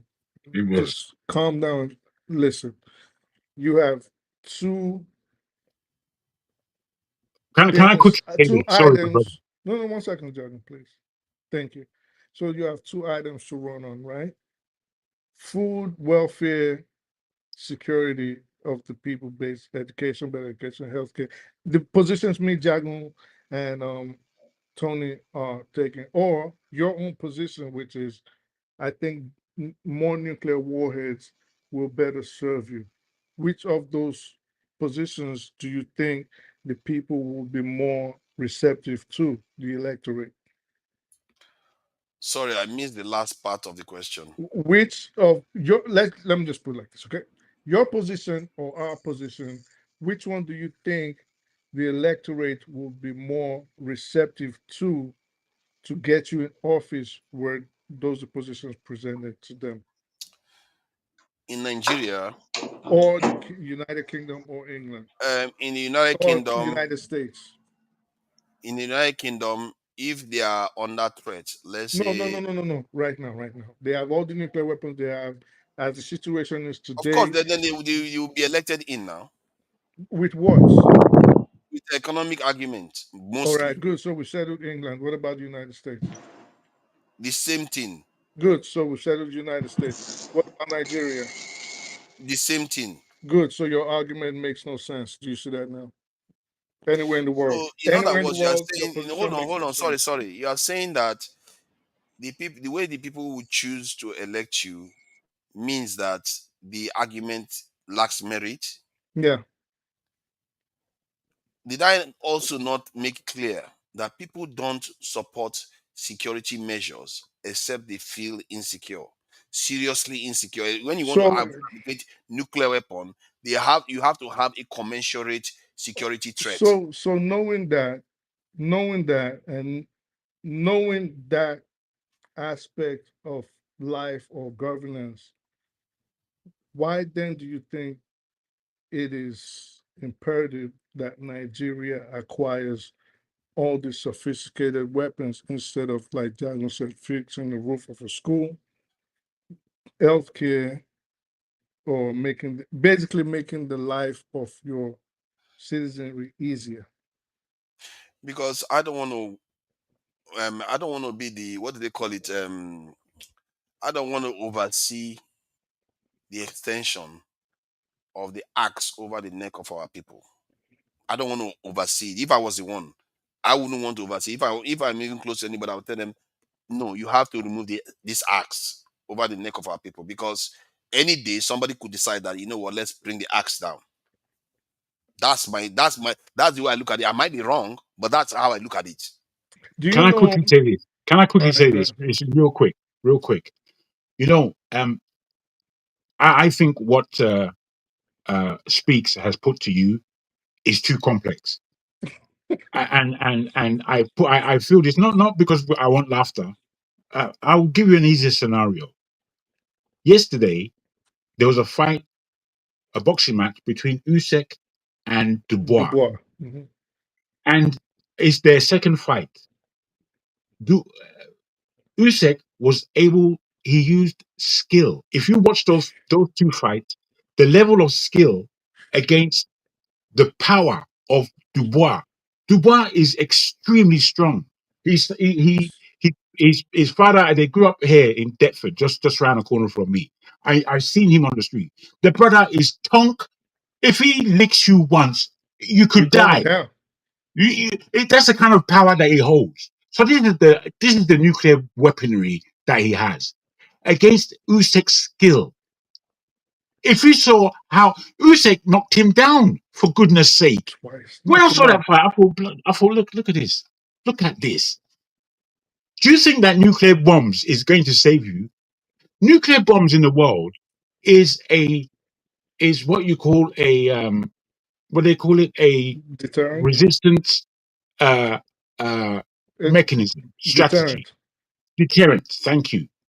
It is not the be all and end all. It's a deterrent, which is fair enough. But we, as human beings here, I don't like the idea of nuclear weaponry. I don't like the idea of it. I don't believe that we should have the power to blow up the world for the next 100 world. I don't even mind it, Jack.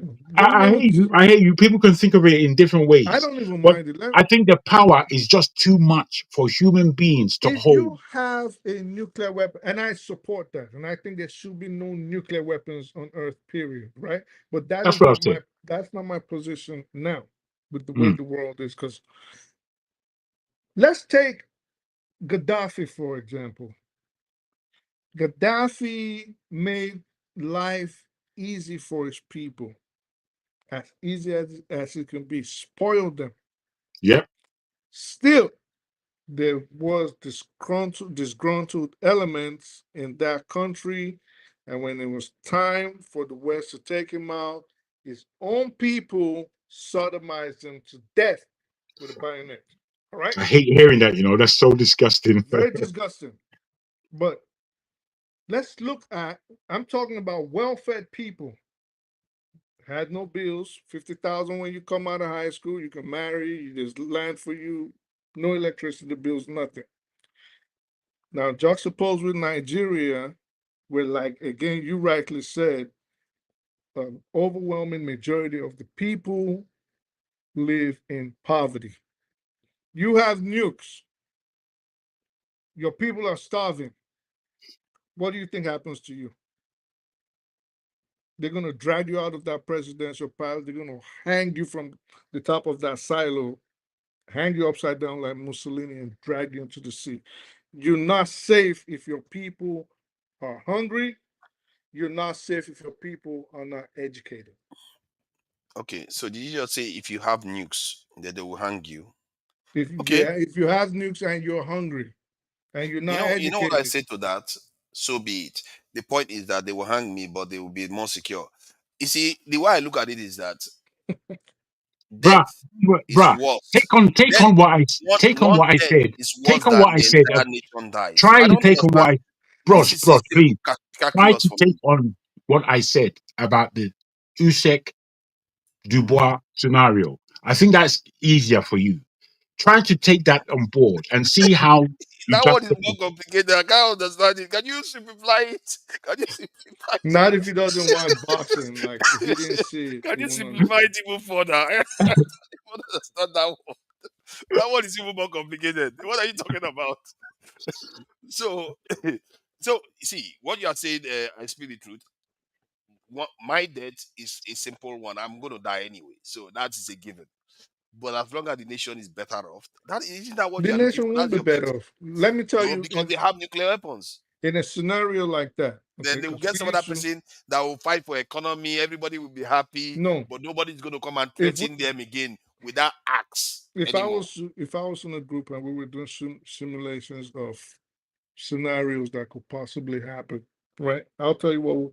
I would say most likely happen in a place like Nigeria, assuming they got nuclear weapons and they've hung your ass with the other people that decided to follow you to build the nuclear weapons while they were hungry, right? After they've done that, the outside forces are going to incentivize them to give up those same weapons.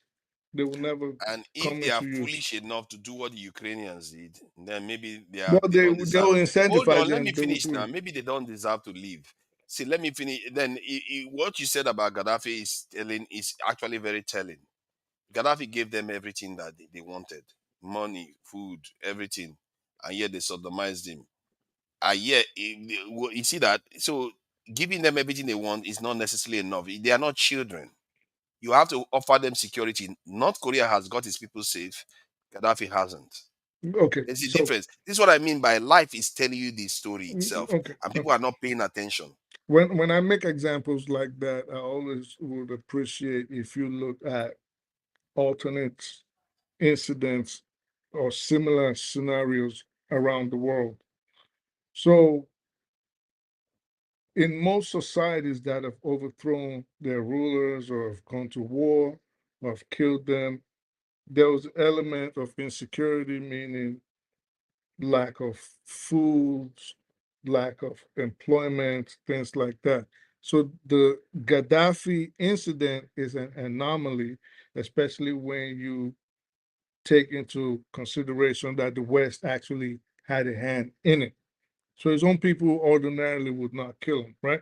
But we know for a fact that most places where the people are well fed, well educated, have a high standard of living, they do not try to overthrow their own rulers. They don't. Those kind of scenarios and situations are usually left where there's the kind of insecurity that we are saying should be When you say avoided. overthrow, are you talking about the type that they did in South Korea recently, or Sri Lanka, or No, which type when are you I talking say about? Or they hang them or something? Which kind of overthrowing? I also said something outside of overthrow, meaning there's trouble in the society. So not necessarily just overthrow the government. I said wars. I did say wars. Okay, I, words. I Okay. used that. I said problems in that society, meaning they have these elements where that was not solved, meaning there was no education, the people were not well educated, they couldn't make a living, there was no employment, and then they will decide like, okay, the government is our problem, especially if the government is living in luxury and excesses. So they will take Exactly. over those. They will take Now, over. that point you made there about them living in luxury makes a big difference. If you Well, are not sacrificing with the people and they are suffering, but you can remember I kept saying something. Okay, this every government on earth from the beginning of time plays the same trick. Every one of them. There might just be little variations. What do they do? Make the people well fed, right? Make the people actually, secure, give them homes. These are the things. Then give them enough for entertainment. These are mhm, what every government does from the beginning of time. Enough to give them distract them, security first. and enough to distract them. Okay. So a government like that of the United States or corrupt Western governments for that matter can live in excesses, but they make sure that their people have a high standard of living. For example, the United States, trillions of dollars go missing every year. Every year. From that Pentagon, at least two, three, $4 trillion get missing every year that nobody can account for it. But guess what? The American people are not too worried about it because we have electricity, we have homes. If we want to buy a second home, third home, fourth, 10th home, we can do that. If we can't, we go seek employment. We can go to school, had our degrees, and then life is easy. Easy, not, life is easy. So you make the lives of your citizenry easy. They're not worrying about the government. Some people, like my son, he hates politics. He doesn't want to hear about it. He's more on the business side of life. He's been like that since he was probably like 12. Sit with me, sit with my friend, my dad, everybody. This is what he wants to know. Politics, he knows the normal geopolitics. Of course, it's the life he's been brought into. But like to sit here and talk about politics, he really doesn't care. So there's people like that. You know what I mean? Okay. So let's round up today. I think it's very clear that I accept all the apologies and your surrender, because people are always surrendering all the time. You always surrender, like you've always surrendered to the world to come and take everything away from us. So, but I appreciate all the jousting and all the this Jago came fighting, and you. I speak the truth. I'm watching you closely. The way you talk sometimes, you know this truth, and I believe you understand. You are not ideological in that sense, but you are pretending as if you don't. But it's all right. No, no, God, no. I think you characterize it wrong again. What it is that you are suffering from paranoia. oh There yes, is you should be. no, bro. You shouldn't be. You You know, shouldn't Actually, you be. should. man. No, you're supposed to walk with confidence, no matter what. You're telling me, you're giving The me rest of the scenarios. world is You're giving paranoid. me wait. Why You're shouldn't I giving be? me weighty. You are giving scenarios that says that I'm hungry and somebody's coming to my house to take over. That's a scenario of ill Somebody way confidence. richer than you, somebody Yes. that comes to you and says, every time you get a, a tuber of yam, you got to give me 75% of it. And you say, yes, no problem. And you give me that 75% of tuber of yam, and the remaining 25%, you and the whole neighborhood have to split it. And you think I want to go get nuclear weapons for you? You give it to me already. What? I'm not worried If you about you. speak to John I, Bolton, I, I read I read in one of your texts speaks. You said they wouldn't give it to us anyway, and I Yeah, think that is the bottom line. I yeah. don't know who in this planet is going to allow Nigeria to have nuclear weapons. You don't I why don't know. have not? you don't Why have do the you believe that leverage. you can't? No, because I said because there is protectionism over this Dude, technology. they won't even give you technology to get Do electricity you know Come how on, Israel got it? Do you know how Israel got it? Israel is because a different scenario than Nigeria. America gave it to them because they needed to. America didn't give it to them. America gave it to them. No, it America wasn't gave America. America Who was it? gave Israel its nuclear capabilities today. Not America. Let me tell you who gave it to them. It was the French that gave it to them. America, fuck the French. Who the fuck are the French? America gave Israel its nuclear capabilities. Who the fuck are the French? Who Okay, are they? you may not understand. Let me I explain don't to you. understand. Let me explain to you. America didn't give it to Israel. I'm telling you, America didn't. The people that gave it to the Israelis were the French. The reason why the French gave it to them was that the Israelis helped them fight the Algerians when Oh my God, the this guy France was fighting is. Algeria. Okay, let me ask then. Let me try to find out how. Israel today would not even No, admit, nobody, it is. you cannot find Yeah. any official document saying how Israel, everything is suppositions.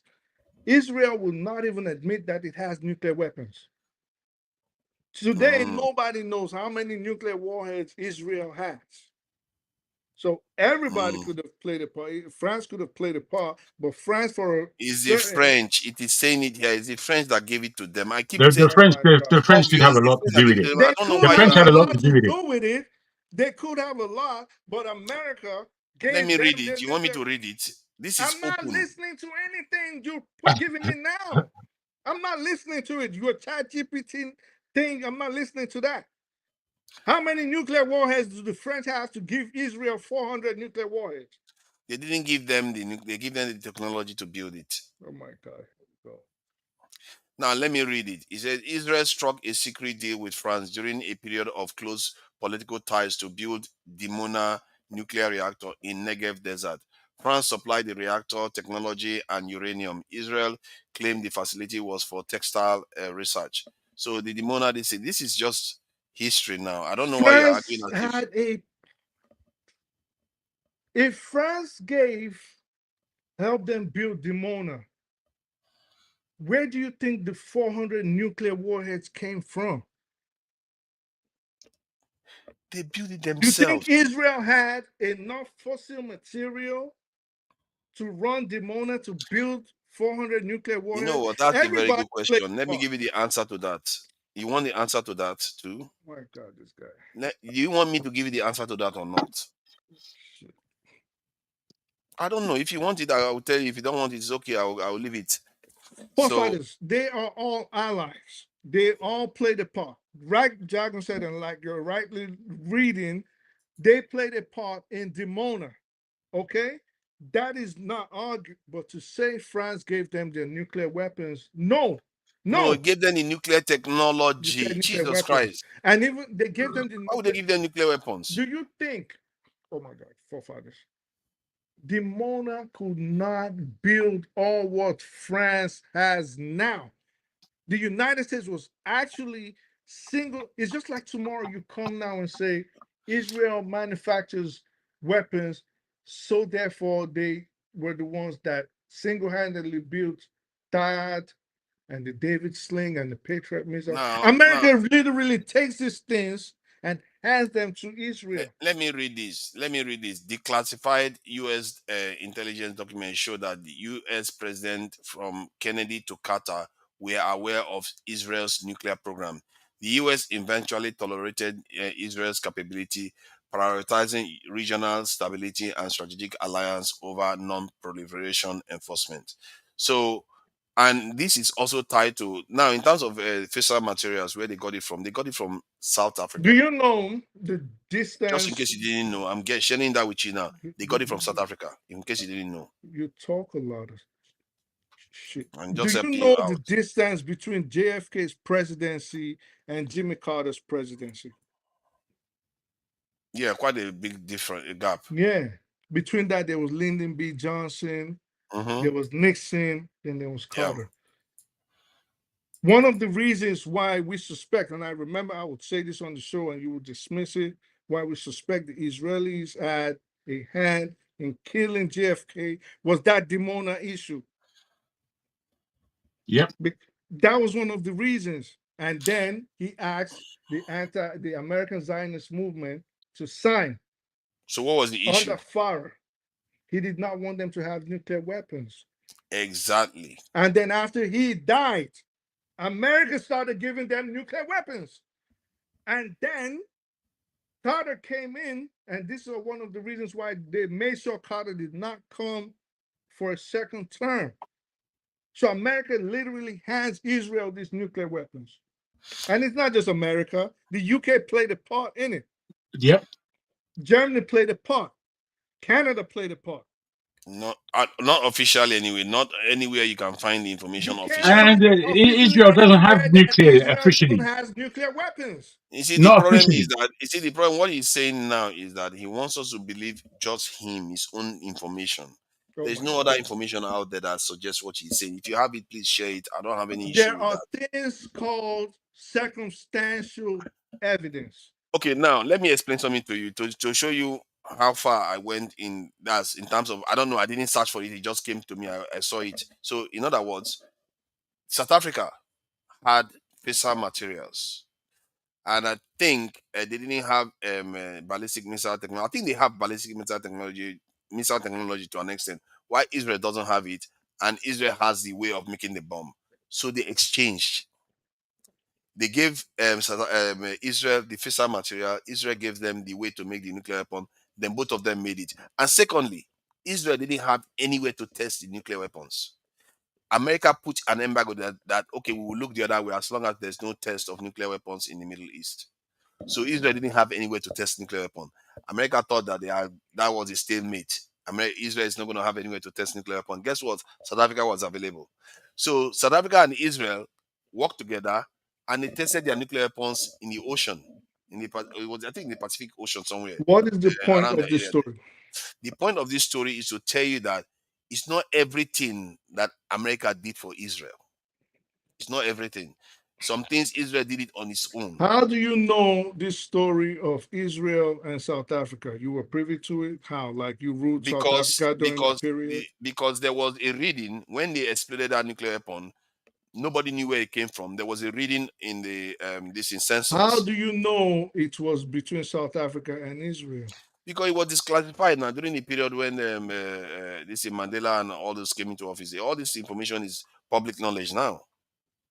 It's not hidden anymore. That's what happened, The and it makes same sense. Israel that has never admitted to owning nuclear weapons, but forefathers somehow knows all these Yes, stories because they work with and the knows other. that The third party is saying that they know they have it because that's how they tested it. South Africa that helped them test it.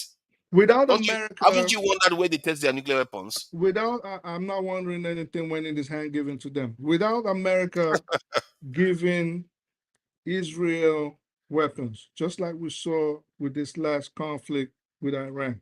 If America does not manufacture weapons wholesale and ship it to Israel, Israel will not have shit. Nobody else on earth has the capability to produce or manufacture weapons at the rate and pace which the United States and maybe to a slightly lesser extent, Russia do. Without America, Israel does not have all these weapons you're talking about. South Africa Mm. does not have enough technology or enough fossil material to give Israel the ability to have upwards of 400 nuclear warheads. You know what? No, I don't think they have up to 400, but you may have a point there. I don't know that. That is conjecture. We don't have any proof of it. But based on if you are saying Israel has about 90 nuclear weapons, I don't know whether South Africa can produce. They can give it to them, but I don't think they have. They have scarcity of fissile material. They have access to fissile material that, like any other nation does, so they can easily produce as many as they want if they wanted to. But you could argue that America gave it to them because technically the only official record people have of them testing nuclear weapon was with South Africa. That they did the test with South Africa. So, in other words, why? How would they just rely on only one test to build so many nuclear weapons? It makes sense that some other person gave them the technology. This is ready made. It's possible. So I'm not going No, to sit it's here not. and It's act possible. as It's what happened. oh, look at this guy. Do you America, have proof of what you are saying? At least I have some proof. you don't have any proof. You don't have any proof. No, I have a information based on any other proof. Any way you can get any proof. I have information saying this is what What we happened. know, listen, Israel, even as much as America transfers weaponry and technology to them, they never falter in stealing American weapon secrets. They don't hesitate to do that. So secrets for a long time, we were the most advanced technologically in the world. We were the sole superpower forever for a long time. And we gladly gave them to them because they worked on them too. You have to remember a lot of their scientists came from Nazi Germany, a lot of their scientists, and we took them in and they started working in NASA and other security agencies here. Mm. So they will take those same secrets and gladly hand them over to Israel. In addition to us handing weapons wholesale to Israel, we can only suppose No, how much I think from what I can see here, it's indicating that even if the US did it, they did it in a kind of sly way by, you know, relaxing their export, this in dual use technology transfers. we Not, can only suppose. We don't know how much if Israel has at all. Israel can tell the IAEA today we don't have it, which is what they've been telling the IAEA anyways. We don't yeah, have we it. can agree that America could have supported them in building the extra ones. I don't have any issue with that because it's quite unlikely that America, one way or other, because they actually help them by saying, okay, yeah, you can do your nuclear this thing, but as long as you don't test it in Yeah, the after they Middle East. killed Kennedy and everybody got the memo, like, yo, Don't mess with these people. They have infiltrated government. Don't mess with them. You think so? You think so? That's when they really stamp their foot down. Yeah, after they killed Kennedy, and I think they killed Kennedy. After they did him off and killed Roberts, and because If they what were they? did, is I don't know, man. We see there are too many conjectures. We can't necessarily tell. We don't know. There are a lot of conjectures, but There are a lot. the thing is, what Speaks is saying, I concur with. They are the most likely to have been able to instigate a killing of a president. They speak about the mafia. I'm sure the mafia had something, but the mafia, they won't be able to get through the CIA and kill the president, not without an agreement But on then we that. got to remember the CIA used to contract out to the mafia Yes, too. yes, they did a lot. Mhm. But we must also remember that the CIA and not necessarily Mossad, but Mossad, I think, would have some kind of communication that allowed them to have these nuclear technology. You know, all these things are very spurious and very secretive. And what the fact remains is that Israel has those weapons unofficially. They have them, and Mm. to have them, there's no way in the whole planet that America doesn't have the bulk to do with it. Of course. Bulk. So the South Okay. African scenario that you mentioned is true. I know that information. Because they asked Israel to register, which is what we're asking APAC to do now. Register under FAR, That the Foreign Agents Registration Act. They said no, we're not no, going to do it. JFK Mm. said, well, with Demona, he heard about that test that you're referencing. What is going on? Stop it. Ben Gurion resigns. Boom. They knock him off. AZM becomes APAC. They go Mm. after Kennedy. He's pushing for a congressional hearing on that. Boom, he's gone too. The rest of the U.S. presidents get the message. At this time, Israel starts terrorism in the Middle East. They were the original terrorists, blowing up the King David's Hotel, attacking British interests. When you read about terrorists I, back then, I, if you I, look at I think they did that. The King David one happened before the Kennedy assassination, so they had already become well, it very, doesn't very. matter. I'm saying no, he's this is underlining where I'm terrorism came analyzing from. where terrorism came, how it relates to the death, and how American Mm. presidents decided to fall back and say, "Whoa, whatever you want to do," which is what now we have something like the Epstein files because it started from somewhere, and then boom, now they're leveraging the blackmail. Because you would think to yourself, how come America, what they will not let happen anywhere else in the world, they let these people do it? Absolutely. Why? I think the original argument was that Israel is a landed aircraft carrier or something like that, land-based aircraft carrier. So they is performing a duty for the US. So that was the argument. Whether it's true or not, I don't know. But I don't understand. gentlemen, we have to wrap up. I think it's Sunday and it's already morning on in the UK. This one is in the afternoon in America, so it doesn't have any problem. He will just stay there, keep talking to us while we while we waste away. So thank you for joining us. What I would say Mm. to close the argument is that forefather should be renamed, stuck in the mud in a nuclear meltdown. That's where You're we should welcome. rename you, Yeah, my brother. you're welcome to call me any name you like. As long as you agree with me and surrender, I'm fine. It's all right. Just surrender and agree with me. I'm fine with that. So thank you all for joining us. We are going to catch you Thank you. guys All right, next man, week take again. care. I appreciate that. I appreciate that. Let me thank you to the chat people. Tattoo, I see you there. Hi, Beauty 10. Nobody has any good thing to say about me today. Chuk Chuk, I see you there. All these evil people. You come here to laugh at me as if this I'm some kind of masquerade. Mazi, please, I see you. You are here to laugh at me too. Tattoo, McKinley, I see you there. And Team Ajek, I thank you for the donation, the $2. We really do appreciate it, Team Ajek. Till next time, guys.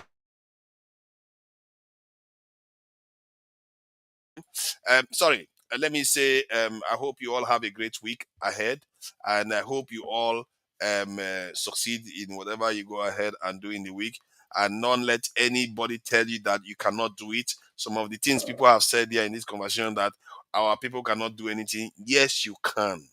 Nothing is beyond you. And as a disclaimer, we are not against anybody. We are not hating any other group of people. The only purpose of this conversation is to enable our people to have a better future tomorrow, because clearly we all can see the results are not actually good right now. We are living a pathetic kind of lifestyle. Our people can barely travel to seek better opportunities in any other parts of the world without going through all kinds of procedures like visas, while other people can just pick up their passport and fly to anywhere and have a good life. People live on $1 a day. You all know the story. That is the whole purpose we are here for. We're not here to hate people, because my belief is that this world and the way the world is going right now, it is telling us that one way or the other, the world has to come together and fix its problems without having to be fighting and exploiting each other to the breaking point. And our purpose now is to fix our own end. While we take care of our own end, I hope others are out there taking care of the bigger picture, so that when the time is right, at least our children and our children can have a better future. So that is the whole purpose of all this. Let's not get it twisted. Till next time, you all have a good week ahead. Good night, or good morning, or greetings wherever you are. Bye.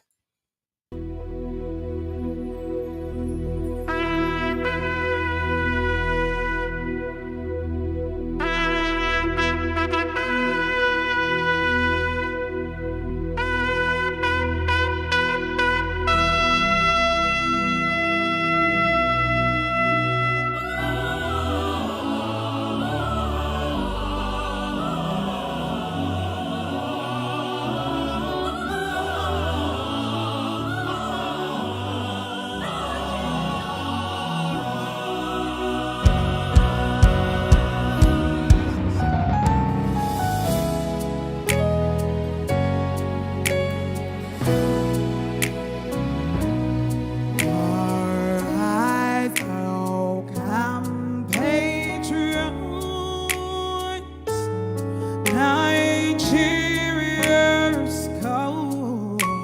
go back to serve.